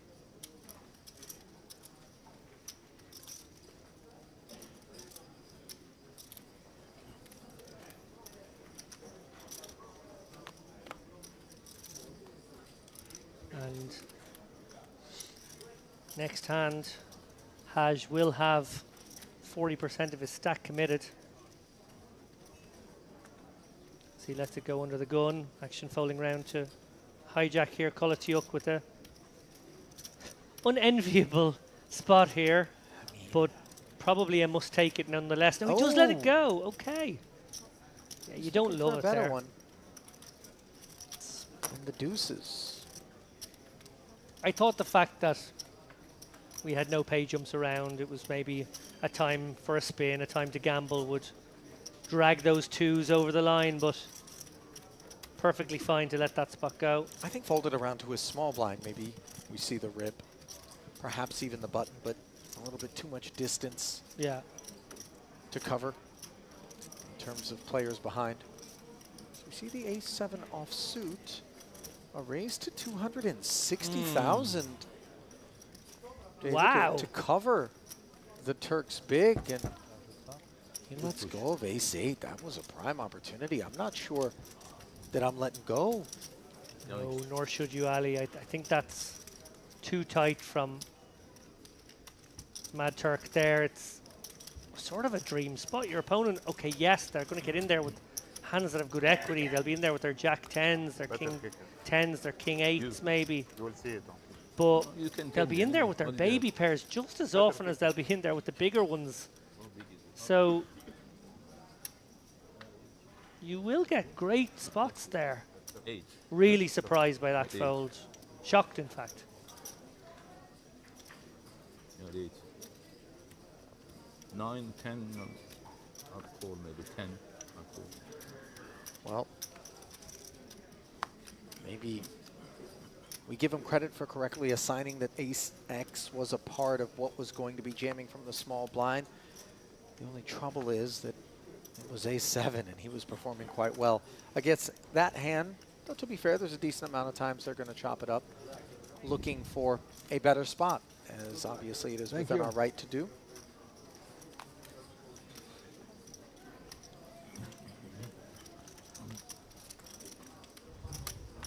So we see the pace of play really increase now.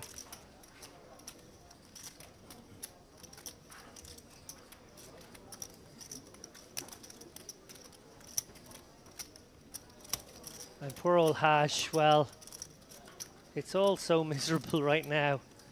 He's facing a 2.5x here from Losef in the cutoff. He's going to let it go, and with that says goodbye to 40% of his stack. Obviously, That is pretty heartbreaking. yeah, obviously 20k if it was dead, but still. Very much on life support now. We'll have an orbit to find a good spot, an above average hand with which to gamble. I mean, the life support, trying to milk the nub, David, is just not in service of us in the same way it was when we were on the bubble, given, as we've mentioned on multiple occasions now, the next 44 payouts, and that's a very large band, will be flat at 43.90. Yeah.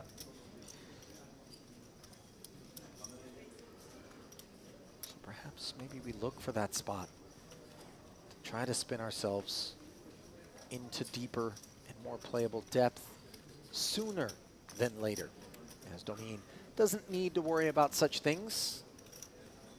Putting 50,000, this whopping 1.7 plus to start things off. Toward the middle, Queen 10 into the muck. Ace 8 for the Turk. Into the bin.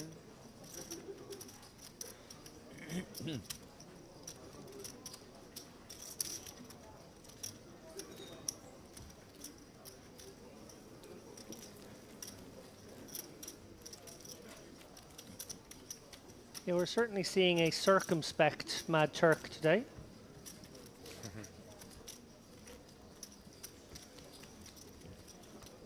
A sane Turk? A sane Turk. Well, I think it's a playful designation, the Mad Turk for Eningbolu.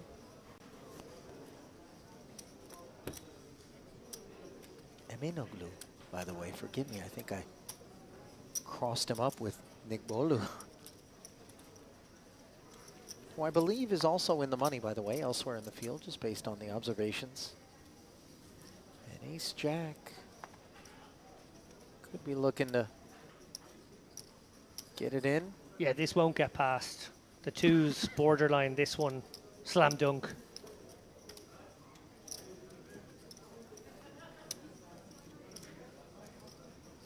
Only other possibility is that he comes with an open off this 10 big stack. Might change your decision.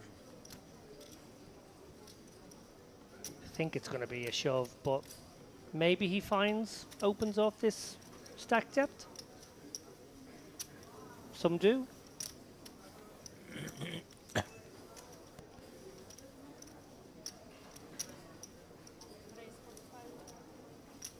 And indeed, a raise to 45,000, just a click north of the min, but look at Idemir with two queens. And note, by the way, David, that the jam would have left Kolotiuk, or Kolotiuk rather, in a bad way. But I don't know whether or not when Idemir comes with this presumed 3-bet that the ace-jack is going to seek the muck. Are these raise fold sort of candidates?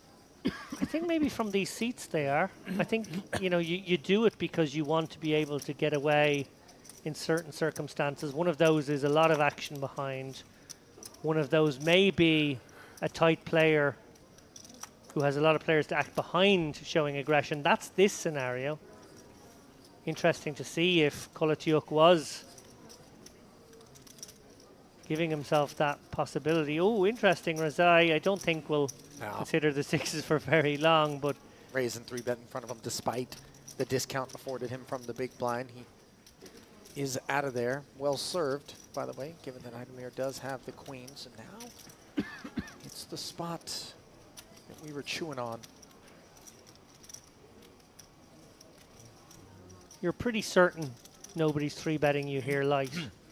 So you're basically wondering how many hands that take this line are you flipping against? Because that's the scenario you hope for. Maybe the same hand occasionally. Queens guessed correctly. You say queen. Bravo. Yeah. Though he's not going to show him. Just gives him the bravo as if to suggest that he pulled the hand-reading rabbit out of the hat there. Bravo indeed, and Kolatiuk showing the sort of short stack game, the short stack ninja moves that can often keep a player alive when others would just simply lamp their hand in that spot. Raise folding off that stack depth. Not a thing quite a few years ago, but solvers have shown it's kind of a thing now.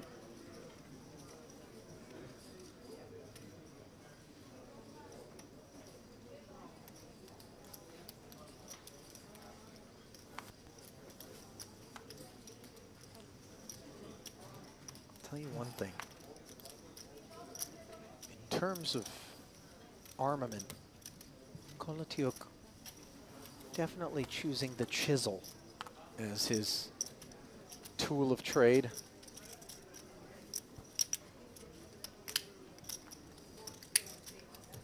I'm not sure how familiar those in the audience are with some of the more renowned players from the high stakes circuits, but giving very much the Sean Winter vibes.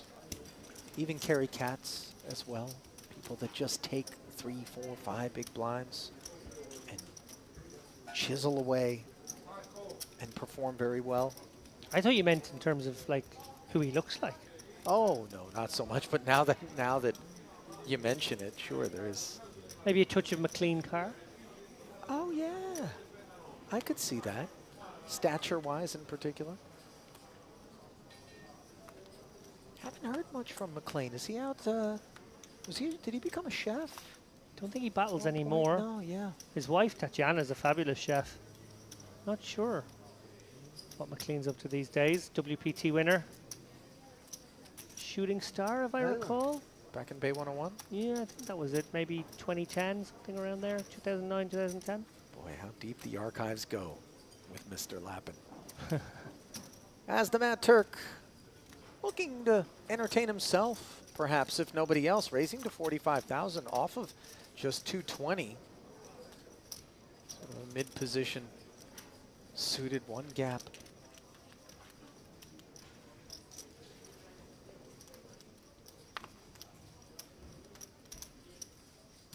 So interesting to see him pass an ace-8 twice and choose this 10-8 for a funky little open, it must be said.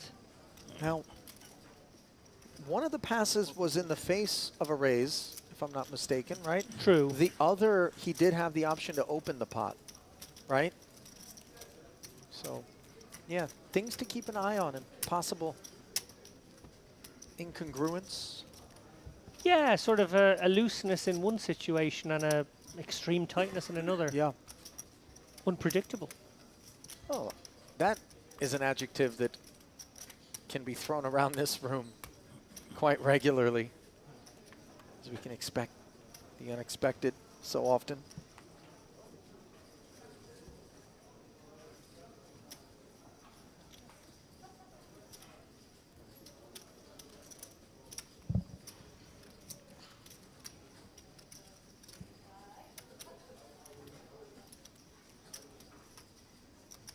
Another spot here.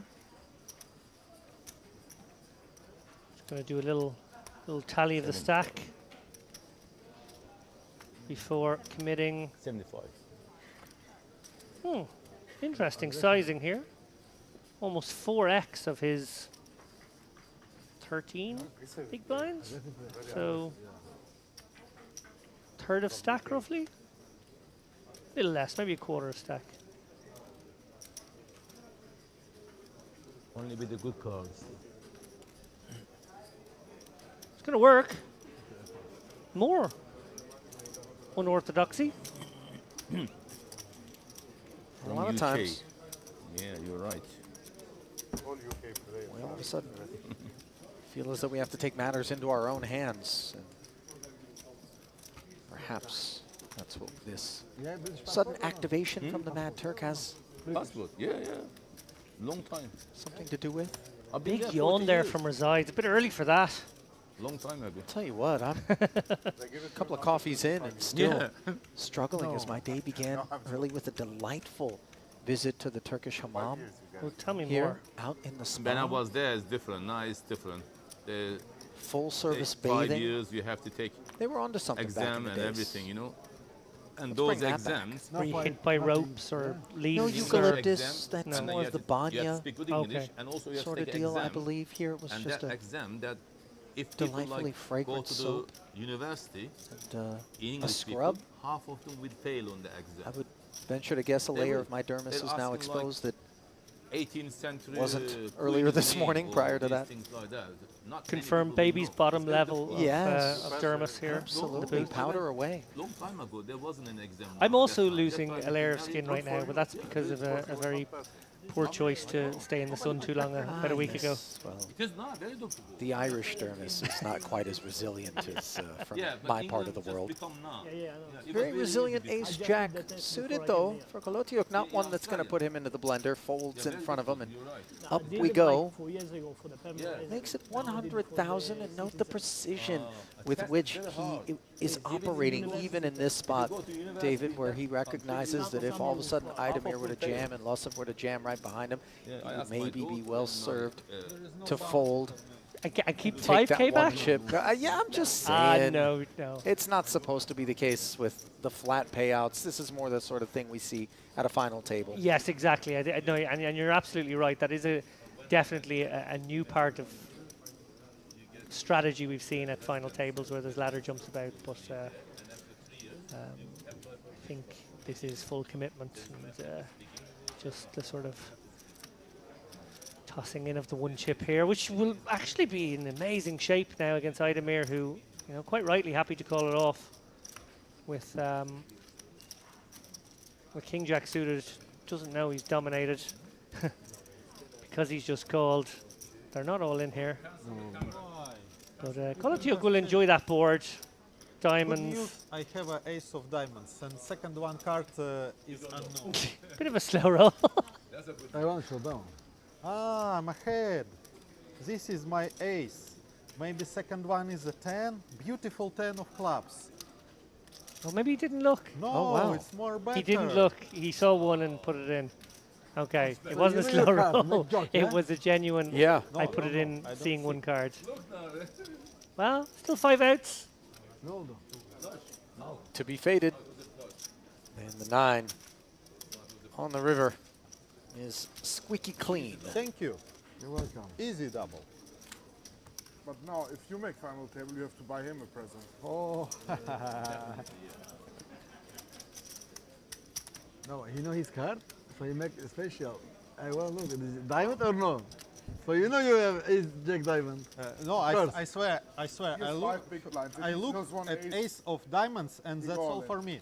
Yes, Yes, I I- don't. I so don't. one card. see- Yes, only one card. he has 5 big blinds. He's 100, yeah. Yes, yes. Ace is enough to be all in on the button. Yes. For 5. If I saw jack, jack deuce, I'd not push.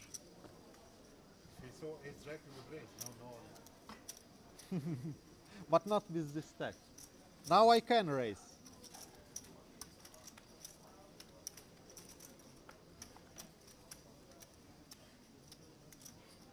Desperation mode now for Haj. And a gift from the gods for Razai. 2 kings, and he won't be yawning anytime soon looking down at that hand. 250K in front of him. Oh, he's got some 12 chips and a now. half bigs. Calling Oh, time we on have a people. same stack. It's your time now. I thought he was calling time on people now. Since he's got some chips. Not this time. Very intricate passage of play here with the short stacks post bubble. Keen to extract maximum playability from their short stacks, both with hands they intend to raise fold and now a hand which is clearly an induce.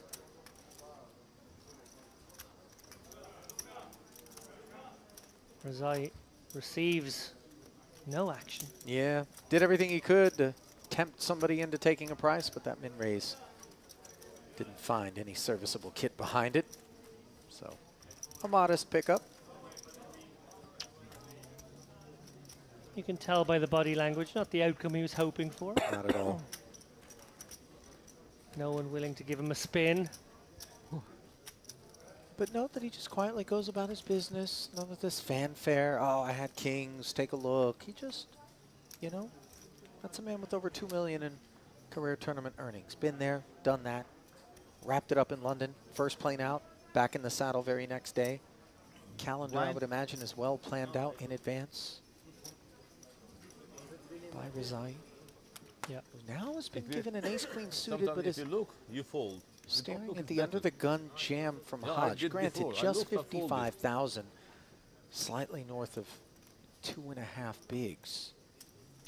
The sizing, and of course a stack, David, that is encouraged to take this spot as opposed to involuntarily be forced into the next one in the big blind, deeming this hand better than the average he is likely to receive, getting some protection as Razai gives him a hug in the form of a jam over the top for 300,000. Presumably take quite a bit of hand to want to get involved anywhere behind these two. And with the muck of both blinds and the button before it, Razai can pull back the 245,000 in excess, and he will spin the wheel in a 160K pot with Hodge, who needs help. Not there. On a 9 high rainbow board. 6 outs twice. 10. 10. Oh, hello, 7. Now, 6 outs that need to be faded. No ace, no queen. No problem. As Alan Hodge will retake his seat. But you just kind of see the consequences, David, and the implications of not having taken a bit more initiative in other spots maybe where he had the opportunity to do so. Not trying to levy criticism, as obviously it's a willful choice, you know, a management style, if you will. But here we are, we double, and we're right still back in a very difficult stack depth and just a thumb pressing down upon us in the form of each successive orbit's worth of blinds. Well, 2 strategic points there. One is he had to go with the under the gun hand there. Obviously the big blind ante about to get him. Once that's removed, it's just not in play anymore, so you can't match that part of your stack. So you really have to go with anything in that situation under the gun.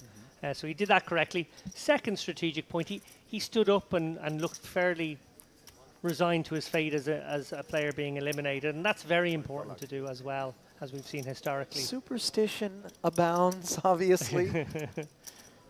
I think he's actually managed to stack really well. It was a pretty dire circumstance he found himself in, close to the bubble. He took that one spot that I probably wouldn't have, if I'm honest. He would have got through the money in either instance, so it's sort of moot, but just far too important for him to have locked up this min cash with that stack. He's done that, and now he's got to figure out a way to spin out of this 3 big blind zone where he found himself a moment ago, and maybe, just maybe, get back to a playable stack. Well, Kolotiuk, a stack manager as well. King, queen. Oh, here we go. The elected upon holding in Hodge.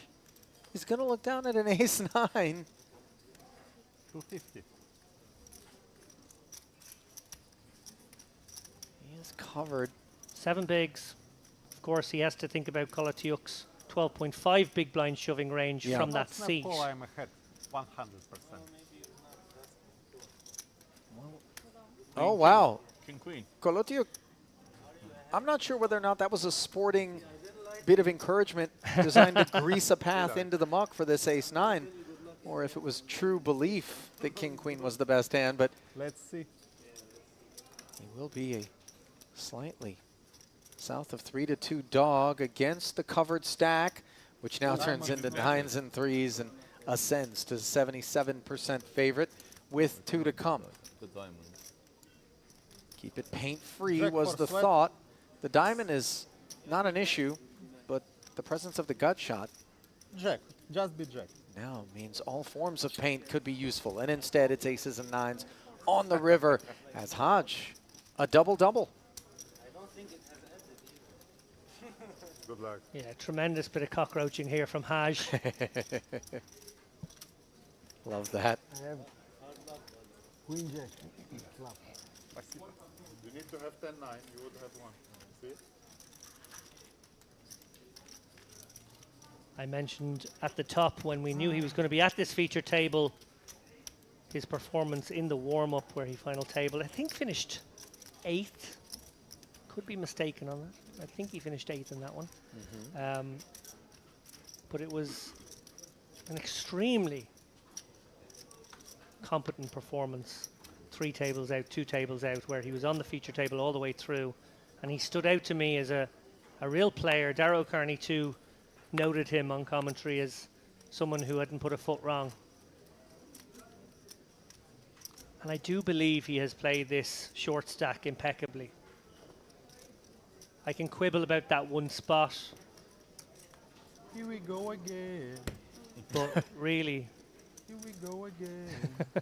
Well, a gem and a rhyme out of Kolotiuk 110. 1 and 10. is wounded.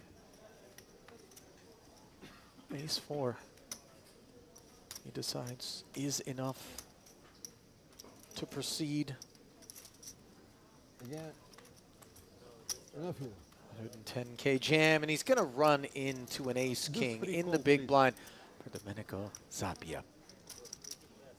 And this is an awful 1-2 blow here, David. yeah, He saved me, I think. If it doesn't push, I push King 10 ahead. he has been so resilient as well.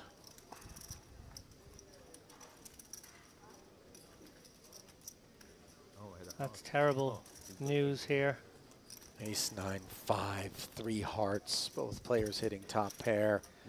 You see the mic starting to come off. Kolotiuk trying desperately to invoke superstitious Oh, and he juju. does it! He does it! All the short side is doubling, huh? I mean, I don't think any of us believed that the 2-outer was going to come in.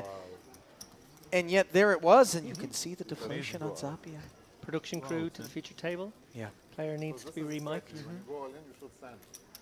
needs to be reseated is what he needs. That was next level. If you're going to take, you put your jacket on, you Right, stand up, but if you of actually course. remove equipment, that's Yeah, really taking it to an extreme.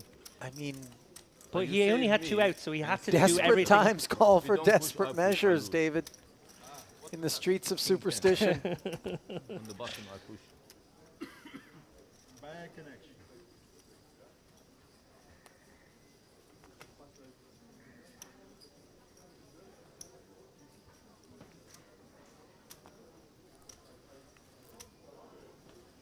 How about that?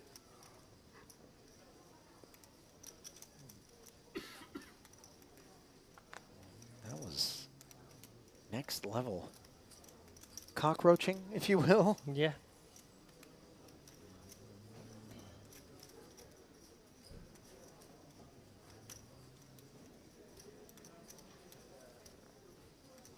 Thought about it, but now a little bit deeper in the ace-8.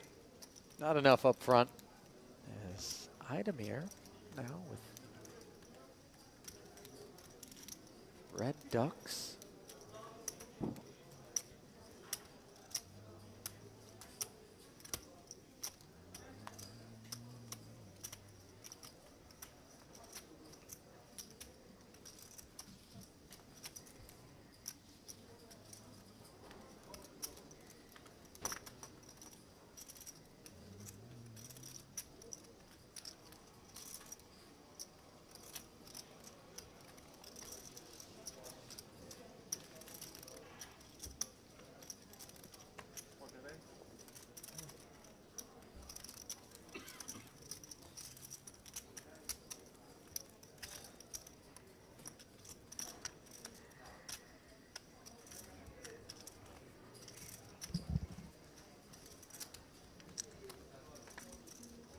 Button will slide over.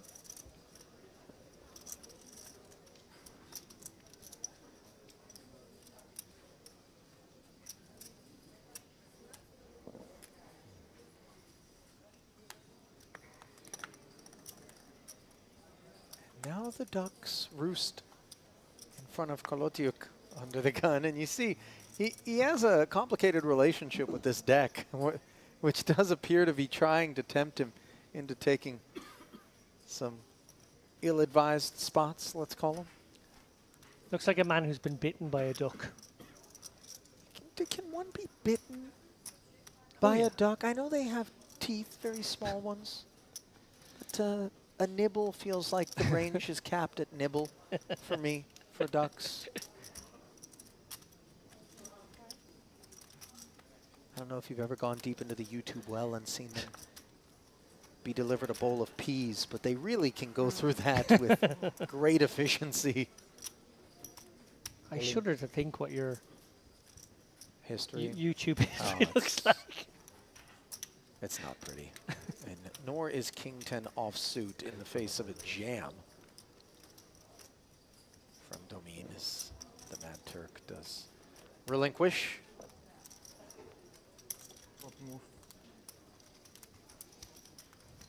And it is a bit curious, David, the way that this 44 payout band is beginning to take shape. I wasn't certain how the feature table would react to the bubble bursting, and whether or not these short stacks would feel relieved and just looking to get it in, but they are continuing very much to demonstrate preservationism in a bid to kind of spin it up, but not without merit in terms of the actual holding warranting the decision to get the chips forward. Yeah, I feel like we saw faster attrition in the 12 spots before the bubble than we've seen after. Yeah. Which is a little back to front. Now we are at 128, so 15 have seen the showers since we burst the bubble, but many more will need to before added payouts will be delivered. Meanwhile, Idemir, Cowboys mounting up 2.5. Note that the 5s found the muck, but 7s in the cutoff for Zapia, who of course ran into the ace-4, which was a very deflating situation.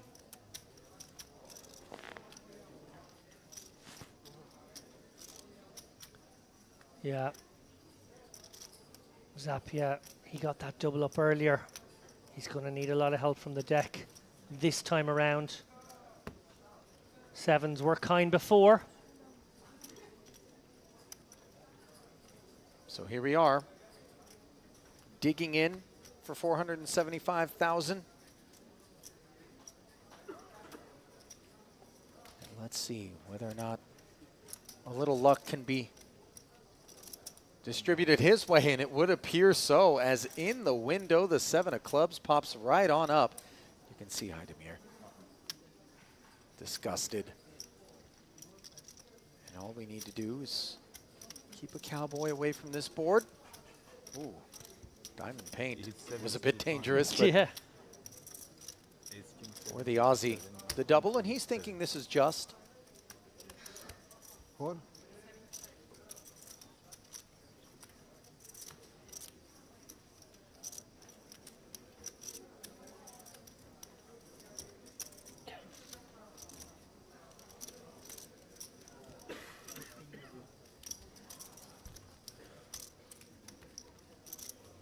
That's a good double, too, for Zapia there. Not just from a timing standpoint, but just keeps his stack from entering that range of nothing else to do but get it in.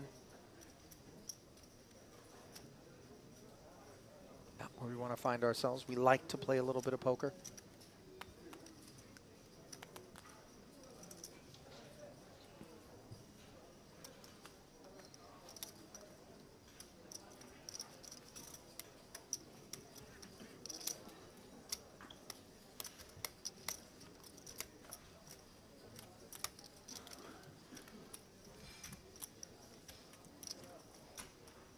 Ace Jack. The first bit of promise of action. Popping up for Kolotiuk. 10 bigs on the nose. Yeah, versus an aggressive opponent, it's almost good enough to limp trap. If you feel like your opponent is the type of guy who's going to pounce upon any show of weakness, but I would have expected, again, someone like Idemir, it's definitely a little bit snugger. You want to just stick it in here, and, you know, as is his want, he always keeps a few chips back. Likes that move, does Kolotiuk. Don't know what Idemir has yet. I think he knows.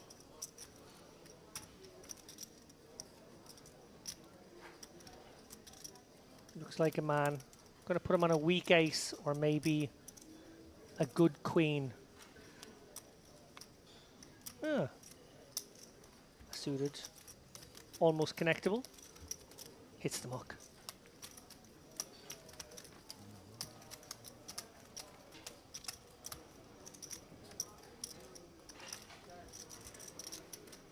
Fighting, tooth and nail, clawing his way forward is Kolotiuk, who's a man, it must be said, David, based on our observations of him, will be dangerous if given the opportunity to actually get some chips. And wouldn't it be so vindicating for him?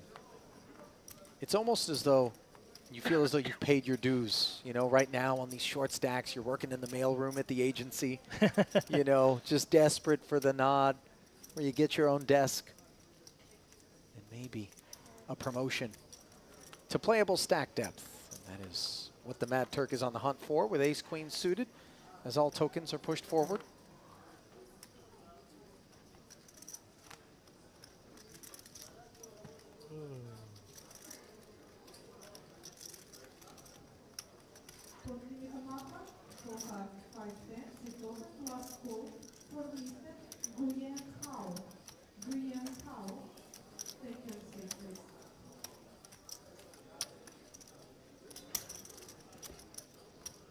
No takers.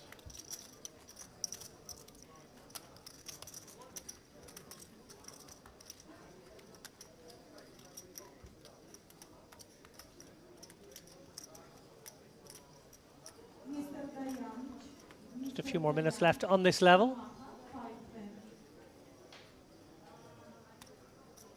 Very entertaining passage of play, I must say. You know, Mad Turk joked about how pre-bubble the pace of action was a little on the slow side, as it normally is in that situation, and how maybe, just maybe, our audience would not be entertained.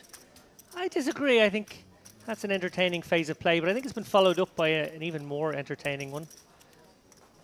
One where we've seen quite a lot of short stack resilience.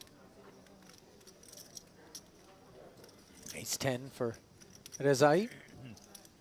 Warrants the 245, he deems.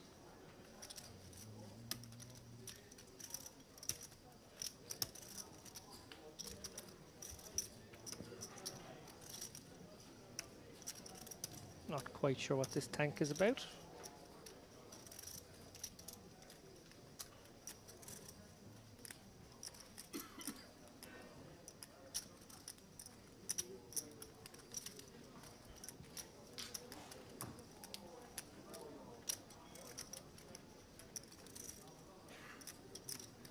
Did I leave the oven on? Maybe the thought there. Well, what I'm more worried about from Kolotiuk's point of view is, does he know that Rezai has shoved, and is he thinking that he can shove? Is this a situation where he's wondering if he's got an open? It's the only thing that makes sense. I mean, it certainly would seem like Kolotiuk not the candidate to be guilty of such a glaring oversight, as we do see him put it into the bin. I mean, the triangle's out there, as are the chips. It would be tough to overlook this, as Idemir cares not. His ace-jack performing oh so well against the ace-10, both a jack and a 10 in the muck. Habib a bit disgusted. He's been a spectator for some time now. Yeah. You know, he wants to get in the mix. And now, Rezai recognizes that the situation is grim. as he is dominated, heading to a flop in a 540,000 chip pot where opportunities have presented themselves courtesy of 2 5s and an ace. The 6, not the 1. 10 for a clean win. Queen or a king would do it as well, but instead it is the 3. And for Daniel Rosati, David, I'm not sure anybody else would have been able to do it any better in terms of the card distribution received, really. Adam 500 bin oyun dedi That kediyle ya. was Şaka gibi ya. what it came down to. And in the stewardship of anyone else, I think we would have seen a similar outcome. Absolutely right. In fact, I think we would have seen worse outcomes in the stewardship of many. Sure. Idemir obviously hugely relieved to hold there. He had been quite unlucky over the past half hour to chip down from over $1 million to he only had $500,000 there in that pot. So had that one gone awry, he would have been incredibly short, very undeservedly so. So Idemir, popular figure here. I believe his son plays here as well. He does, yeah. You win on the flop anyway. And has made some deep runs himself, so runs in the family for Idemir. I remember at one of our prior festivals, after playing a cash game with some of the staff into the wee hours, roaming about the poker buffet area, and he and his son were seated and I do remember that now. Having a bite, had a chance to chat with them. Genuine love of the game is very much present, coursing through both of their veins. I will call you this time. How much you have? Matt Turk saying that he'll call him blind. I know, I'm just saying. Little bit of gamesmanship there. I have a good hand. No, I'm just saying. I will check if I have. No, I didn't bet say what there, I have. will- I said I have a good hand. I will not fold. I will not raise anyhow. I was just checking. I'm calling you this time. Yeah, you know? No, I'm just telling him I'm going to call him anyway. No, I check. You check. What a character. I mean, that is certainly not the sort of hand that we would have expected would be associated with such declarations. And that is a little bit in the margins, that sort of interaction there. But it is the one that will take us to the break. So you get one look here at a feature table that will be replaced on the backside of the break. And maybe we will be treated to even more of the same in terms of personalities and characters. There are so many of them here in the room, a room where the bubble has officially burst. As everybody's still going to be receiving that $4,390 payout as we bring you to the break desk. Ali Nejad, David Lappin, and of course, a very happy remaining field, relieved to be on the right side of that bubble. And as we kind of digest what we saw there throughout that frame, David, I know you have some thoughts. Yeah, this was not part of the script this last couple of hours. This was supposed to be a frame all about the big stacks, pooning the shorties, sending them packing. But no, that's not what we saw. This was actually a frame for the little guy, more a story of resilience, of spot picking, of canniness. And then, of course, as we saw on quite a few occasions there right at the end, of the occasional bit of good fortune. Yeah, no question about it. And I would agree with you wholeheartedly in terms of what we might have anticipated prior to having actually observed what took place in the manner in which it played out, very much deviating from what one would have expected. But such is the case here inside the walls of Merit. Very often expect the unexpected, and more of that will come your way, obviously, on the backside of this break as Mr. Lappin will head off for a frame, and then we'll bring Mr. Dempsey back in here to the booth, and certainly hope to welcome you back as well as you continue to soak up this Day 3 coverage of the Merit Retro Series main event. Don't go anywhere. Continuing coverage in just about 10 minutes' time. Keep it close.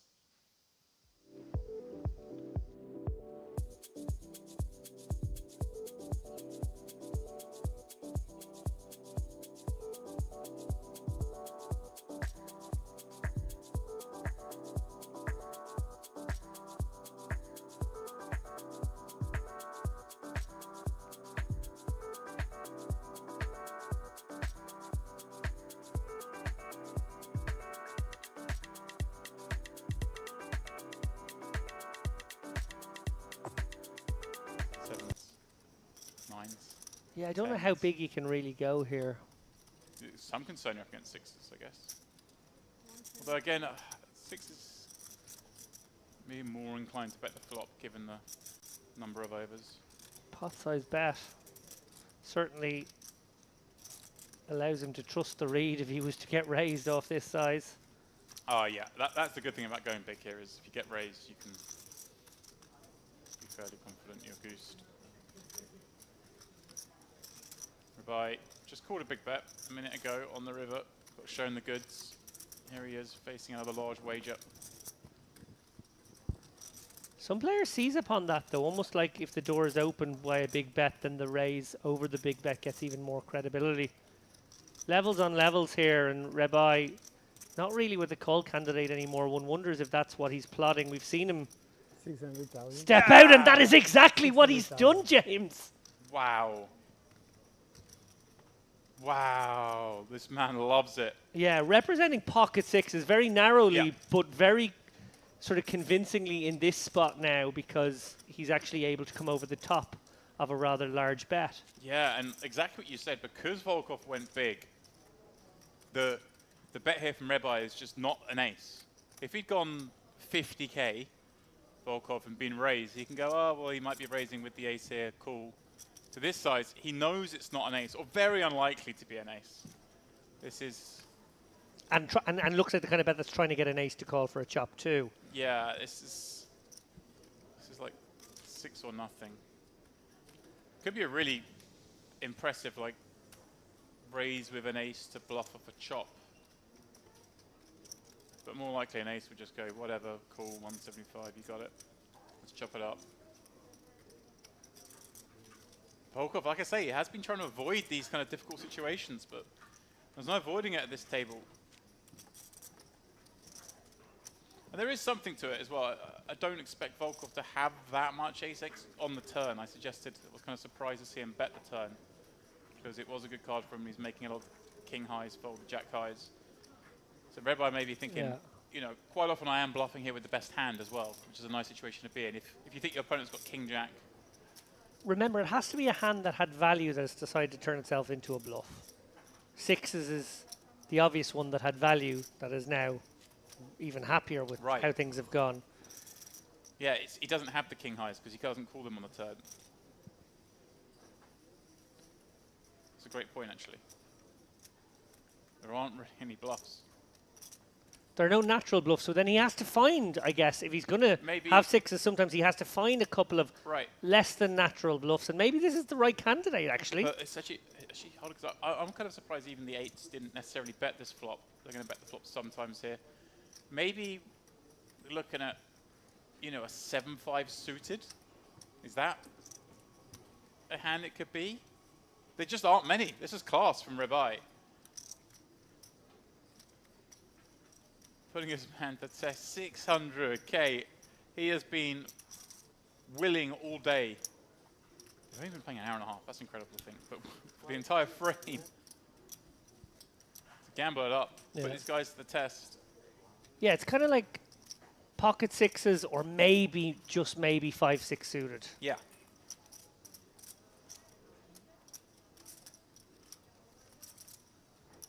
It's not even like you can have a 5 that turns into 5-7 is about it. I mean, ace-5 just calls and... Hats off if Volkov finds the call here, no question. But this is an absolutely incredible play from Rebai. So damn good. Show the bluff. He's been asked to show the bluff. Everybody knows me, right? Show the bluff. Of course it's a bluff. I know you have an ace, right? It's a bluff. For sure he has an ace. So he has to pay 600,000 to see. Don't see their faces. Can I check them just out of curiosity? Oh, I always fold. Just fold out of It's the hand.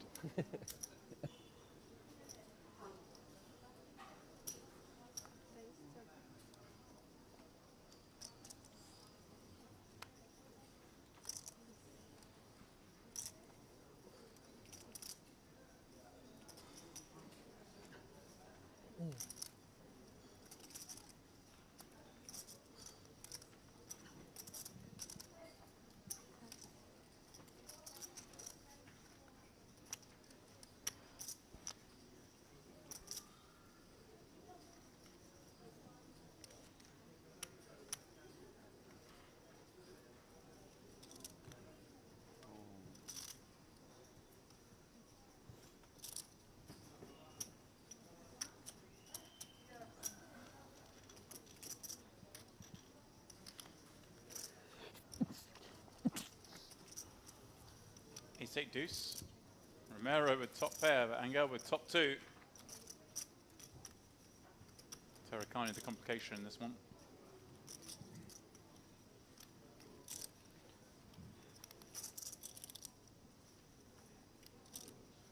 I can't get over that last hand.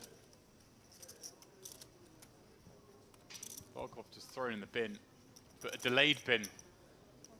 Right now he's sitting on a cloud thinking he's made a great fold. Yeah. Just flatting. Makes sense. Romero's going to be blasting all these ace-high boards and will continue to do so. Yeah, very casual call there. You also want him to continue betting big for value when he has a hand like ace-king, which now, of course, would be disastrous. But those big aces do bet big on turns. And a rainbow board. I think Romero's still going to feel like he's got the best hand a lot here. Let's see. Not worried about ace-king. With button peel. Ace-queen becomes slightly more possible. Ace-jack is, of course, available.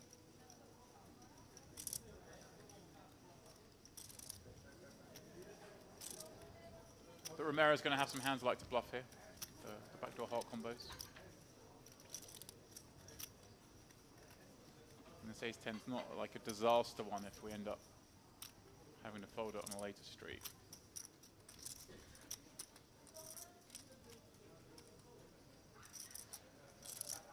Again, Angel, I think just call here. There is concern now, of course.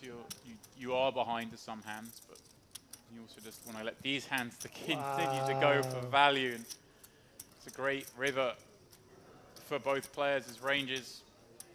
Romero, obviously, like I say, that can be behind ace-jack.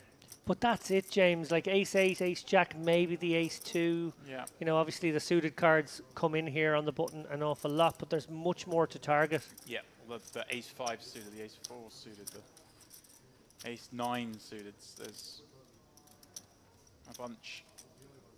And I assume he's going to do so for similar sort of sizing maybe to what we've seen on flop and turn. Yeah, I think ace-queen goes for pretty big. I think ace-10 does go small for that reason. You just don't want to give...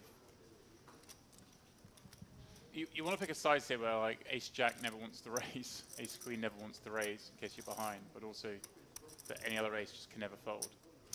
And Angel now obviously behind a couple of hands. I like that 100k, pretty small. Pocket kings, ace-king. But must go for some value here and then reassess if he was to be 3-bet. I guess 3 times the bet always feels about right in this spot. Yeah, targeting ace-queen, ace-jacks.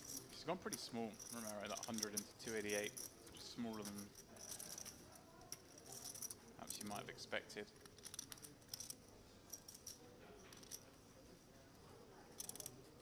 Very much representing a boat when you raise in this spot. Yeah, and he does have them all. He has deuces, he has eights, he has ace-8 suited. Ace-queen presumably would just call, so it has to be boats. That's the thing. I mean, it does, but I'd go slightly larger for Romero on this river to kind of stop myself getting in as many different situations. But yeah. So we talked about finding bluffs, unnatural ones in that previous hand. What are the bluffs here, James? 8x of hearts. Yeah, Seems 7, like 8 of hearts. That sort of feels like the type of hand category. Yeah. And 4, 5 of hearts. yeah, Is that I mean, a thing? You'd always want to be blocking a hand that you want to rep. So you want to have an 8 here, block 8s, have a deuce here, block deuces. Obviously very hard to have a deuce here without having deuces.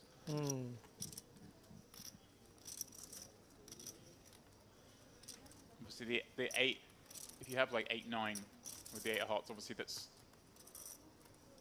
you can't have ace-8 of hearts. So I mean, you can't have that ace-8 suit, but you can have ace. But it's so dangerous to raise in this spot into your opponent's range when he can have all of it, and he has bet 3 streets. So credit to Romero for recognizing that fact. an under-bluffed spot in the sense that it almost never gets bluffed. And he spotted that. Chernikov, Orthodox, who I'm going to step out and see if my memory. Take that, Darrow. If I'm right about this, Darrow Kearney has to stop saying I have long COVID.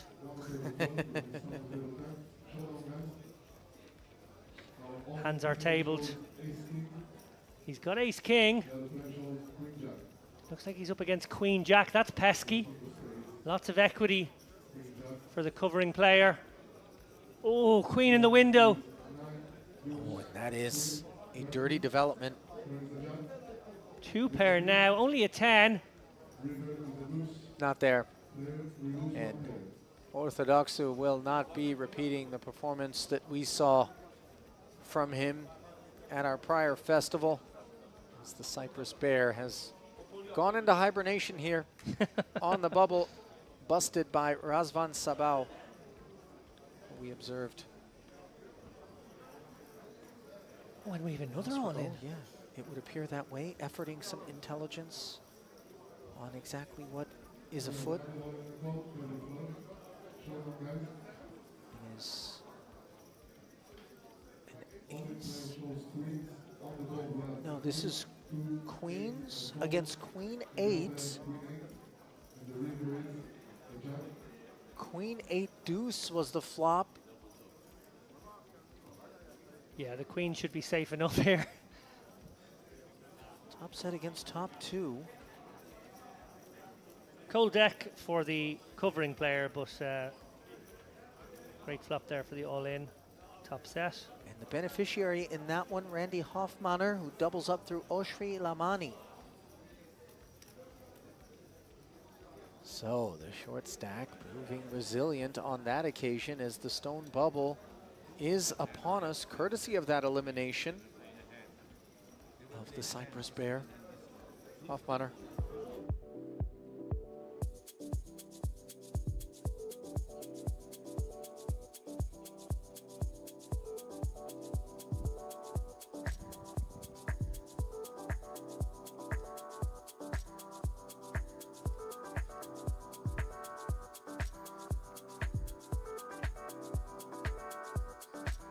So as is customary, a look there at the 2023 series calendar. Over half of it in the books already here at Merit Poker, but so much more still on offer. Back at the desk now, Ali Najad once more, alongside James Dempsey, swapped in. And James, I know you've been out and about, some desserts, enjoying the property, but I trust you. Trust me when I tell you that no matter what it is that you were doing, it wasn't as much fun as being in here with David and I for the bursting of the bubble and then a very entertaining feature table, but one that you speculate is going to be overshadowed by the inbound group. First of all, dessert. Yeah, it was a singular. I didn't get one at lunch. I got to lunch a little late. Didn't get to hit at the pastory. A little upset about that.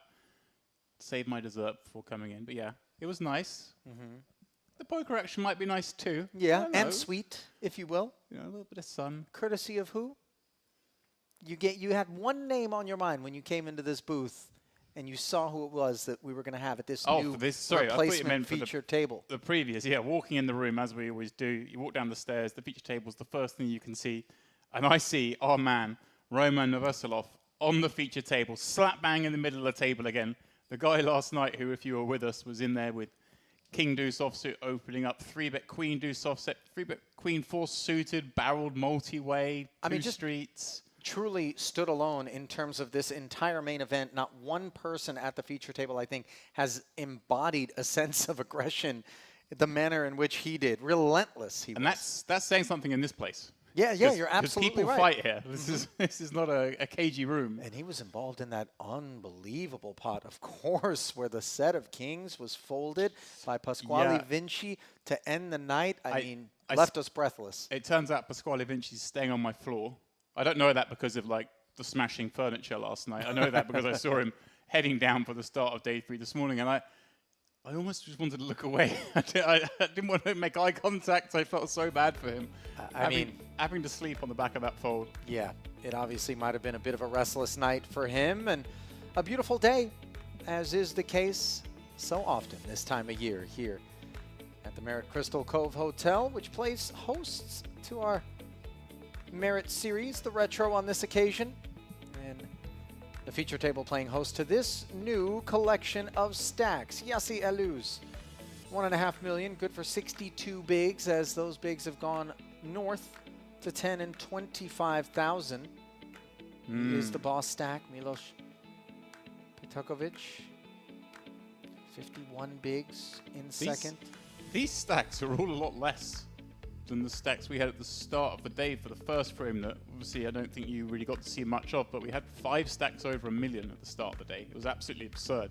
You're talking about in terms of big blinds? No, I'm talking about actual chips. Actual chips? Like we had multiple stacks over 1.5 million and I think 5 over 1 million. So this is a bit more typical. And imagine the bubble's obviously going to drawn things out, shallowed things down a little bit, but it is the man 7th in chips that, hey, he's worth the admission. I mean, the admission's free, but I'd pay to watch this guy play some poker. I just hope he gets something going off that 28 bigs. It's a lot harder to play these multi-street, crazy 3-bet pots off 28 blinds. But if anyone can do it, I think he's my man. Well, certainly appreciate those of you who are joining us from wherever in the world you're doing so here on our official Merit Poker YouTube page. All we ask is that you click the like button, click subscribe, ensure that you never miss any of what comes from here in North Cyprus your way, free of charge. I just clicked like, Ali, you got me. I haven't clicked like yet today. It's pulled from me. But there we are, I'm in. You know who else is in? Vassilev. 3 betting to 125,000, 2 picking up right where he left off, and doing so with Queen 9 suited. Obviously, the timing couldn't really be worse, James, as Petakovic with the queens. Yeah, this actually, I quite like the hand selection here from the hijack against +2. Petakovic going to be opening a lot of hands with the big stack. Vassilev gets to apply quite a lot of pressure by leveraging the fact he's only got 29 blinds. Not all the hands want to peel these kind of 3 bets. He can make a lot of the offsuit combos fold.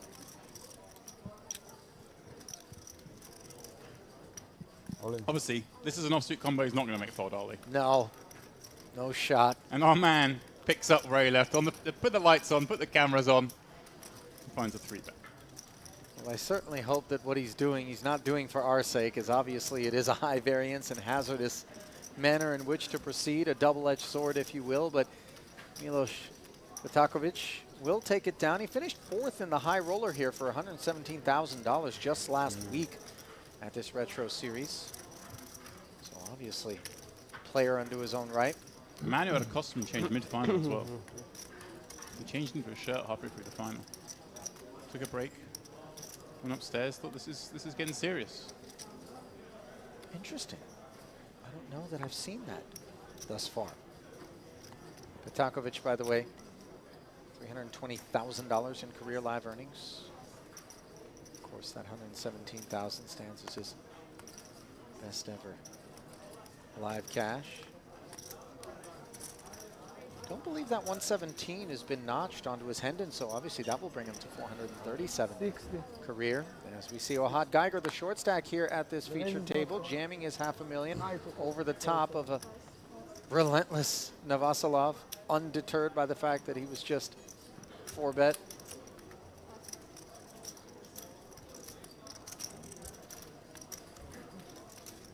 Yeah, 0 for 2. Not without trying. What a great start. Geiger, by the way, really knows his way around this room. James likes to play the big cash games.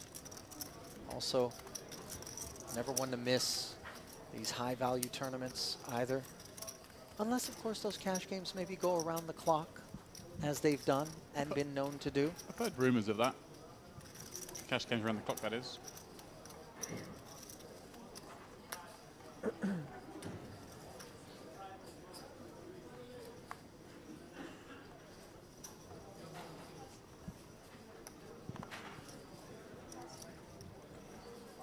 Right, he's not going 3 for 3, I can guarantee you that. Even our man's letting the 9-3 go. So he found his limit. Vasilov, that is. That was perhaps the most enjoyable poker action I can remember in a 2-hour frame we had late last night here at Merit. There was all sorts. The guys, it wasn't just him battling, other players were battling. We had that wild fold. A lot of fun. It was deep start poker. That's happens here in these Merit events. But I see now we are down to what stage of the tournament where the average stack is 1 million, 40 bigs. The bubble you had went for a little while. Yeah, but we got there quickly, and then we kind of blasted right past it, if I'm being honest. Okay. Maybe even slower once we burst the bubble, as we see the ace-5, ace-10 entanglement, king-7 deuce with a couple of spades. That spade factor does favor the cutoff opener.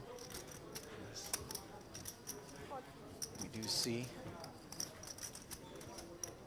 Shingun Boror Ardan, or Ardane, perhaps? Ali, I'm never going to correct you on the pronunciation, so you're safe with me. I'm very correctable, I'll tell you that, as the 40K gets through.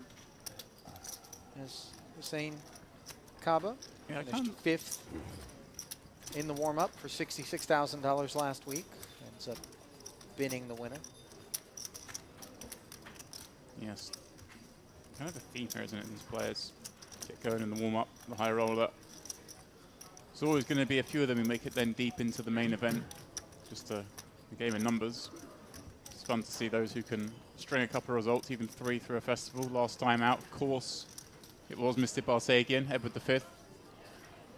Yeah, haven't seen his name thus far since my arrival. James, I don't know if you've seen. I've seen him in person. Okay. I've seen him. He's here, but we just haven't seen him on our screens as of yet. Yeah, we're accustomed to him making deep runs. Obviously showing up at the feature table with some regularity. Now showing up with a real hand is Novoselov. Pocket sevens, the open. And Geiger, this is the reputation he has. He's just getting attacked by Geiger with this ace deuce suited. Knows Novoselov going to have the widest range of all despite his chip stack. And I just wonder. Let's see, he just has to give that up. But he has a good understanding. I think he very much seemed like a lunatic when he was the one playing the tune, but he understands. Yes. Does he have to give up the sevens, James, to another 100K? I mean, his stack wasn't the deepest, but... Yeah, I think we just got to give up. Note the rewards of having taken the aggressive line. Now, if he was the one who had the ace Geiger. deuce suited, then we could start to do some naughty stuff, perhaps. But with sevens not blocking any of the value, you don't really get to 4-bet jam. And of course, there is the argument, maybe you 4-bet jam there, your opponent's got ace-king, decent potential at the time, they 3-bet call you and you can win and flip. But, I mean, straight back on it, the ace-5 offsuit under the gun. I mean, it really is a spectacle of sorts. You heard the term, you got to give action to get action. Oh, yeah. This man... He earns every bit of the action he gets. Yeah, Let's put it like that. He's the living embodiment. Sorry, sir, you can't play on our game. You're not action enough. Sorry, sir. You've run into 2 black kings as you almost got it through under the gun. On our table, then, so far, he's 3-bet folded queen 9, raise folded 7-9, had to raise fold 7s, and he's going to have to raise fold ace-5. He's going to feel picked upon. Darko Svesko. Yeah, kind of a weird spot. Against a 20 big blind stack opening under the gun, he does decide to rip it. There's an argument for slow playing there. The jam instead. The decided upon action from the Serbian, who has 123,000 in career tournament earnings, 76,000 and change. His best ever finish. I like the jam there if you don't want to have 3-bet folds potentially from there. So it's kind of hard to have 3-bet folds against 20 big blind stacks. Like you'd have to 3-bet to like 6 blinds there, I guess, and then fold sometimes. But some people just don't have that range, and if you don't have that range, then you want a 3-bet jam with your good hands. Your ace king, your ace queen, your big pairs, or throw in some traps occasionally. Obviously, ace is the most natural trap hand, but kings can be included. And if I was playing against this man, having seen what I seen last night, maybe it would have gone a little trappy. Well, I'm glad you mentioned that, James, because it's not a given that everybody who has shown up here for day 3 bothered to watch day 2's coverage. They were all a bit busy playing themselves elsewhere. The scouting report would prove useful, in particular in terms of Navasilov, though I don't think it's going to take long for people to realize what he's up to given his VPIP levels. And usually I say these things at the start of yesterday. I was making the point that we don't know how long these guys have been playing together, maybe all day. They already got some history. But at this stage of the tournament, where the field is collapsing quite quickly, there's a good chance they haven't been playing that long. Obviously longer than we've seen. A lot of rebalancing as tables break. Ooh, what's happened? They must have just flat the 10s? Yeah. Yeah, wow, kind of surprising. This was definitely a more than good enough spot for his stack in his hand, but it may work out nicely because he's flopped the overpair in a spot where he's not supposed to have one. It is 3-way though. I'm very surprised, Ollie, that this didn't just see a jam pre, especially because we've seen how he plays his queen deuce and queen 4 type hands, but it should work out nicely here. Pocket 3s, firing 65,000 after Geiger did not follow through, and Navasilov just pounces. 210 more. Yeah, this isn't one we can really do much about. Sure, you can be ahead. There's a myriad of draws on there, but you're in pretty bad shape to the draws, and you're just dead to the 8x that might check jam here. But if I were to call, I would not be expecting to see 10s. It's a hand I don't give him credit for. Yeah, you're very right about that. Yeah, but the 2 3s is just not enough kit to dig in with, so Vasilov able to take it down, and this guy didn't waste any time picking up where he left off during yesterday's coverage. 138,000 plus in career tournament earnings for the Russian, who has 48.6K, which is largest ever cash. Doesn't have a ton of results, but there are some isolated tallies dating all the way back to May 2012 from right here at Merit Poker.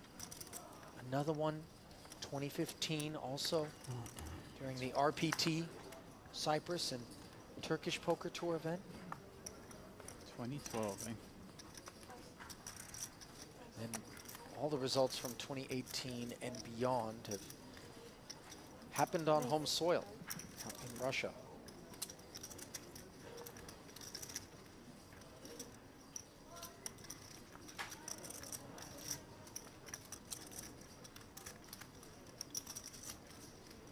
Ace 10, first involvement that we're seeing from Elena Yasuchenya. I'll try and look here. 2014 is when I first stepped foot in this place. I was having the dates. So predates even myself playing in here. And the black aces surfacing in the hijack for Yossi Elius. Yeah, pretty straightforward situation with the aces, and he's going to have a theoretical wider 3-betting range, of course, having that 1.5 million chip stack. May convince Elena perhaps to continue in this hand, but I think he's 10 off.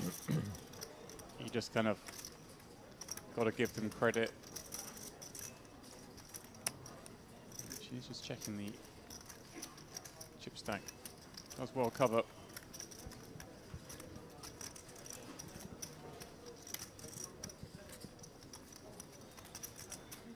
Again, though, I'll say it. It's my get out at the start of every frame. We don't know what's gone on in the previous couple of hours. Maybe this has been a pattern. If that's the case, she may decide to just rifle this back in. They elect a flat in a vacuum. I think we just got to get this one into the muck.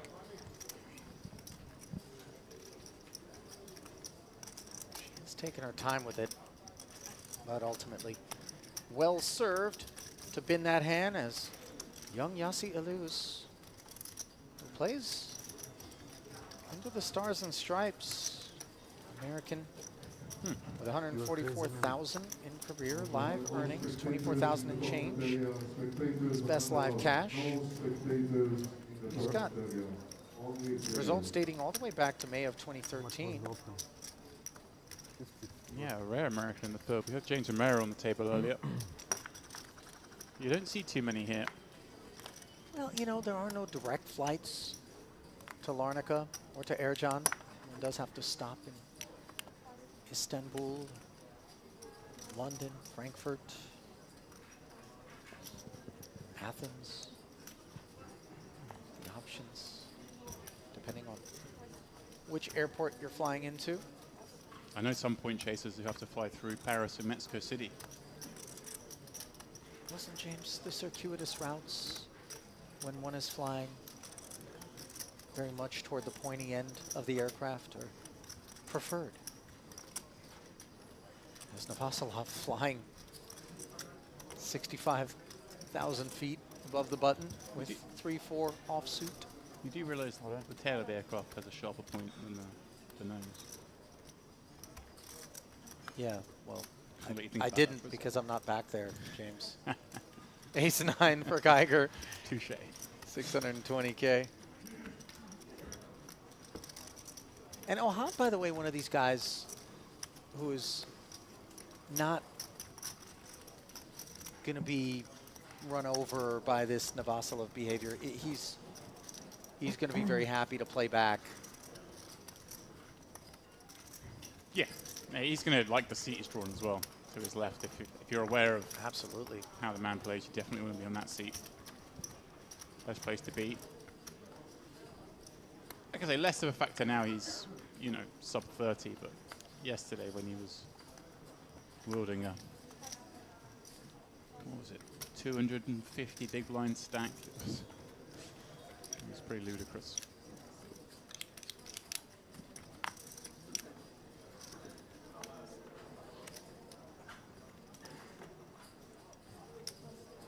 See a question in the chat asking if they're in the money yet. They certainly are.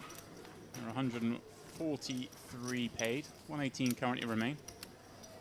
No pay jump for a while. I kind of like that. There's no ladder straight away. 143 down to 99 gets the same, so nothing to worry about for a little bit.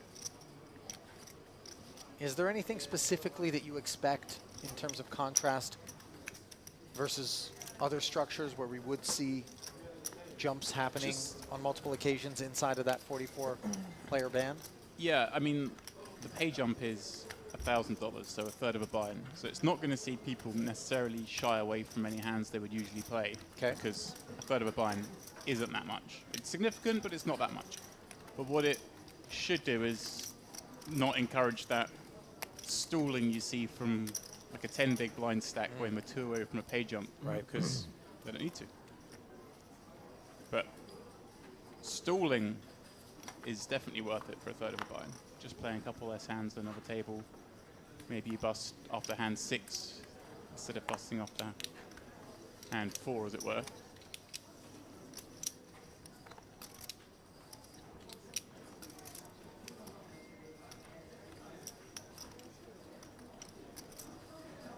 Here comes our man. Navasilov, very much both villain and hero, depending on what seat you're in. From here in the booth, we call him a hero. He's a hero, okay.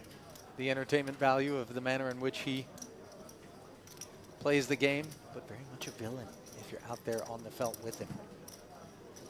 He's always pesky and coming for your blinds.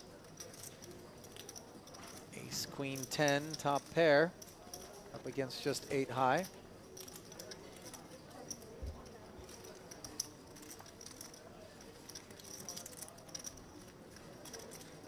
Trip aces now for Navasilov. Having checked it back, by the way, on the flop, James, just trying to tempt Kava into stepping in it. We did see this a little bit yesterday where he went blasting with it and played, sorry, went blasting without it, went pretty coy with it. This is certainly a board the pre-flop raiser is supposed to bet ace queen 10. Interesting to keep an eye on that if that's how he continues to play.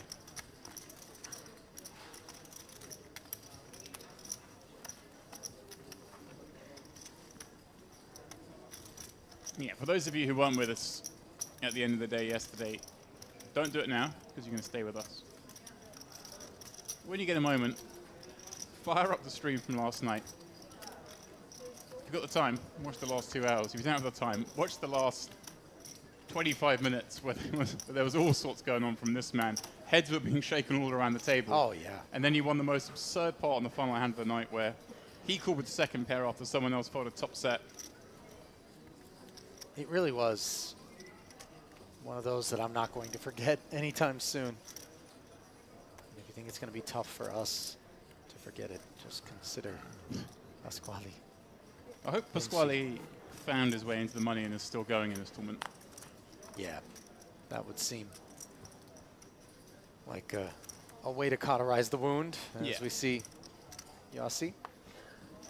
Pocket tens. Raise open. Ace-king suited now for the reasonably deep stack of Polo Ardennais. Yeah, I want to pull him simple out like a 175 bet here. It's slightly more than the 3x. He's gone 3x.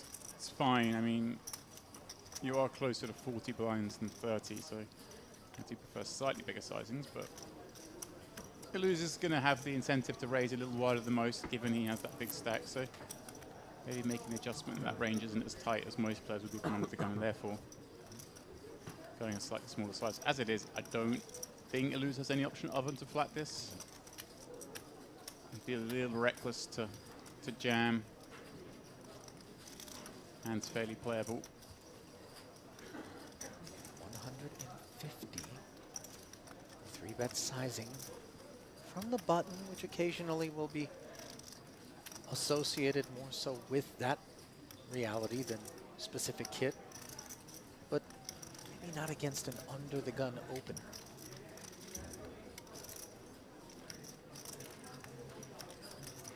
I'm surprised he's thinking this long.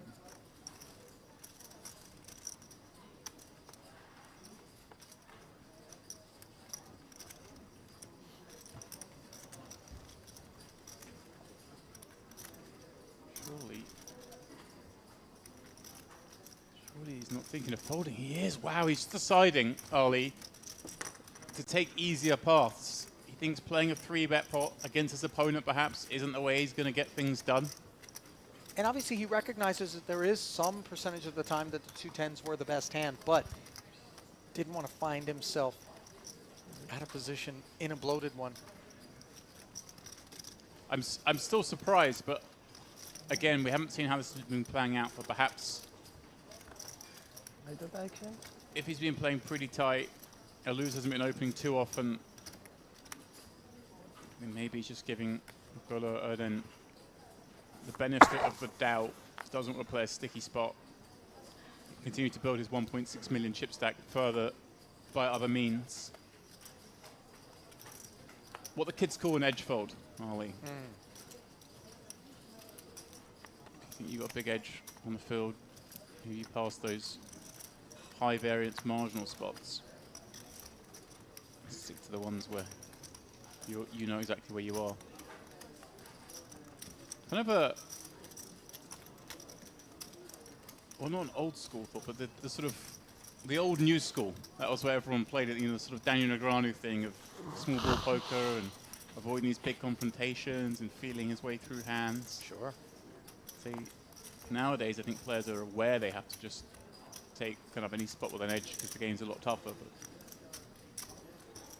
if you feel you've got a big edge, Sandman spot in those kind of hands is okay. We see Phil Hellmuth do it quite successfully. Yeah, very much.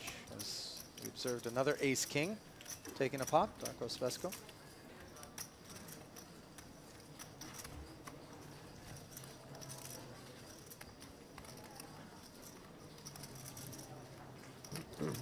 Yet another of the oh-so-diverse tables you find at these oh-so-diverse events, James, which bring players together from many regions, both near and far, as evidenced by Yossi Iluz's presence here, as one of very few Americans that will make the trip.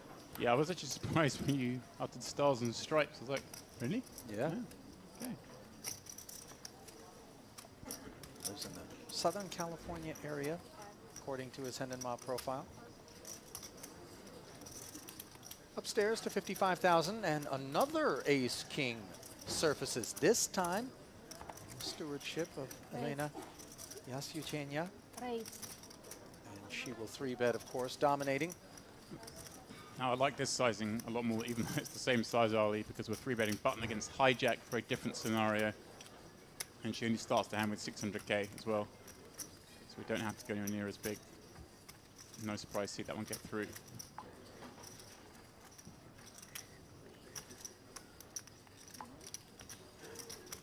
Ollie, I don't think I'm done with desserts for the day. I had that one. It's. Yeah, we are on page of. I think I'm going to hit up another dessert in the next break. Now, this is a strange sort of. I'm not Catholic nor a priest, James, so these confessions, perhaps misdirected in the booth. Not a man of the cloth myself. I am a man of the dessert buffet. Well, this is what I'm coming to you. is a tablecloth, perhaps. I'm a man of the tablecloth, yes. It really does require tremendous amounts of self-discipline to leave lighter than you arrive here at Merit. And that is, of course, a compliment. There's too many tasty things to eat around here. I suspect that for Novoselov, though, nothing more delicious than other people's chips for him, as he does a lot of snacking in that way. Now then, suited one gapper. He's deliberating for Alper Kerim.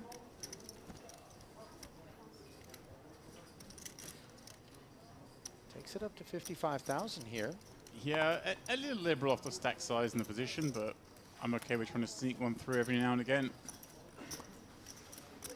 I'm always of the mindset, Ali, you got to make. Don't assume people are going to fight back. You know, make them fight back.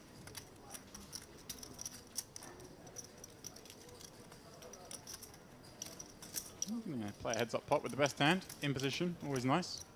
Svesko defending the 4-5 offsuit. Comes up totally empty on the 10-9-6 board. Kerim with the gutter and bottom pair. Doesn't have to c-bet this one, as there is a sense of range advantage for Svesko, but he is going to see what's what as he reaches for chips. Yeah. Checking's fine. Betting's okay as well. I mean, you do get to have those kind of Broadway combos that make it hard for your opponent to therefore try and do anything. Betting makes life easier. You do end up betting into a better hand on reasonable frequency, but he's got the gut shot. He can maybe check back turns, take that river for free if he's called.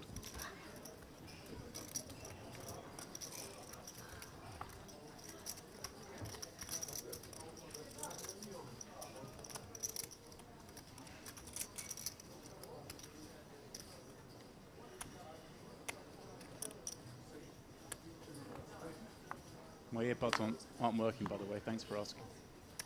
Your what now? My earbuds, they're not working, but thanks for yes, asking. the update, of course, as James did have a search and rescue mission for his coveted Bose earbuds in the Spa Whirlpool yesterday.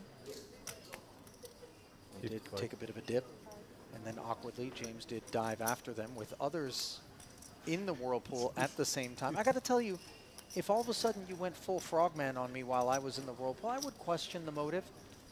Unless, of course, I had seen the earbud being dunked in. I would like to say I was subtle, but no, there no, was you some were panicked. Yeah, there was a Urgency. frantic at the time. Yeah. Oh, there's going to be a dunking here from Yossi L. uses ace-king suited. A very ace-king rich environment here in this orbit. Yeah. As Kerim, understandably, opening the pot with the ace-5 suited, doing so up front. Yeah, got the 6-8 in last hand, getting the momentum going, ace-5 suited. Certainly seems fine to me. Lose. Deliberating. But I'm going to assume we'll go for that. Ah, he does go Yeah, that 3x again. See Kareem opens slightly larger. Again, good sizing. Petkovic, king queen suited on the button. Would have been handy. Certainly would have played to the open, but he may not be done with this just yet. Up against that cutoff 3-bet. He knows it doesn't have to be nutted.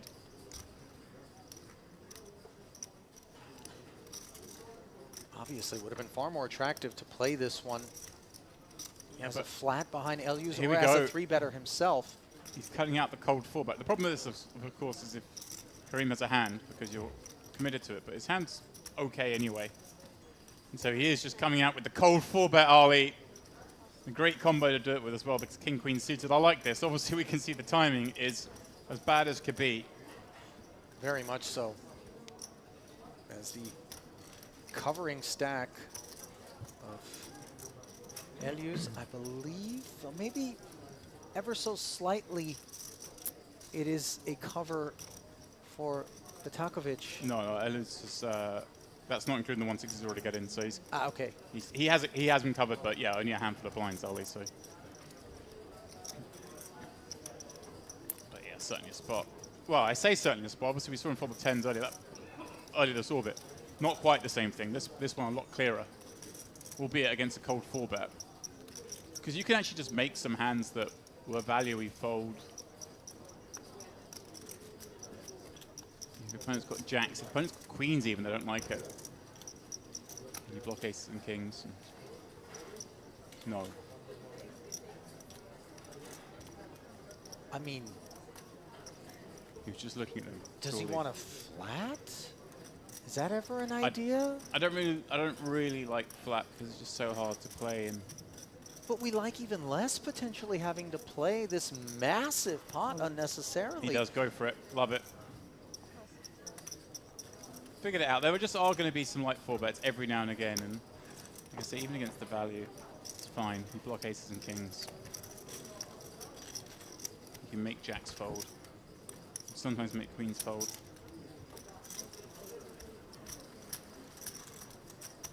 Elena, watching that one closely, she's like, hang on a second, this is all getting a bit fruity. Well, as we know, based on the fact that we can see the cards, it was fruit-free. Whoa, king queen. Oh, but we understand it's a legitimate candidate Yeah. on blocker effects, position, being able to leverage all sorts of things, encouraging that particular kit to operate in the manner in which it did, but unfortunately a costly 360,000. Shaved off.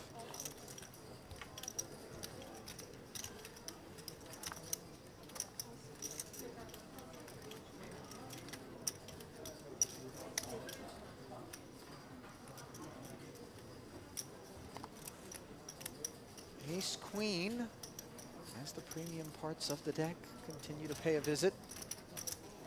Wow, yeah, this is pretty crazy how many good hands have been dealt out of this table already.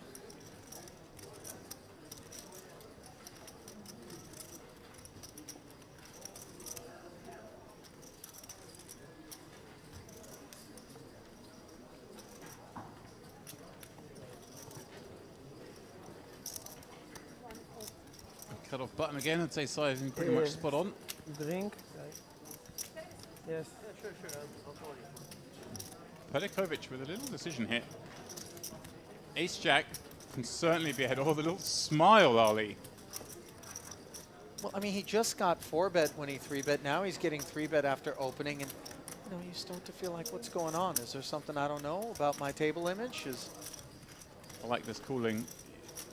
Your opponent's going to have some king jack, some queen jack, some weaker ace x. You want to keep that in. And the idea is, when it comes ace high, you can win a nice pot. As it happens, he's going to lose a lot of chips, Ali.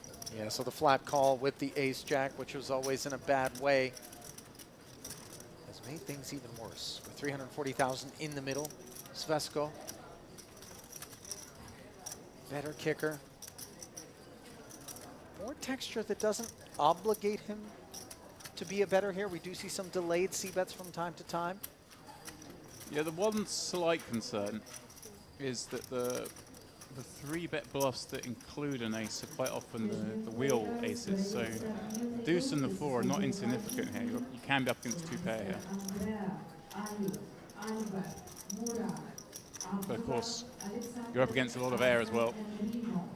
I've got a lot of hands drawing dead here. 115K into the 340. And once Takovic does make this call, we do start to be a bit leery of what it is we're up against, and with some frequency it's going to be spade draws. For certain. Especially given that we unblock the spades with the red ace queen. 570 in there. Yeah, when you've got an ace as well. You kind of want your opponent to have an ace when they check call. The other hand, they like to check call do involve spade rules, so it's obviously weighted slightly more likely. And none of the spades are the kinds that feel the 3-bet right there. The king jack of spades, the queen 10 of spades combos that would have stuck around are all still in there. So may let's see him check back here. It can also bet though, because he doesn't really ever get raised, and then he gets to get to showdown. He will check back.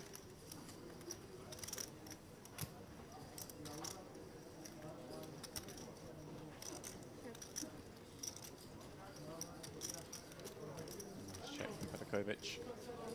Understanding that he can definitely be behind here, despite that check back on the turn. And of course, he's going to have some hands like 7s, 8s. Really want to get to showdown, so you want to protect that by having some strong hands as well. Ace jack, a pretty good one to have in that range. Ace jack might be the strongest ace he has, because I think he may just 4-bet ace queen pre, and certainly does ace king. Might be the strongest 1-pair hand you can have.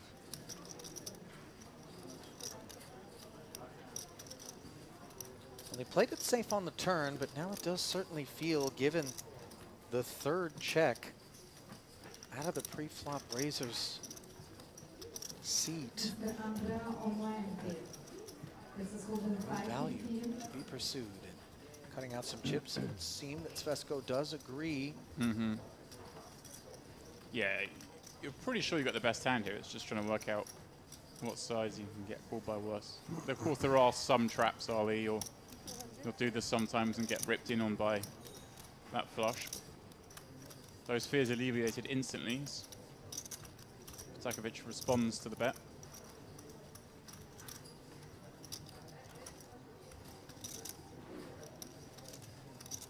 Still bet check bet line, Ali. You've always got it, but you always try and convince yourself they haven't. Wow! That is fantastic. That is board texture that obviously the ace-jack isn't altogether worried about, especially with the bet check bet line. James, I know you say they've always got it, but it took some good sniff out of that ace-jack to get away. Well done. Takovic he's in my camp, Ollie. He's in the club of yet to call a bet check bet line and be shown a bluff. They've just always got it.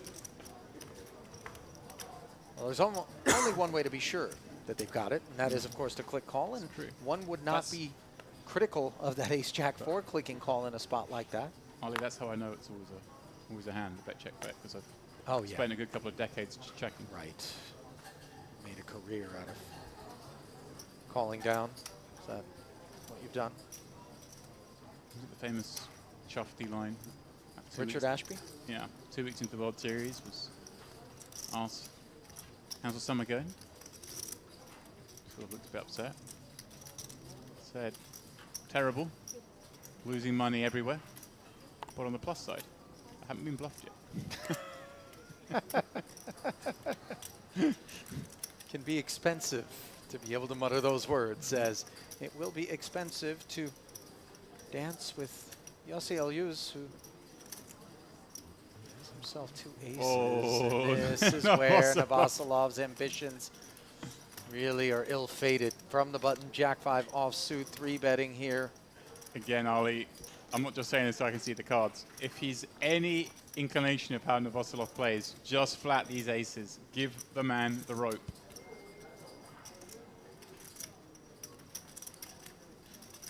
Even if you don't know, this is just a great spot to flat. I mean, the guy's 3-betting off a little over 20. A lot of hands just 3-bet jam, so it's kind of hard for players to be balanced in these spots and having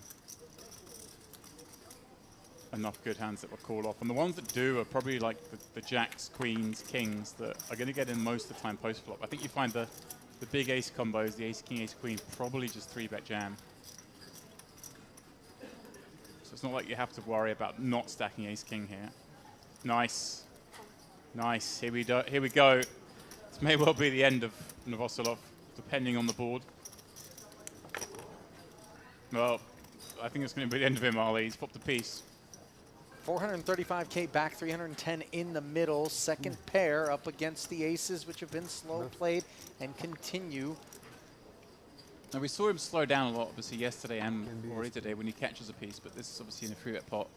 He's going to elicit a bet, and it's more by the end he's going to feel compelled, I think, to call it off, depending on how this one goes. Note sizing those, sub 20%. Yeah, I like it. Your opponent's going to have just some give-ups on king 4-5. Not a lot, but enough that you just want to bet range here as the 3-better. You get to have ace king, you can have aces. King queen even.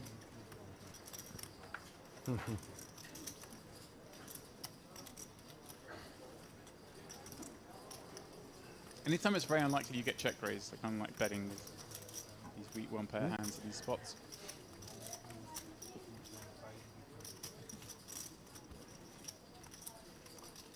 Wow. If he wanted to continue the aggression, there's the card to do it, but it's the one that leaves him drawing dead. Ace on the turn. Top set for Elyuz, and he continues to give rope. Now.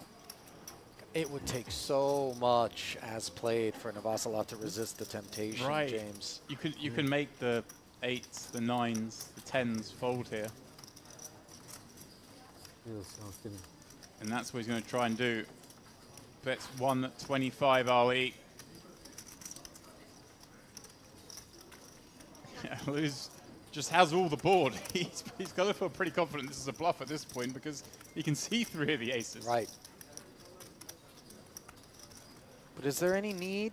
I mean, there are 3 wheel cards out there. There are 2 diamonds out there. Some Broadway combos might get there. Yeah, there's We want to be doing our raising here and now.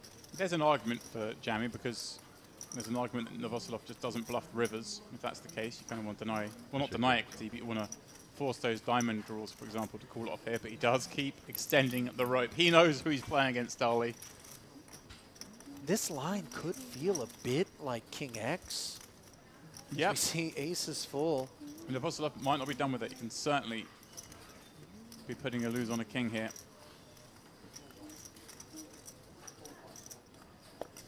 Can he find restraint? I think he may. Not. Oh, this man doesn't have restraint. Jams into aces full. He went out the way we knew he'd go out. Disappointing, obviously, to see the departure of Novoselov, but credit where credit is due. Yassi Elyuz played him like a fiddle there. A big smile and a big infusion of chips to the American. Waiting for TV table. No, I was doing it all day. All day? Okay, it was regular time for it, huh? There we go, Ali. We had Geiger, had been sat there all day and seen him doing that all day. So it wasn't just for our benefit.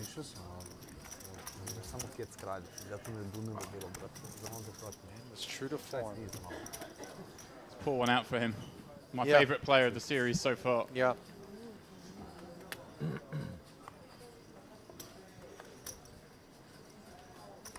Well, his departure should restore a sense of normalcy here to the proceedings.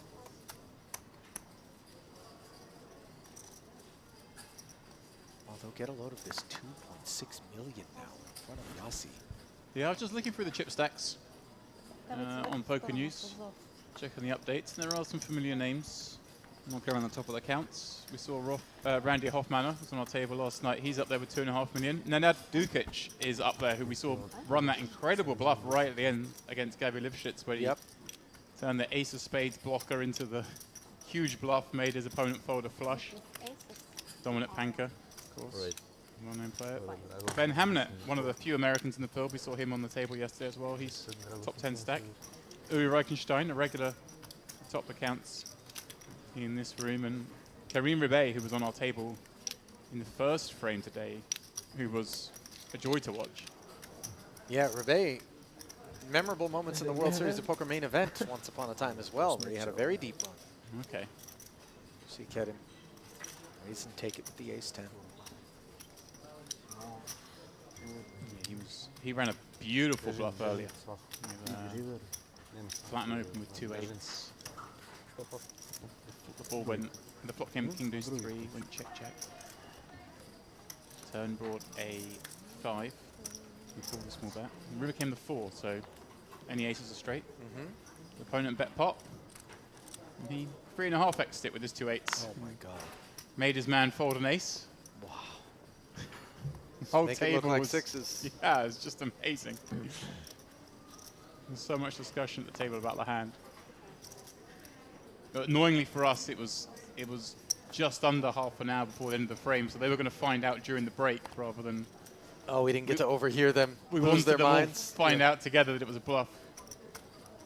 Because he was going, yeah, it's bluff, bluff, and then they were all laughing, and he was like, sold it that it definitely wasn't a bluff by pretending it was a bluff kind of thing after the fact. The opponent was so adamant that it wasn't a bluff.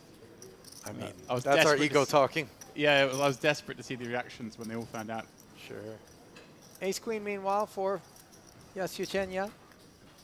King-queen suited for getting on the button. How has he responded to the 65K?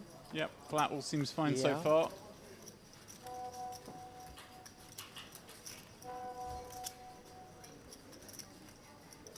Ace-8-4. There's the king-queen of diamonds. Really disconnected. Yeah, it's not quite the flop you're looking for, Ollie. You have dreams when you peel with king-queen suited.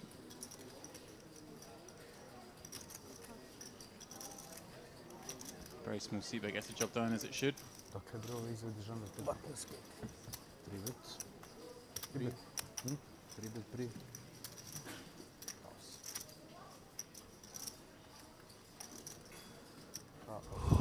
Elena's quietly gone about her business here thus far.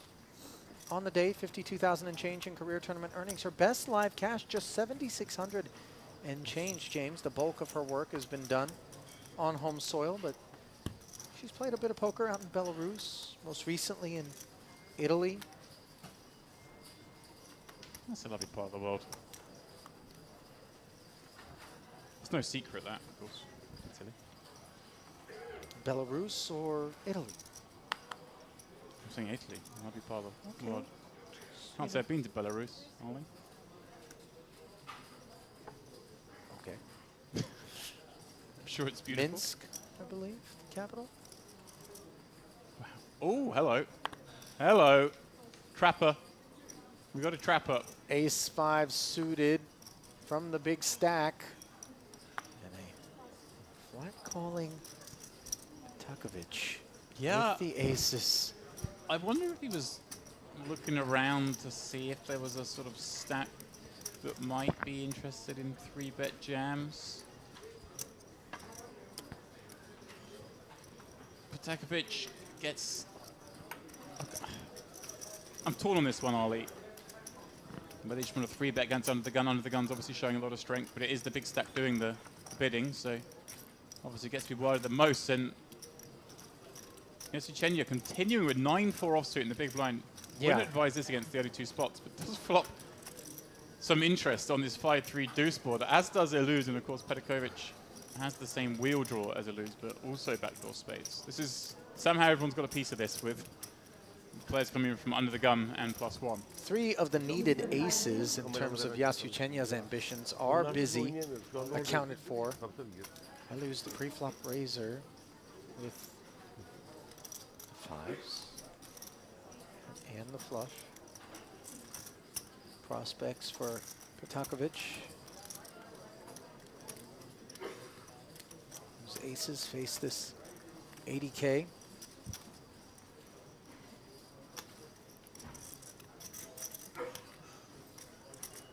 Yeah, he gets to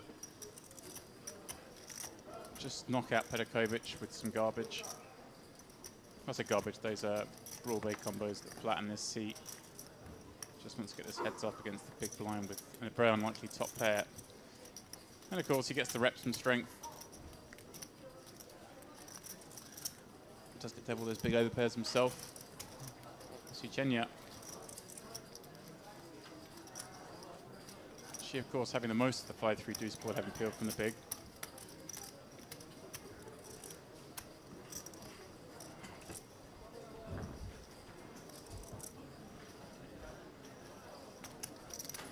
Wow.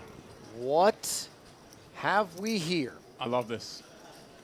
Now the ace-5 is able to escape James, but Elena has now really put herself into an awkward position. I don't see a fold, at least for the time being, for Patakovic. I mean, he's hating life.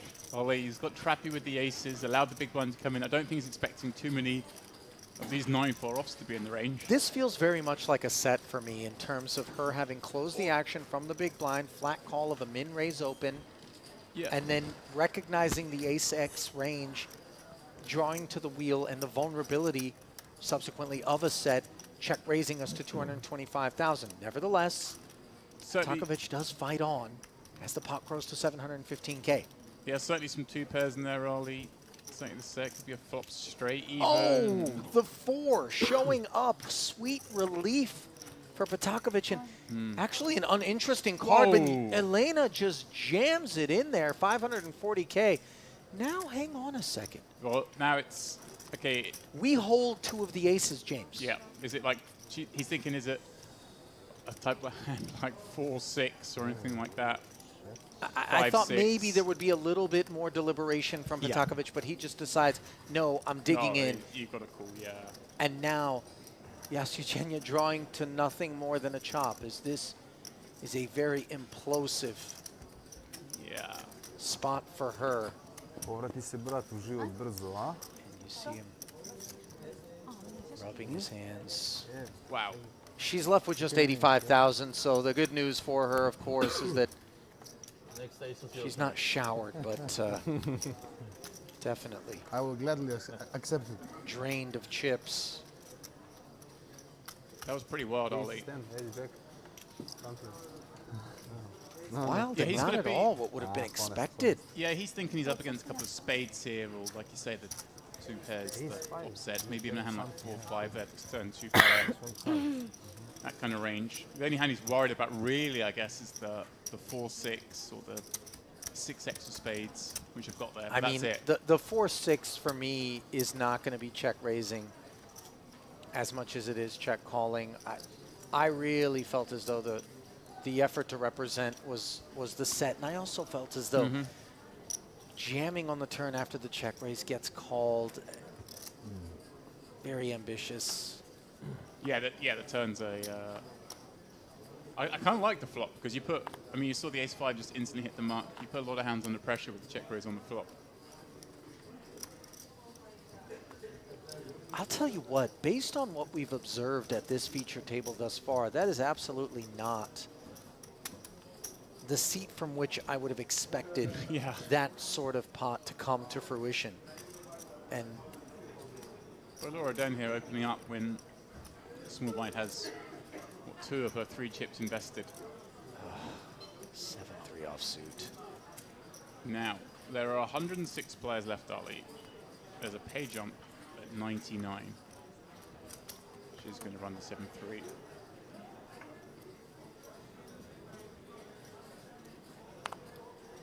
There is an argument for the fold purely because of the big blind ante, so she can still win a lot even if she folds here and wins the pot with that 5K instead of 15K later on. Doesn't make too much difference. Lou's gonna call, take this 1-3 away, drive, well not quite a drive pot actually, 80K in the side pot course. So something to fight for. That side pot will be active as Yasuchenya plays for just the 70K in the main. 5, 6, 7. She's got top pair and a gutter, which is more than we can say for Jack 9 and Queen 10 respectively. Gut shot for Eluz. He'll play heads up with Valor Ardenne. Yeah, I think both players will be be happy to check this one.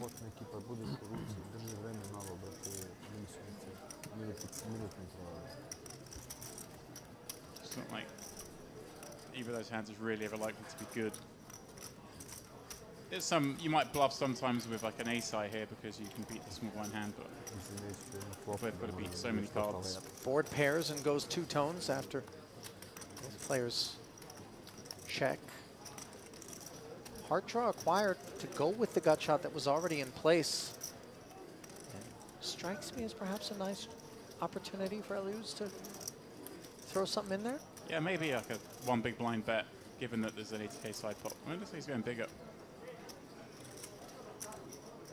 I would have maybe preferred like a blocky and a bet that one big blind. This will, I'm sure, get the job done for the side pot. Queen 10 can't continue here. For the table the hand after all. So the 85k fired. Queen 10 into the bin, and they'll be on their backs for the main, 70,000. Yasuchenya does stand to better than double up. Just gotta dodge the 8. Gotta dodge a heart. All right. And she's done so. She ends up with the 7 high straight. 15k to 70k. Spins on. Sure.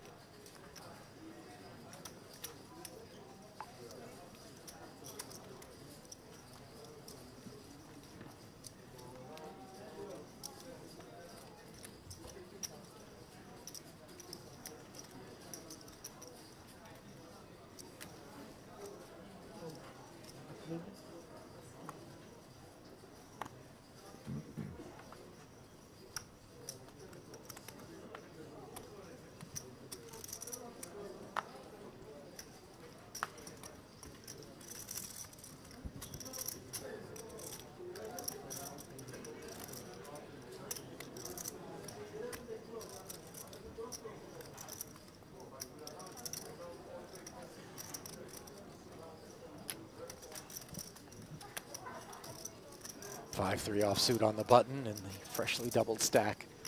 Doubled? Quadruple and change. Doubled. Yeah, yeah. Declining. Another Jack-9 here, offsuit variety. What small. Well, look what one of the losers had. He had the cold 4 bet. He managed to pile in on and pick that up.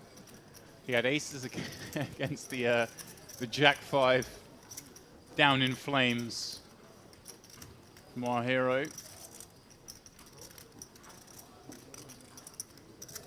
Now, limping in with this Jack-9 in good shape against Potapovic's Jack-6 offsuit. Will knuckle behind and find the 8-5 deuce flop. Not particularly interesting for either of these hands.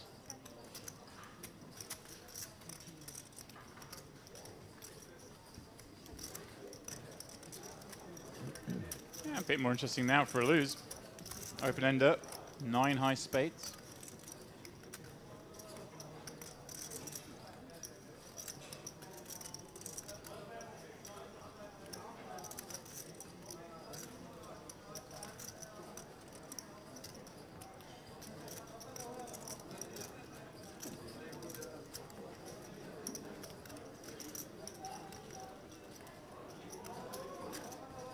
Into the 75K. On account of that development comes an overbet to 120,000. Jack-6 was always going to fold.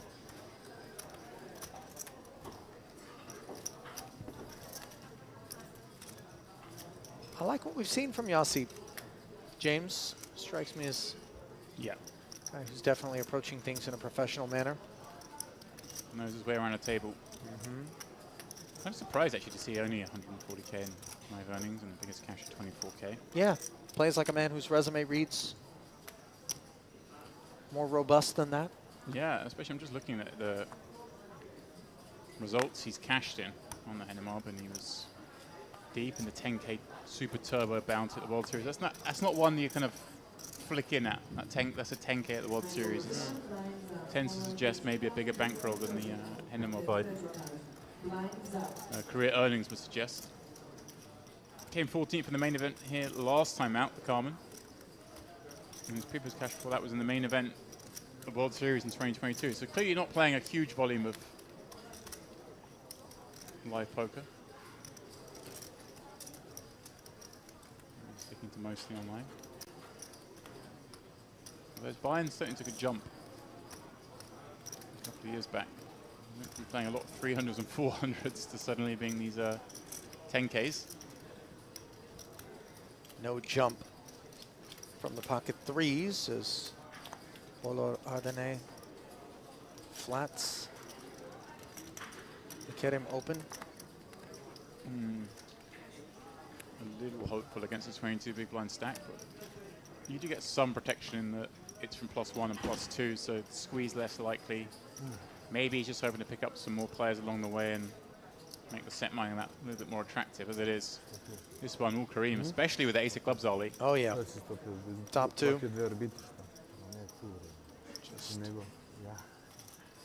Further interest, one would imagine, from Kerim. By the way, is not obligated to bet with this much hand, but there is some coordination out there. We want to make sure that we're charging a price to those that would seek to be drawing with certain combos. Yeah, Kareem gets to have a lot of this board, and the times he's missed quite often include the Broadway gut shot draws, maybe a Queen Jack, but it's also interesting carrying on, so does bet. But again, he's betting into that kind of solid, similar range. Oh, what's going on here? Ollie. The unexpected. As the flat call of 80,000, leaving both of us a little mystified, but go on as the nut flush draw materializing for Kerim. When you call with threes here, you're not just calling to hit a three. No, you're right. You've got an idea. And that idea might be if it gets checked to me, I can activate and try to take this one away in the event that I'm up against an aceless holding. Yeah, or even up against an ace holding on this board. Yeah, that's a good point as well. And that's surely what we're going to do here. He has a club as well, which is nice. So even if he goes blasting here into some strong hands, can be drawing live with 3 of clubs. Kareem, I like this check. Got so much hand. Happy to check it on over. Happy to let your opponent dig a little hole. You also don't want to get it in here necessarily on this street. If you bet and get raised, you have to call it off. Play it as a check call. Can improve. Look at this. He's getting his man to commit with threes.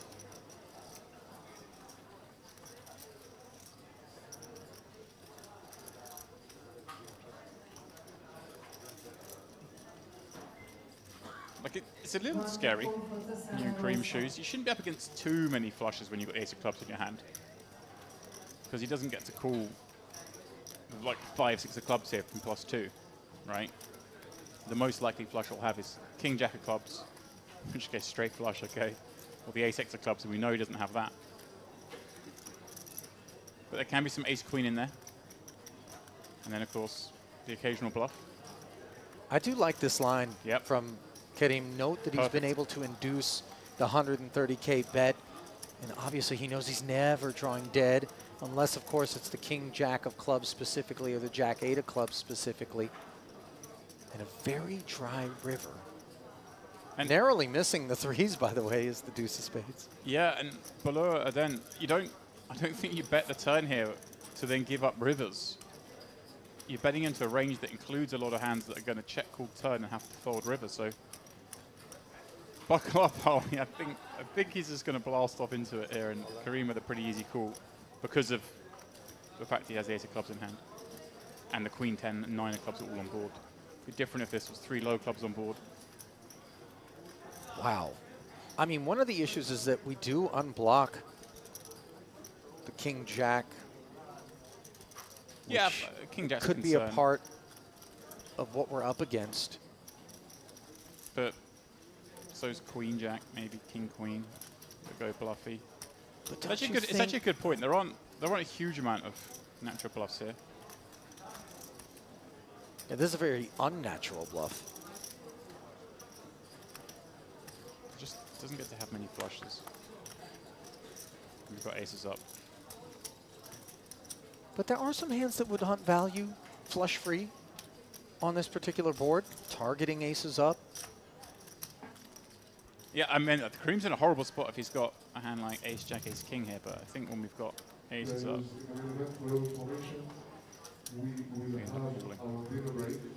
Badgie, I mean, it's a lot harder to find bluffs than perhaps I gave credit for, just purely because I was looking at a bluff volley. I was looking at such a liberal one, kind of wasn't thinking about the hand from the other side. Easy to do.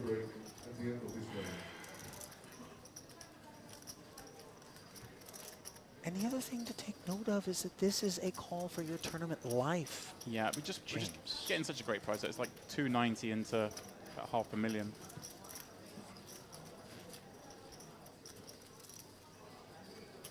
I mean, if we didn't have the ace of clubs, wow, this would be a real tough spot.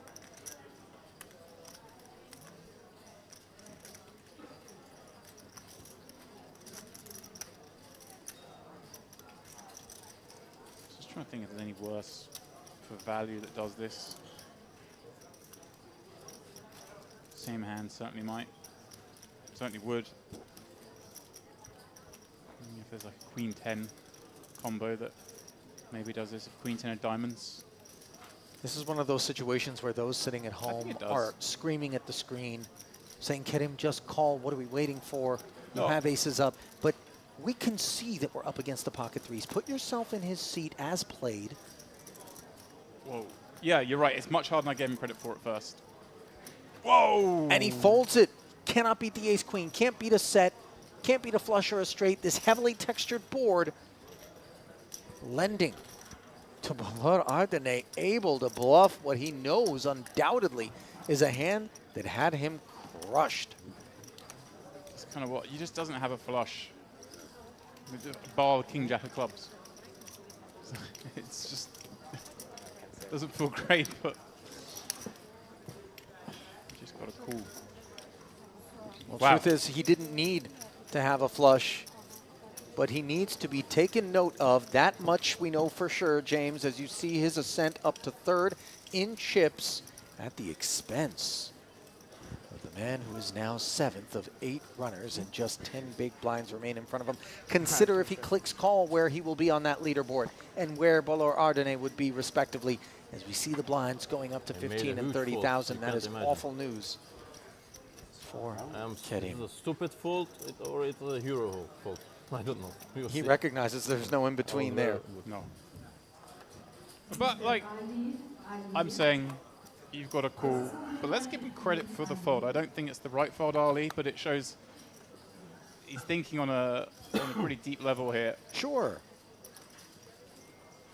And he's right, it's very hard to find bluffs. That I will concede. Maybe, like I say, a hand like king, queen, king of clubs. A good spot to bluff. I mean, I don't know. Maybe like jacks, the jack of clubs. Seems unlikely. I think that hand probably just checks turn. Well, Kerim's not going to have to worry about getting bluffed in this spot as he is jammed under the gun. No further decisions will be required of him, and no further action as loses the big one and wins just the blinds and antes. Pot of this frame thus far. Yes, no doubt about it. Certainly. This man's got a lot of respect. Don't forget, he's the one who 3-bet the button with ace king and got 10s to 4 from under the gun, Ollie. Maybe he has just a super tight image at this table. We are joining it halfway through the day. Well, listen, once the delay catches up, those that are feasting their eyes are going to absolutely reassess that. One thing I will counter, though, is, come on, follow the frame. Our man was in there with Jack 5 offsuit. Went out blazing into top boat. Okay, you're right, it was pot the frame. I just want to give my love to Novosada. Yeah, sure, the dearly departed. As we see Elena, she also definitely gave all she had at one with the 9-4. Look at this, she's getting action for a 2 2 and a bit blinds. 70,000 flatted by the queen jack. Now an ace-3 suited, we know that this class of hand specifically does like to get up to some shenanigans. Yeah, obviously you can see Alu's going to have a lot of hands here peeling, and he's going to isolate a lot as well, Alu's. So this is the difference, Ollie. You see the situations where maybe someone open jams 7 blinds and there's a cold call in between. That range is a lot trappier. When you're calling a 2 big blind jam, it's a lot more weighted towards the kind of mediocre hands because you do want to ISO. Whoa, that's a tiny ISO. It's like a click, take position. But is that right? Because he just got a snap fold as well. Yeah, it seems as though it was enough of an ISO to... No, it was more. There's more white chips in front of him there. Yeah.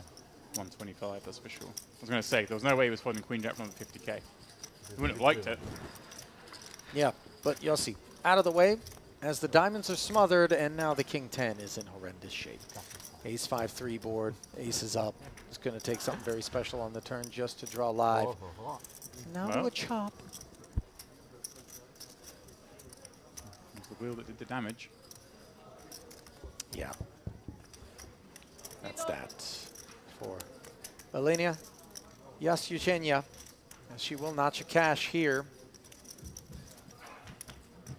99th place finish. It was worth just a click north of... She got the bubble. She got the pay jump. What it would have been.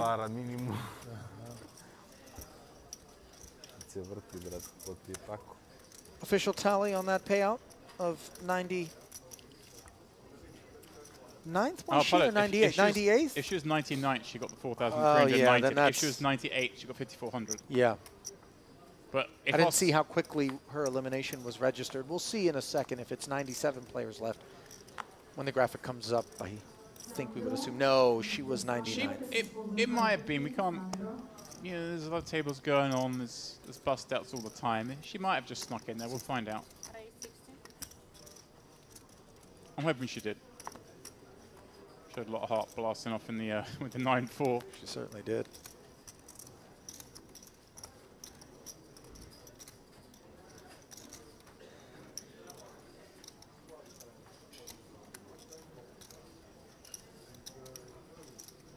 Petkovic. Ace 10 suited opening the hijack. Svesko finds the same hand he 3-bet with last time, the queen jack. A little different hijack to cut off. Last time cut off the button, but range is not dissimilar.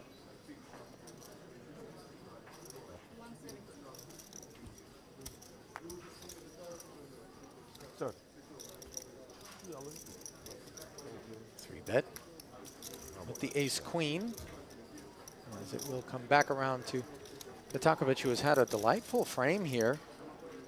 First, the elimination of Elena Yasyuchenya. Self-inflicted were her wounds for the most part. And of course, just there with the ace-3 suited. Wow, again, just let it go.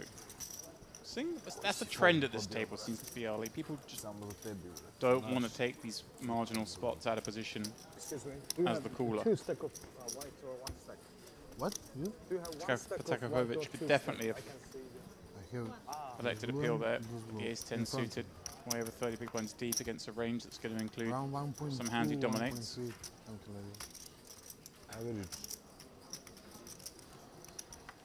The majesty with which he played the ace-jack before, managing to just check fold the river on the ace-side board for the second bet. Oh, yeah. He knows what he's doing post-flop, Yeah. so I'd be trusting him. If I was him, I'd trust my own game enough to take some more flops in those spots. Yeah, the instincts seem quite strong. Just having a look at some of those who have busted.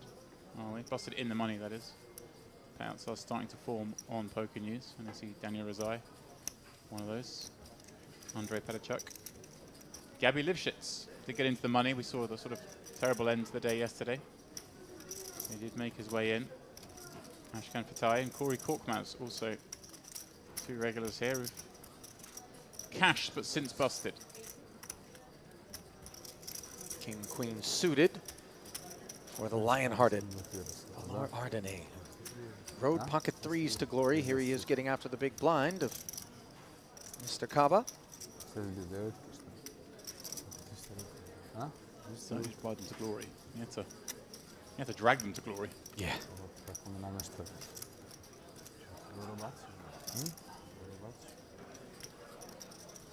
Kaba. Those aren't calling chips, Ollie. No, 3-betting. Wow, and he's 3-bet to 210k, there's 540. This is just street poker. Yeah. Looking over and saying, I don't think you've got it. Wagging his finger at a small blind open. Right, and if he just 3-bet jammed, I think Bolo and they would feel like a reluctant call, like whatever, I got king queen, it's 20 blinds. If you've got better, good luck to you, I'll run down your pocket pair or your ace X. But this sizing just looks so much more like a monster hand. As we can see, it's a dominated hand. Yeah, but if he just 3-bet jammed, he was getting called, I'm sure of it. This might work. Again, it depends on perception, but if I'm sitting there, I'm looking at a card, but it doesn't strike me as the man who's going to be so familiar with the nuances of blind v big blind poker, 20 big blinds deep, that you can do these kind of funky stuff with these kind of hands. But oh no, he does get shoved Ripped on. Yeah, I mean, fair play to him. Well, just saying, look, it's 20 blinds. There's no way I'm folding this. Yep. But credit to Kaba for trying this. And he's put in so much of his stack. For me too. I think now we just recognize that we have run into something, and yes, we have a lot of chips out there, but sometimes it's best to orphan the investment Yeah, the and good fight thing on. about doing this with King 6 is that when we do get jammed on, we don't trick ourselves into calling because it is just such a bad hand and does so terribly against the range. That range, of course, being here, being almost always pairs above a 6. A better king, maybe ace queen, maybe ace jack. It is painful to put in so many chips though, Ollie, and have to fold.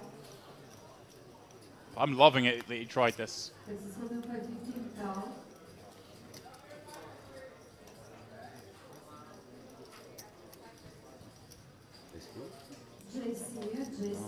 Ace king.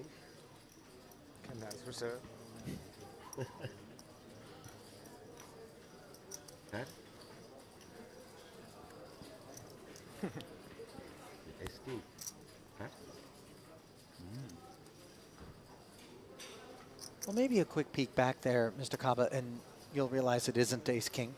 It's funny watching Bolo now. He's been told, Kaba said, I've got ace king. What have you got?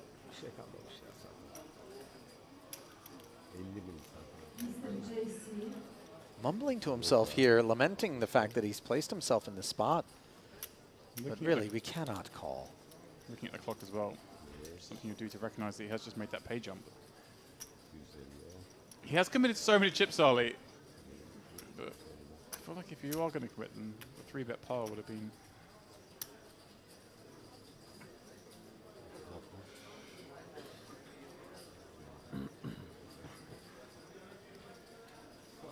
Wow, he does cool. I am shocked to see him do so. James really didn't anticipate. Bolo's face says it all. Didn't expect to see king 6. I was happy to take a fold with king queen, but we'll be delighted to see it's king 6. So, Mr. Kaba needs help. The king 9-8 board does improve his hand, but he is still well behind the king queen. He's asked for a 5. Give him a gut shot. That seems fair, Ollie. Oh, wait a minute. Can chop. Now the 8 means any king, 8, or ace. And they can chop. The 6, however, no longer in service. And despite the board double pairing, it isn't in the manner that would allow Mr. Kaba to proceed. And that was really a bit of a gift wrap to Bordeaux Ardennais. Yeah, but it's just curious how it went in, Ollie. Like I say, a 3-bet jam. Wouldn't have loved it, but understandable against a small blind raise. Would have been cool if that would be that. He went creative with it. I don't know. Just decided he had too much in, Ollie. He was getting a great price, to be fair, but those last few chips are so valuable. You're not wrong. When there are six-figure payouts, a first place prize of $567,000, and He's deal, yeah. Got 3 cards. That's not what he's doing just fine with 2. Three flash. tiny miss deal. 4-3.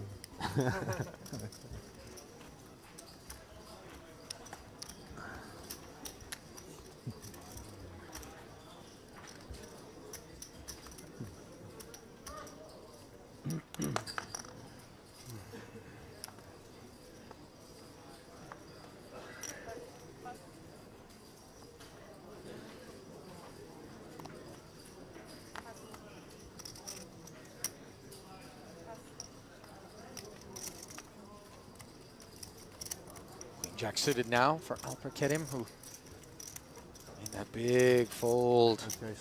Bodor Ardene, who is really ascending. All in.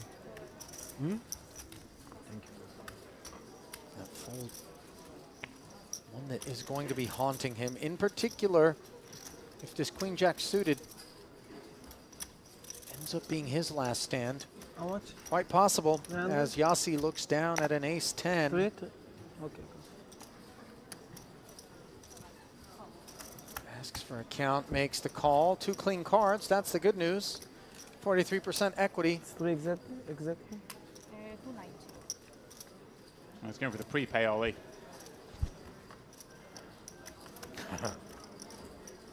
You got to decline it, of course. Top 2, but double gutter for Elius. Kings and 9s need to be dodged for the time being in a 610K pot. Or double pairs, and now the aces are added to the equation. You see Ohad Geiger flashing a grin over at Elius, who does have a lot of ways to win this one. The deuce of clubs is not among them, though, and Kerim will double and begin the process of reclamation of the tokens he lost. Not bad. Not bad. His review of that outcome. It's fair. Underwhelming, perhaps, but fair. Quite good.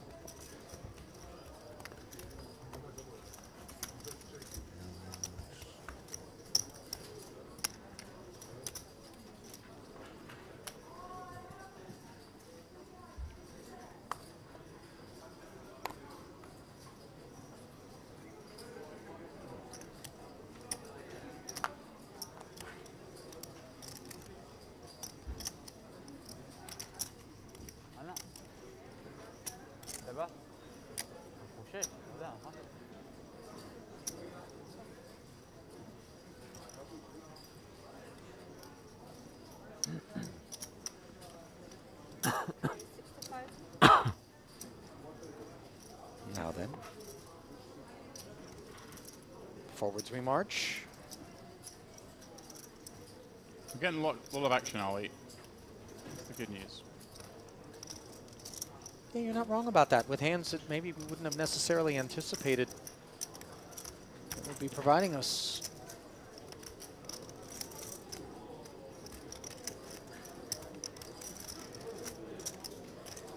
Mr. Henry. Henry, table number 11.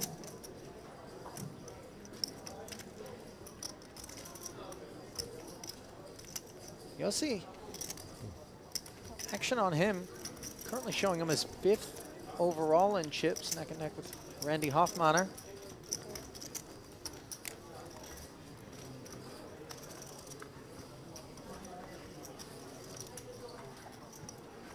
King 8-6, 2 clubs.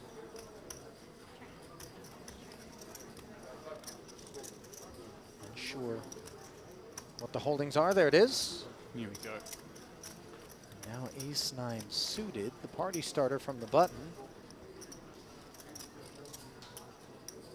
And a stack that we know doesn't collect dust, James.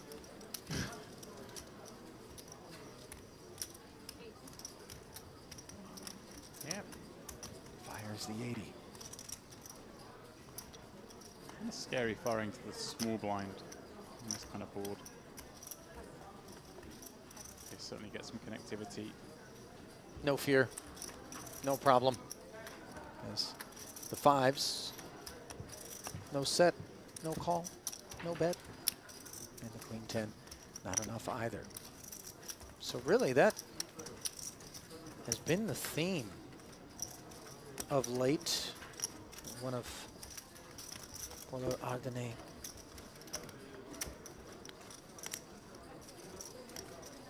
Collecting chips, just about every opportunity. 620. Forgot the 300. Yeah.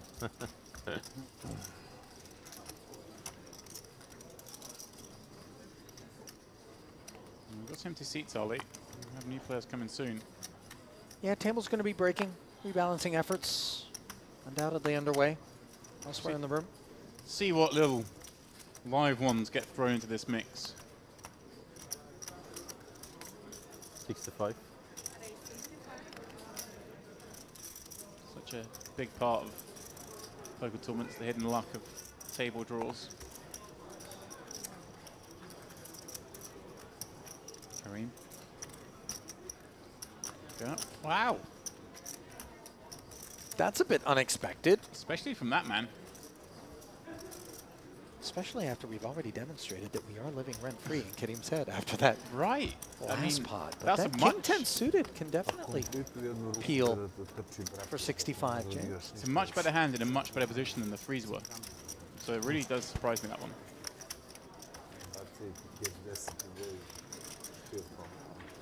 Mm.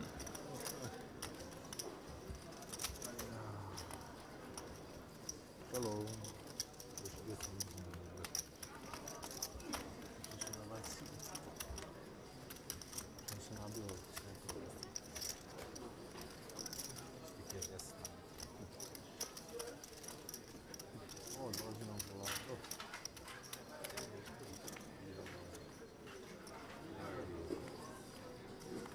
We do have a fresh face, Ollie.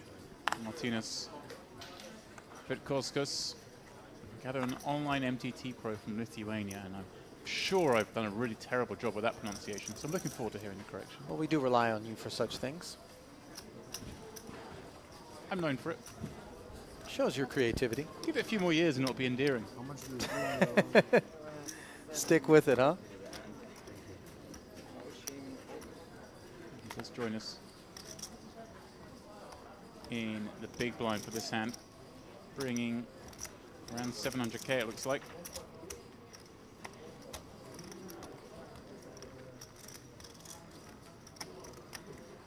And his first engagement's going to be blind on blind against Svesko. He's going to complete with the ace-6 offsuit.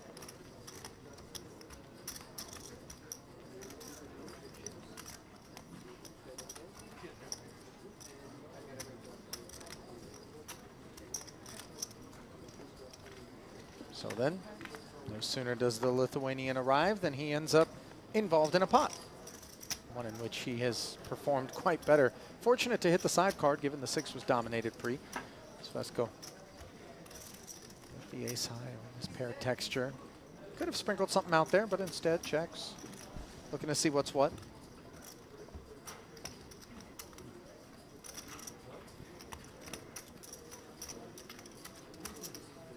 Okay, okay.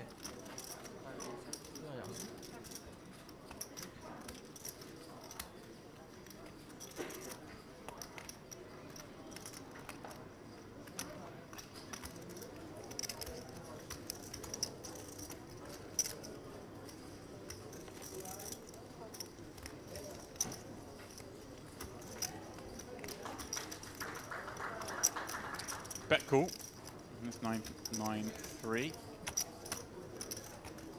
Pot up to 150,000. Again, Svesko passes it over. Kicker has improved, though I'm not sure how much concern Vitkauskas has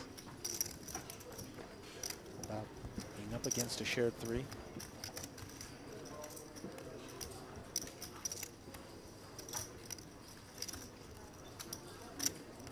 Yeah, not too much.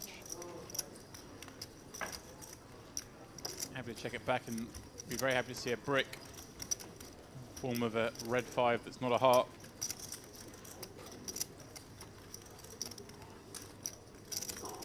Imagine, oh, we're about to see 2 more checks. And 4 cards hit the felt face up. Certainly feels like a reasonable expectation after neither player wanted to bet the arrival of the jack.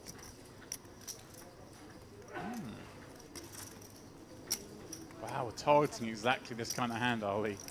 Very much so. Going after a 3, going after a rivered 5. Questions being asked here by the Serbian. Yeah, I do quite like this because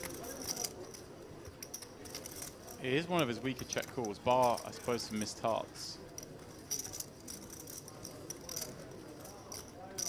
Nice played.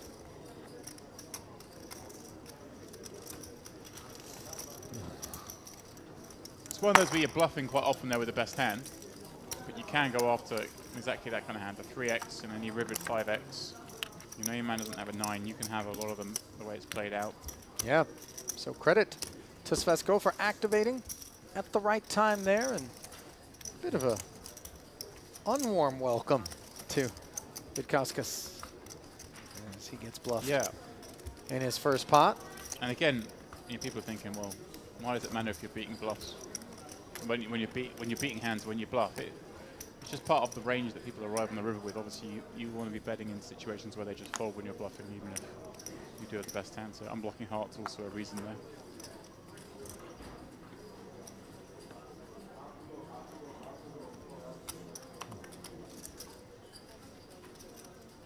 And another fresh face. Dado Venisevic joining us in C8. This table does indeed fill up. Vlado, I feel like I had a lot of chips there. 2.3 million. There you go. So the composition is changing here as Takovic opens up King 5 suited from the cutoff, and Vitkauskas Ace 10 suited in the small one. Just 21 blinds, Ali. We may see him ask for all of it. Alexander Holodowski, Aram, and Tikovic. Looking up at the clock. Pay jump at 89, pardon me. Currently at 94. Alexander, Texas Hold'em, 550. Of course, Ali, in this modern day. I like this, so he's basically committed, but he's allowed himself the chance. So our graphic on the screen, Ali, is suggesting 94, but the graphics on the screen is the one that their players are looking at that might be slightly more up to date. So if we're only like 1 or 2 away from that pay jump, he commits for most of his chips there, and then when jammed on, he gets the tank for ages and ages and ages and before calling it off. Interesting nuance and subtlety. Yeah.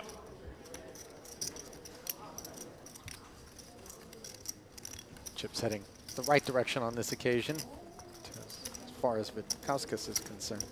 But that's something to keep an eye on for those watching. If you find yourself in these kind of situations, near pay jumps, whether you're playing live or online, it's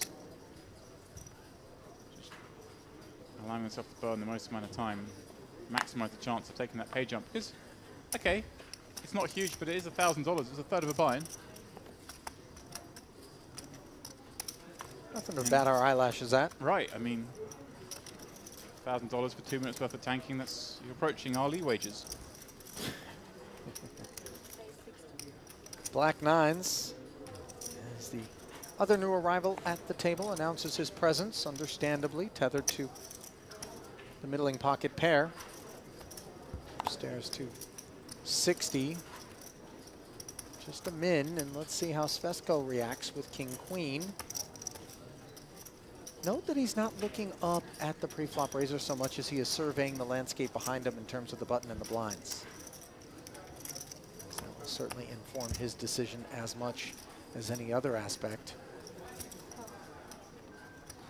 Also respectful of the depth of Denisovic's stack.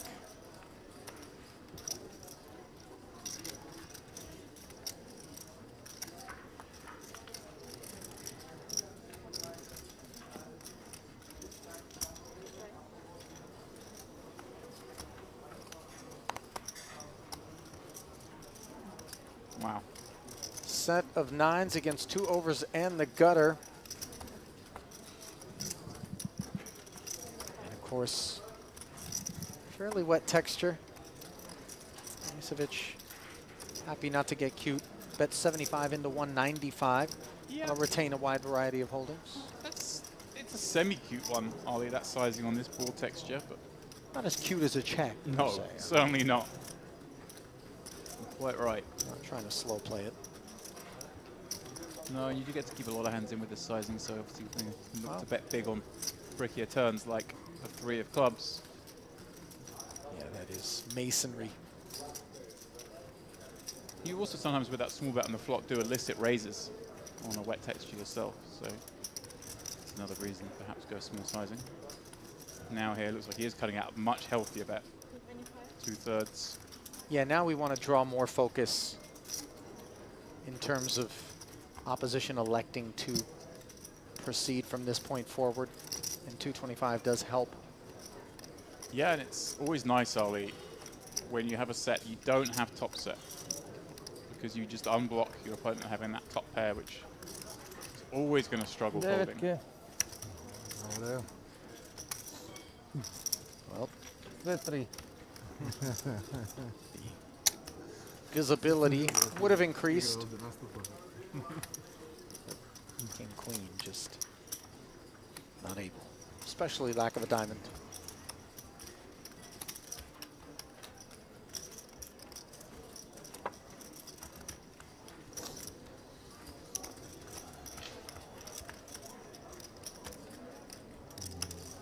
Let's talk a little bit about Vlado Benisevic. Man's made over $1,150,000 over the course of his career. Plays under the Montenegro banner. Best live cash, 101,000 and change.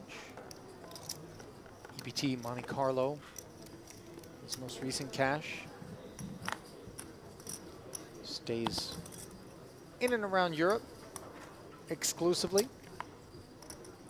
Wait, Cash is in and around Europe exclusively, Ollie. He might be doing his brains somewhere. I don't know about. Fair. 2010, by the way, first recorded cash for him, so Vlado's been at it a minute.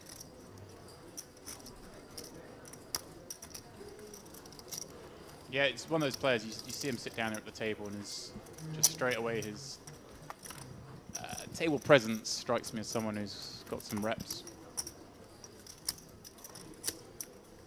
Ace 4, look at him.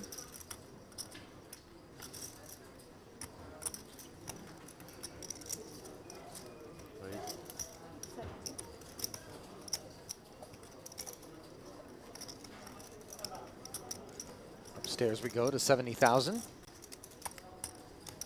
Jack 10 offsuit in the big, very playable kit.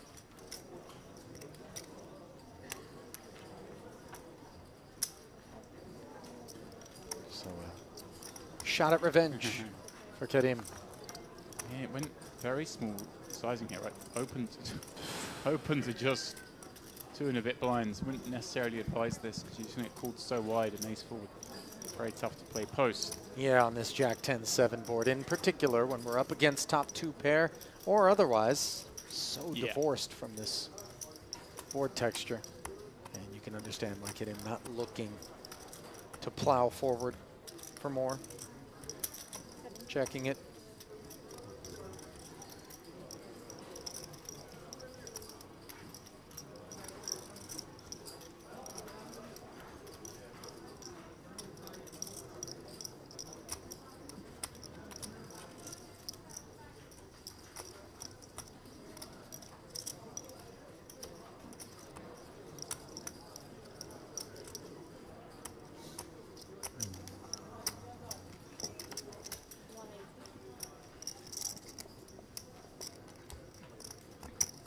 Oh, does go for it, Ollie.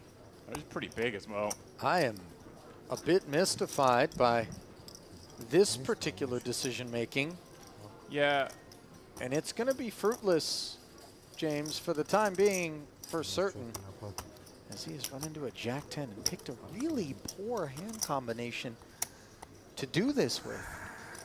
The one thing I'll give him almost credit for is the small raise pre-flop does mean that a lot of really bad hands have continued that this bet will get folds from, but and even, you know, some of the 7x, the garbage ones that have to call 40,000 more don't like this, but the Jack 10-7 certainly is one that his opponent's going to have hit with a decent frequency. So they're in with a slight misstep there against the man that he seems to just be frazzled against, perhaps. As you could see, there was no desire to just be a flat caller.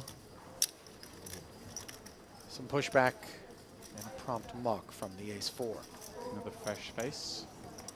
Luca Triosi joining the table, filling in that last vacant seat, bringing 600k-ish. One of a group of Italians that make their way down to Merit for the series. Just 14,500 in career live earnings, 6,200 of it coming courtesy of his best ever cash. Results dating only back to September of 2016.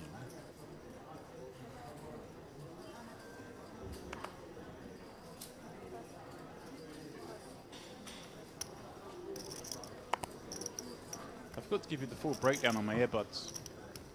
So I now put them in the charger and they don't flash incessantly. They just flash as if they're charging. So it kind of bluffed me into thinking maybe they're going to work. And I, you know, try to get something to play out of it. Nothing yet. I've not given up hope yet, Ollie. Maybe another day of drying and they'll work. Good luck with that, James. My understanding throughout the time on Earth that I've had is that water and electronics don't mix. But, you know, maybe I'm wrong. I will say that I once did jump into a swimming pool with that very expensive chrome slider Nokia phone that was out for a while. I think the Matrix kind of popularized that. And in the air, I realized it, but it was too late. Submerged, promptly came out of the pool, knew enough to pull the battery out back when you could still do that, so as not to short circuit anything. Stuck it in a bag of rice for a few days, resurrected it. So perhaps not all hope is lost. Isn't the bag of rice just one of those fake news things? No, not at all. It's a desiccant. Yeah, Takes the moisture out. I thought it just doesn't do it anywhere near enough to make a difference. Well, listen, you're out here microwaving things, thinking that's going to do the trick. I used the hairdryer earlier. Yeah, that, I mean, just to try and get some in there. On call, you of baked course. it. On call. And Ali, let me tell you, it's been a while since I used the hairdryer as well. I got the instructions out.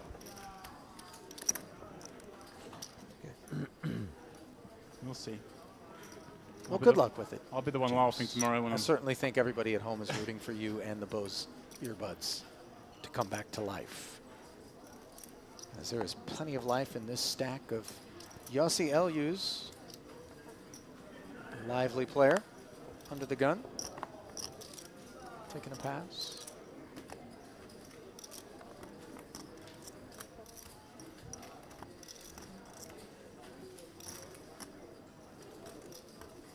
Ohad Geiger has been so quiet of late here at this feature, James.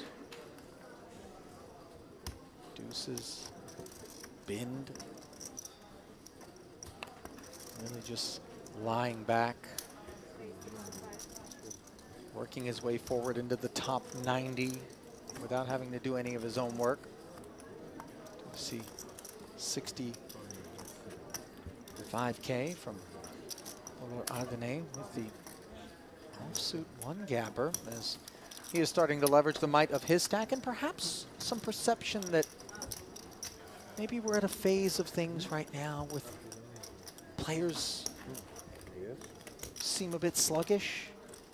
Some of them, James. Well, they're approaching their dinner break, Ali. Maybe there's some hunger in the field. Yeah. Maybe a little break. Well, there's more than one type of hunger. There are those who are looking to load up a plate at the buffet, like yourself. Asian station. And then those who are looking to gobble up more chips. But in all seriousness, it's mentally taxing. The day yesterday wasn't the longest, but you've come in today, you've had to navigate through the bubble. You're kind of sitting in a room all the time. The breaks they've had have been sort of 15, 20-minute variety. You don't really get to do much, but it's nice to step away from here, go to the buffet, spend some time outside and pretty fresh. So yeah, you will see perhaps some players are looking a little tired, but. And this is a grueling day of play, James. 11 total levels will be played. Got to get down through it, Ollie. Starting at midday, probably finish around 1 a.m. Well, when you get over 1,200 entries, it does take some time to whittle your way down to the final table, which is what we're looking to do here tonight. Not sure whether or not we're going to get there, but we're on our way. Rice is fake news. Google's telling me. I'm just telling you, it worked. Ah, your phone worked, but it might have worked wherever you put it. Okay, Anecdotal James. proof is not going to be. Did you look up using the cool setting on a hairdryer? See whether or not that is what everybody looks to do? You might as well just blown on it. I mean, electrical engineering, not your strength. Apparently, actually, Rise can do damage. Okay, now, just, I'm telling you. Oops. It was the key. It's fake news, Ollie. It's okay. Tell him, chat. Somebody out there in the chat back me up on this. It's a common urban myth. Someone in the chat will back you up, but they need to bring some empirical evidence. Just telling you. Tracy. Non-believer. Yeah. Suited cards. I think we're going to call it pretty much any combination of those. So the Italian getting frisky on the button with that King 8 coming up empty on an Ace-9-6 board, but some advantage in terms of range perception. Yeah, can mix here. Ollie. I think betting seems to be the easiest way to play this hand. You obviously got some good turn cards as well, holding the 8. You can also check back knowing that King High is probably the best hand. Certainly not going to make any better fold. Not to be overlooked, the fact that 10 deuce suited did defend also, James. Yeah. Against that button open. Yeah, but it's never a bad thing even making the 10 deuce fold. I see a live hand.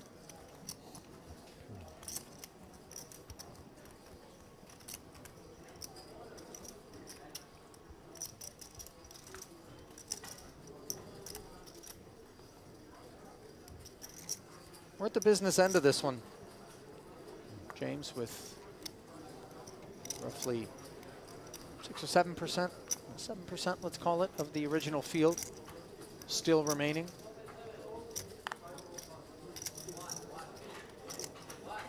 A lot of talent still left to navigate our way through in the hopes of being a part of the final table here at this Merit Retro Series $3,300 main event. Day 3 coverage. Yep, just looking at the chip counts now across the room. Ruslan Volkov.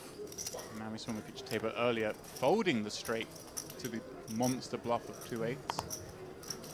He's not looked back from that, up to 3.8 million, second in chips overall. Hoffman, I mentioned earlier, was on the table last night, doing well as well. Vidar Dukic also in the top 10 still as players who've been on this stream in this event. So doing well. Kara Nuri. Another one sitting on chips. Well, Troisi with pocket 5s from the cutoff. Understandable his desire to raise it up. And same story for Spesko, a defender with the King 9 suited and now a leader on a 9-6-4 board.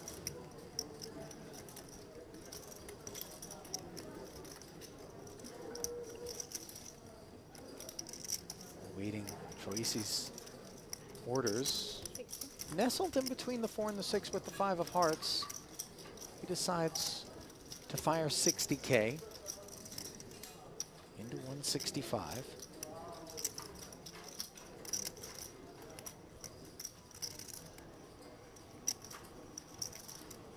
Yeah, again, seems pretty reasonable. We can get Corbus some worse. Got playability on the streets.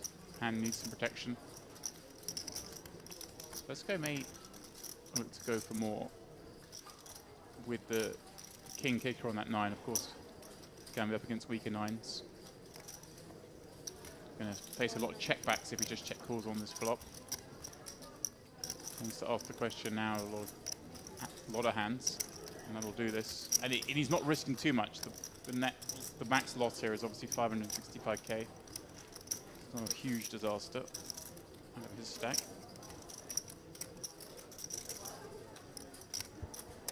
So, respectful muck after Svesko comes with the check raise, just not giving credit to Troisi for having opened with kind of combo that would have hit that board all that often. So the 2 5s go into the bin. Nice work there from the Serbian.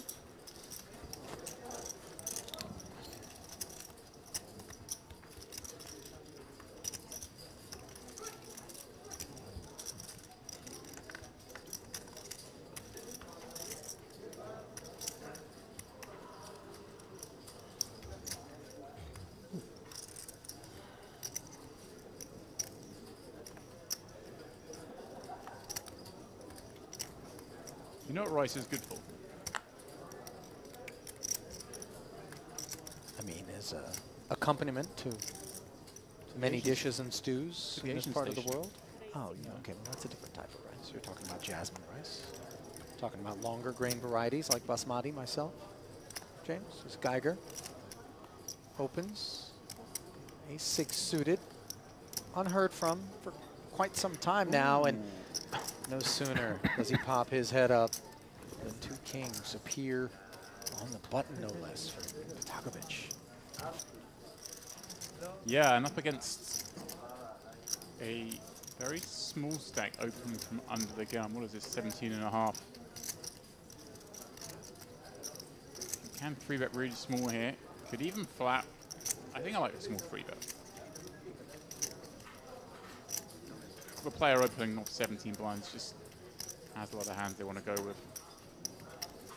Like this is at 135. Be 135. 140. Love it. Really small. You don't have to go big again. You don't have to go even medium against a 17 big blind stack. Great stuff. This man's really impressed me, Ali. I know he's obviously had a couple of fortuitous situations, but he did get a big beating with the King-Queen when he found the cold 4-bet, but it was a great spot to do it. Every hand so far I've seen from him, I've been impressed. Yeah. This is a guy who knows his way around this phase of a tournament. I would imagine the phases that preceded it as well, which is in large part why he finds himself in the position that he's in right now here at this feature table.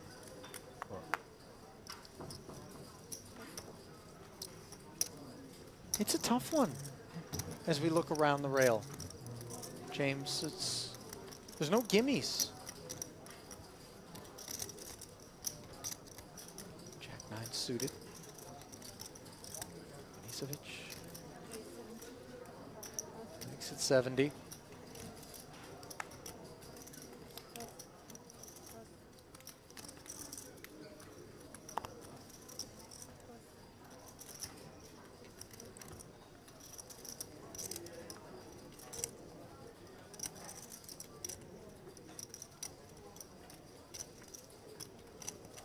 Yeah, big stack. Big suited connectors, or 1 gappers.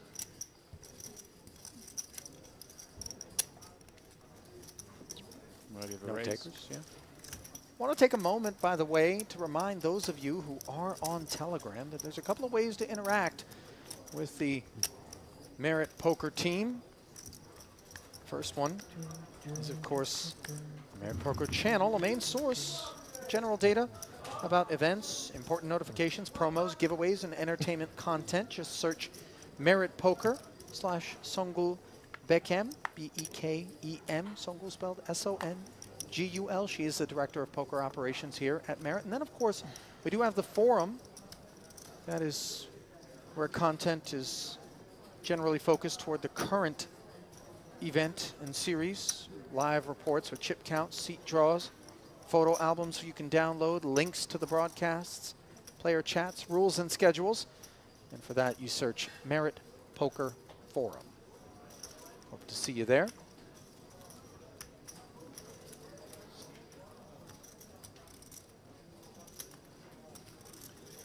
You lose.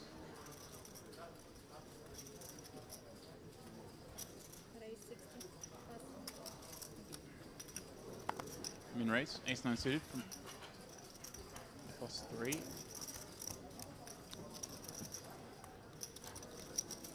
Okay, the low jack.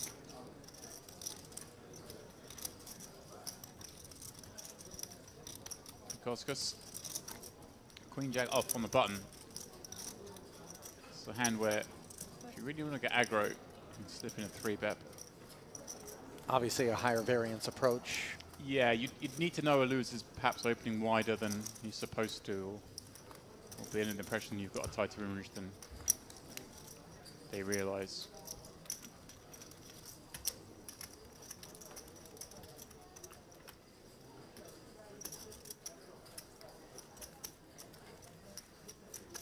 It's been fairly smooth sailing for Yossi, James. Yeah. Hasn't really found himself in any awkward or uncomfortable spots, has made the most of the opportunities that he's been given, and certainly looks to be making a deep run here. Perhaps his name will be amongst those. Will be a part of the final 9.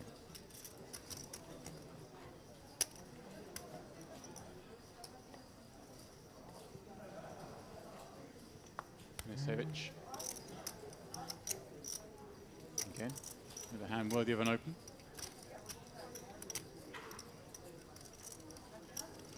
You say most recent cash was in Monte Carlo, right? He looks like a man who's been to Monte Carlo. Does he? What are we basing that on? You think he looks out of place in Monte Carlo? Just out of curiosity, I want Nice. to know It was- what specifically, James, It was a leaves nice you. watch. There was a nice polo shirt going on. Were you walking in as he pulled around in the Rolls Royce? Just a watch, I'll leave, but I'm not a watch guy. Okay. Allow me. Oh, here we go. Allow Ohad Geiger, perhaps. Ace Queen on the button, 390. Yeah, 13 blinds. In they go. More than enough. And Milicevic may have just too much to fold here. Both in terms of the ace jack and in terms of the 2.6 million back, perhaps. But first and foremost, we await a decision from Donald Ardenay. The pocket tens. Yeah. Too good to fold, James, but not quite good enough to maybe come back over. Oh yeah, What we are don't doing? have to raise. This is the thing. You go through the stages here. Is our hand going to be good enough to play it? And then, can we play it in a way where we're unlikely to get bluffed? And I think the answer is to both of those is yes. So, do we have just about enough hands to take on Geiger? Sure. And if we just call here, it's not like Milicevic can go crazy against us, because we can just call here with all our best hands as well. So we continue with range as a call here, and it just makes it very hard for Milicevic to do anything here unless he has a very nutted hand. So expect him now to fold.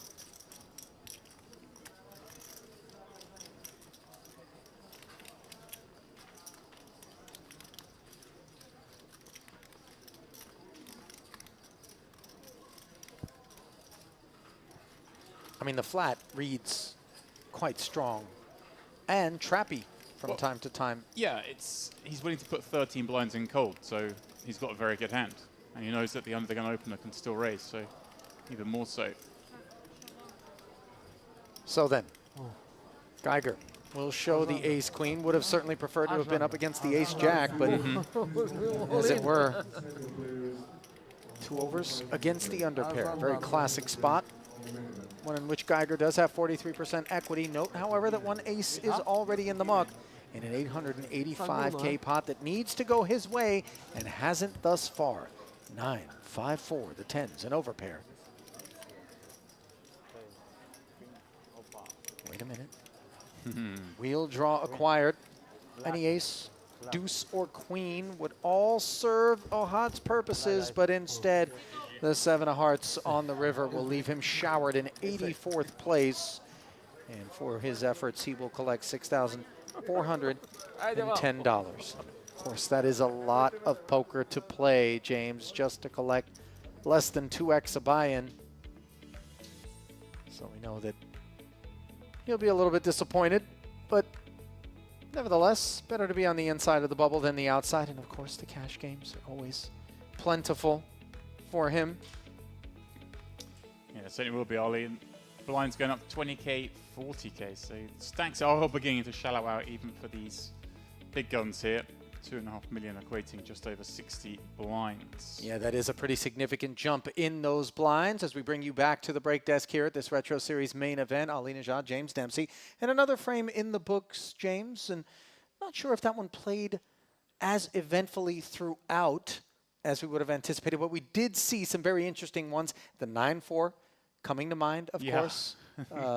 Novoselev with the very... Did not disappoint. First hand in, 3-betting queen 9. Right. Then he raised forward a couple more hands, had another 3-bet fold that didn't work. Then got jack 5 and just blasted off into aces full. Yeah. He did meet the billing. Whatever expected from him happened. Absolutely. Did not disappoint. We certainly hope that the rest of tonight won't disappoint either, as we still have plenty of coverage coming your way. Do believe that the players are headed for their dinner break, if I'm not mistaken, which means that we will step aside for quite some time. Let's call it about a half hour, I want to say. 45 minutes, I believe. 45 full minutes. Okay, so an opportunity, of course, for those of you at home as well to grab a bite, a little nosh, do what you need to do, but do not fail to come back, as after the bellies are full, James, everybody may be on the night shift will look to get a little friskier. The nocturnes might be coming out. So then, continuing coverage of this main event will come your way in about 45 minutes. I will give way to Mr. David Lappin, who will join James for that couple of hours of play. But until then, we bid you adieu. Come back and see us in about 45 minutes for continuing coverage.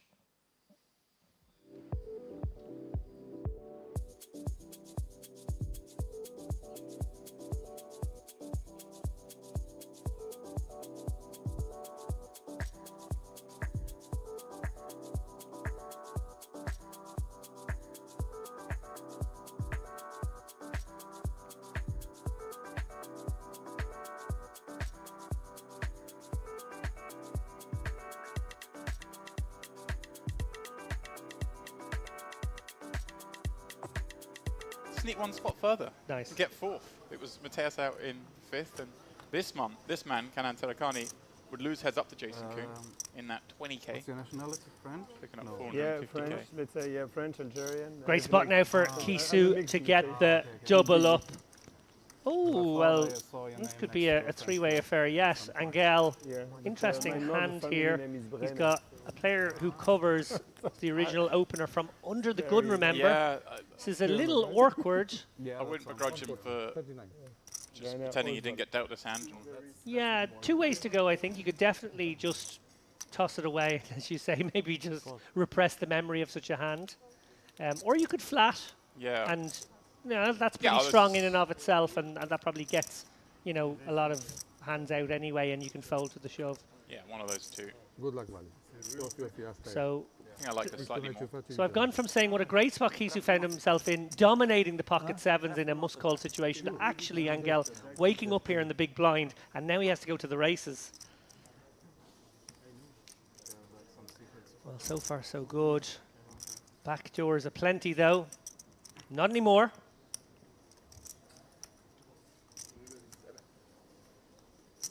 And Kisu will secure the double up, and there was a little bit extra in that pot, so more than a double up, 321k now.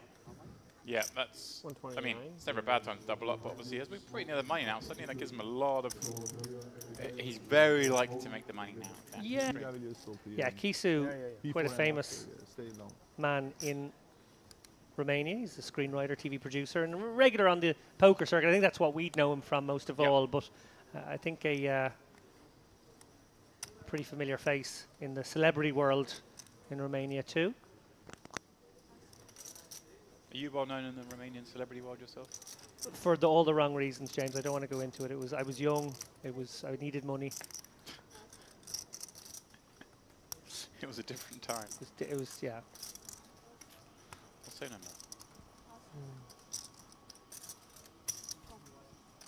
One more.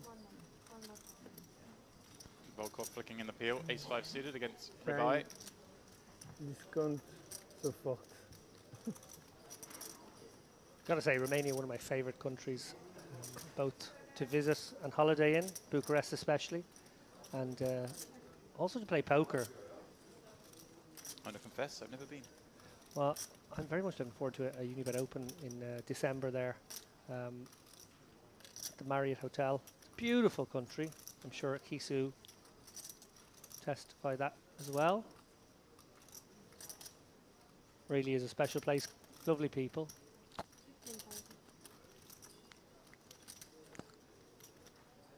And a bit of a hotbed of poker actually too. And here's a good stat. Oh. You know I love a good stat. This is a really good stat actually. But I'll be judged of it whether it's a good stat or not. Okay. It's a stat. Myself and the YouTube chat will decide whether we think Okay. it's good. It's one of only two countries Do you feel in pressure? well, a little bit now. Not as much pressure as Yeah. Volkov's going to be under here with the third pair spot he finds himself in now, facing chunky enough bet. Yeah. Not easy. Feels a bit like a jack, doesn't it? It does. Although,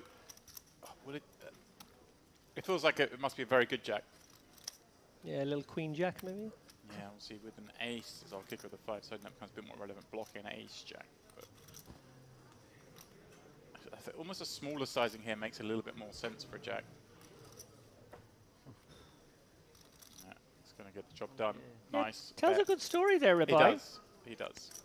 Credit to him. I don't blame Volkov for that foul. Okay, so my stat. It's hard to bluff as well when you got caught 4-bet bluffing for 323k on the Ain't that second hand of the true day. too? Oh, he pulled a little face. Where's the pun in that? Okay, well, it's going to be a HR meeting for you now, James. High roller. Kisu, 8-6 off on the gun, 40 points. Won't be seeing action. As the stalling commenced. Yeah, I was just about to say. Obviously, under the gun, it might take you a split. No, it has. It has commenced. Me Oh. and big blind, sorry. Oh, Yeah, was just it on because you're me? short Oh, was the hand- action on me? hands, I'm not terribly short, sorry. but like I'm sorry. it's I a actually very big believe him. table, I do as well. I believe him. I saw it in front of him and it confused me. No worries. Yeah, it's a bit early for that move. I've done that. I've done that move myself. Wants to save time, if any so- man But who I'd has have to be 20 off the money for that one. Bubble. Yep. It's great. Viz popping up ace-4 suited from +1. Romero with a very nice hand to call with from, I think, oh, did Rubai? It's just cold call, but he motioned to tap the table like I'm just checking. Oh, has there been a raise? I'm just going to check. Oh, go on, I'll call the raise. With Oh my goodness me! Would you believe it, wow, Rabai? you see how slowly he checked there as well. He sort of went, what's happened on this flop? He's deciding to stab here with backdoor spades. Yeah, and he had such a squeezable one. Yeah. And a man who obviously loves a squeeze. I think it's probably a good thing he didn't, just because his image has been a bit crazy, and it's like you could get a really tough spot with the 2 10s. Yeah, ace-4 might have gone for it. Anyway, as played. Oh, well, Biz picks up the 4. That might actually just keep him honest. Oh, but the lead out from Ribeye. Changing gears here. Trying to sort of take a I've got an 8-9 or Jack-9 kind of line now. Gosh. So much of this. No draws complete, so great spot for him to go. Big sizing. Well, I was going to say, what if he goes blocky here, like I've got a 7? I think I might go pot if it was me. Might get really greedy and think I'm taking a... Well, he's followed your advice. Yeah, because all the draws miss, and I think that sort of call flop lead turn will be a 10x, but it will also be draws, and that's sort of how you'd balance that one out. Could obviously be maybe some clubs as well, maybe, I guess. Yeah. Jack-9 of clubs. That might be the kind of hand that would take this line as well. So, actually not an easy spot for Biz. I'm sure you guys are looking at this one going, well, he's got bottom pair. He's facing a very large bet, and his opponent called out a big line, so can have a lot of different hands. But actually, as played, this is a tricky one for Biz. Yeah, and the queen's a napkin, effectively, because his opponent's not betting a queen. If his opponent has sort of queen 9 of clubs that bluff the turn, never goes this size on the river. Absolutely. So he really is, as David says, polarizing to a 10 or a misdraw. As we can see, he's got all the 10s.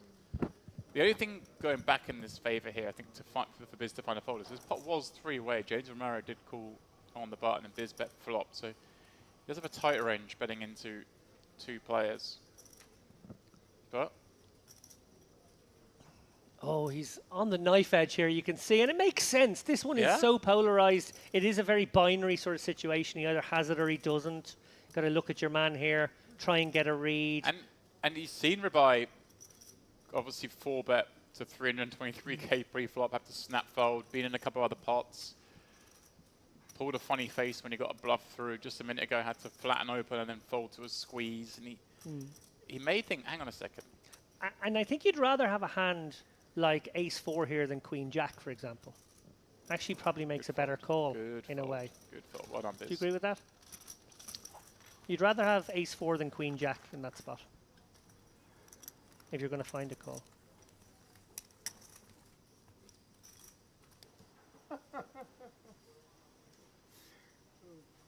It's a real tournament poker masterclass when you can do that. Obviously, we like to throw the laurels at the winners, but sometimes the guys who make the most of a short stack to get up those spots have maybe done better in some sense. Yeah, it can certainly. The winner's not always the person who's played the best. Well, that goes without saying, obviously, in poker. But yeah, sometimes the best performance on a final table can be the one who navigates the shortest stack with 7th left up to 3rd with not much ammunition. Tarakani, ace queen, way good enough to raise Romero. Going to flat with 2 8s, and Angel going to come in from the big with 3 full suited. A bit more of a standard hand, perhaps, for once. 3 big stacks, battling once more. And well, the battle will continue. Queen high, 2 spades. Tarakani with the 8 of spades as well. This could get feisty.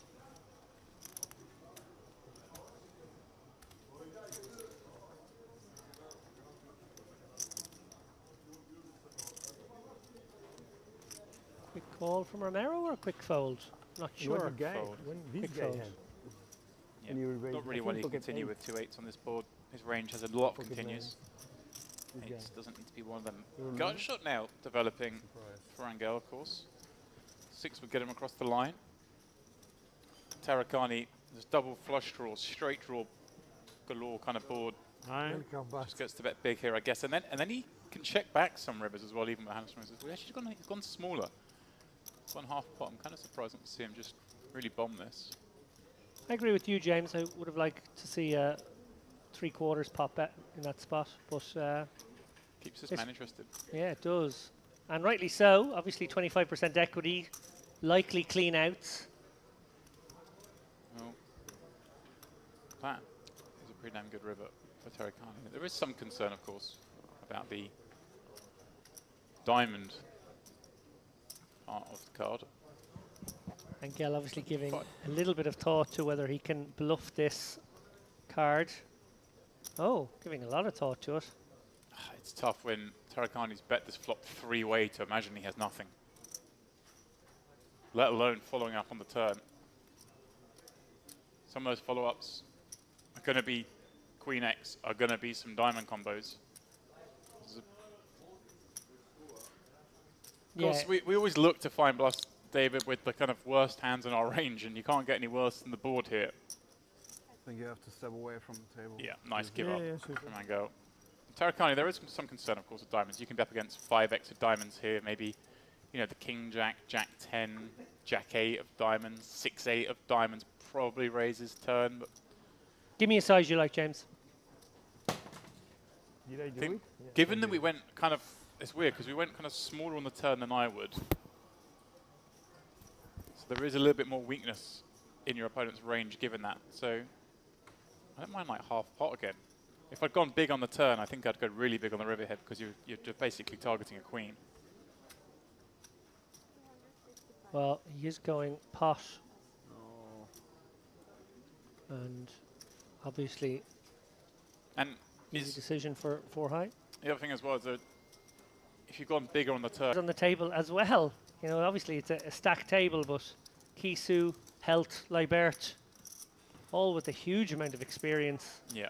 a lot of talent, and they will have a very different job over the course of this level as we see the blinds go up to 6, 12, 12, and of course the next level where the bubble will be almost upon us.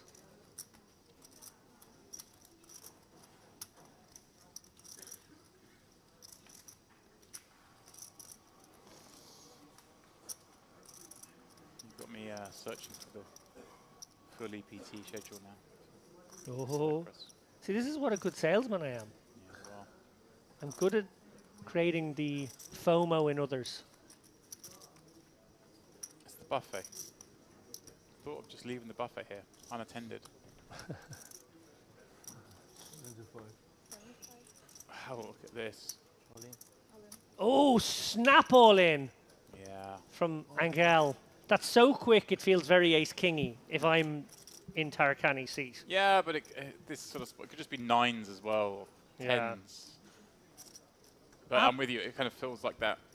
Absolutely no Not hesitation. Had almost made his mind up He if had- this was going to happen. He was coming over the top. Well, we've seen Tarakani as well, 3-bet 6s a little bit earlier. Yeah. Now 3-betting 7. Not the kind of hands you really want to 3-bet in these spots, especially the blinds have just gone up, so Angel slipping below the 40 big blind mark. Yeah, he could certainly have taken a flop with this one and got sticky on plenty of boards, given that it's only an open from the dealer button. Yeah. Instead, this is sort of turned into a bloated spot. 428 is a lot of chips. Wow, that's like a 37 big blind shove, something like that. Yeah, but it's just against this man. He's seen him be pretty active, throwing in some 3-bets. He knows he's going to try and bully.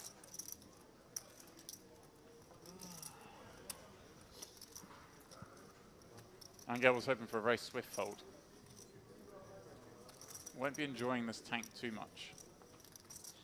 He knows one of the hands that's going to like tank and then call is probably ace-queen. Oh, he does call. Wow. Let's go to the races. All of your chips, sir. Look at Bart's face. This is crazy. These two are playing an 870k flip out of nowhere. Deep swallow from Angel as he realized maybe he made that move against the wrong sort of opponent. Wow. I want to go back and look at Bart's face when he saw the hands. Ace in the window for Angel. In the driver's seat. A little gulp. Still 2 cards to fade. That spade changes nothing. Still the 7 of hearts or 7 of clubs. We'll see Tarakani take this pot. Not to beat. Huge double up. Horrible moment there for Angel as he was forced to race for all of it. Or side attractions that might be available. He wants to put his name down.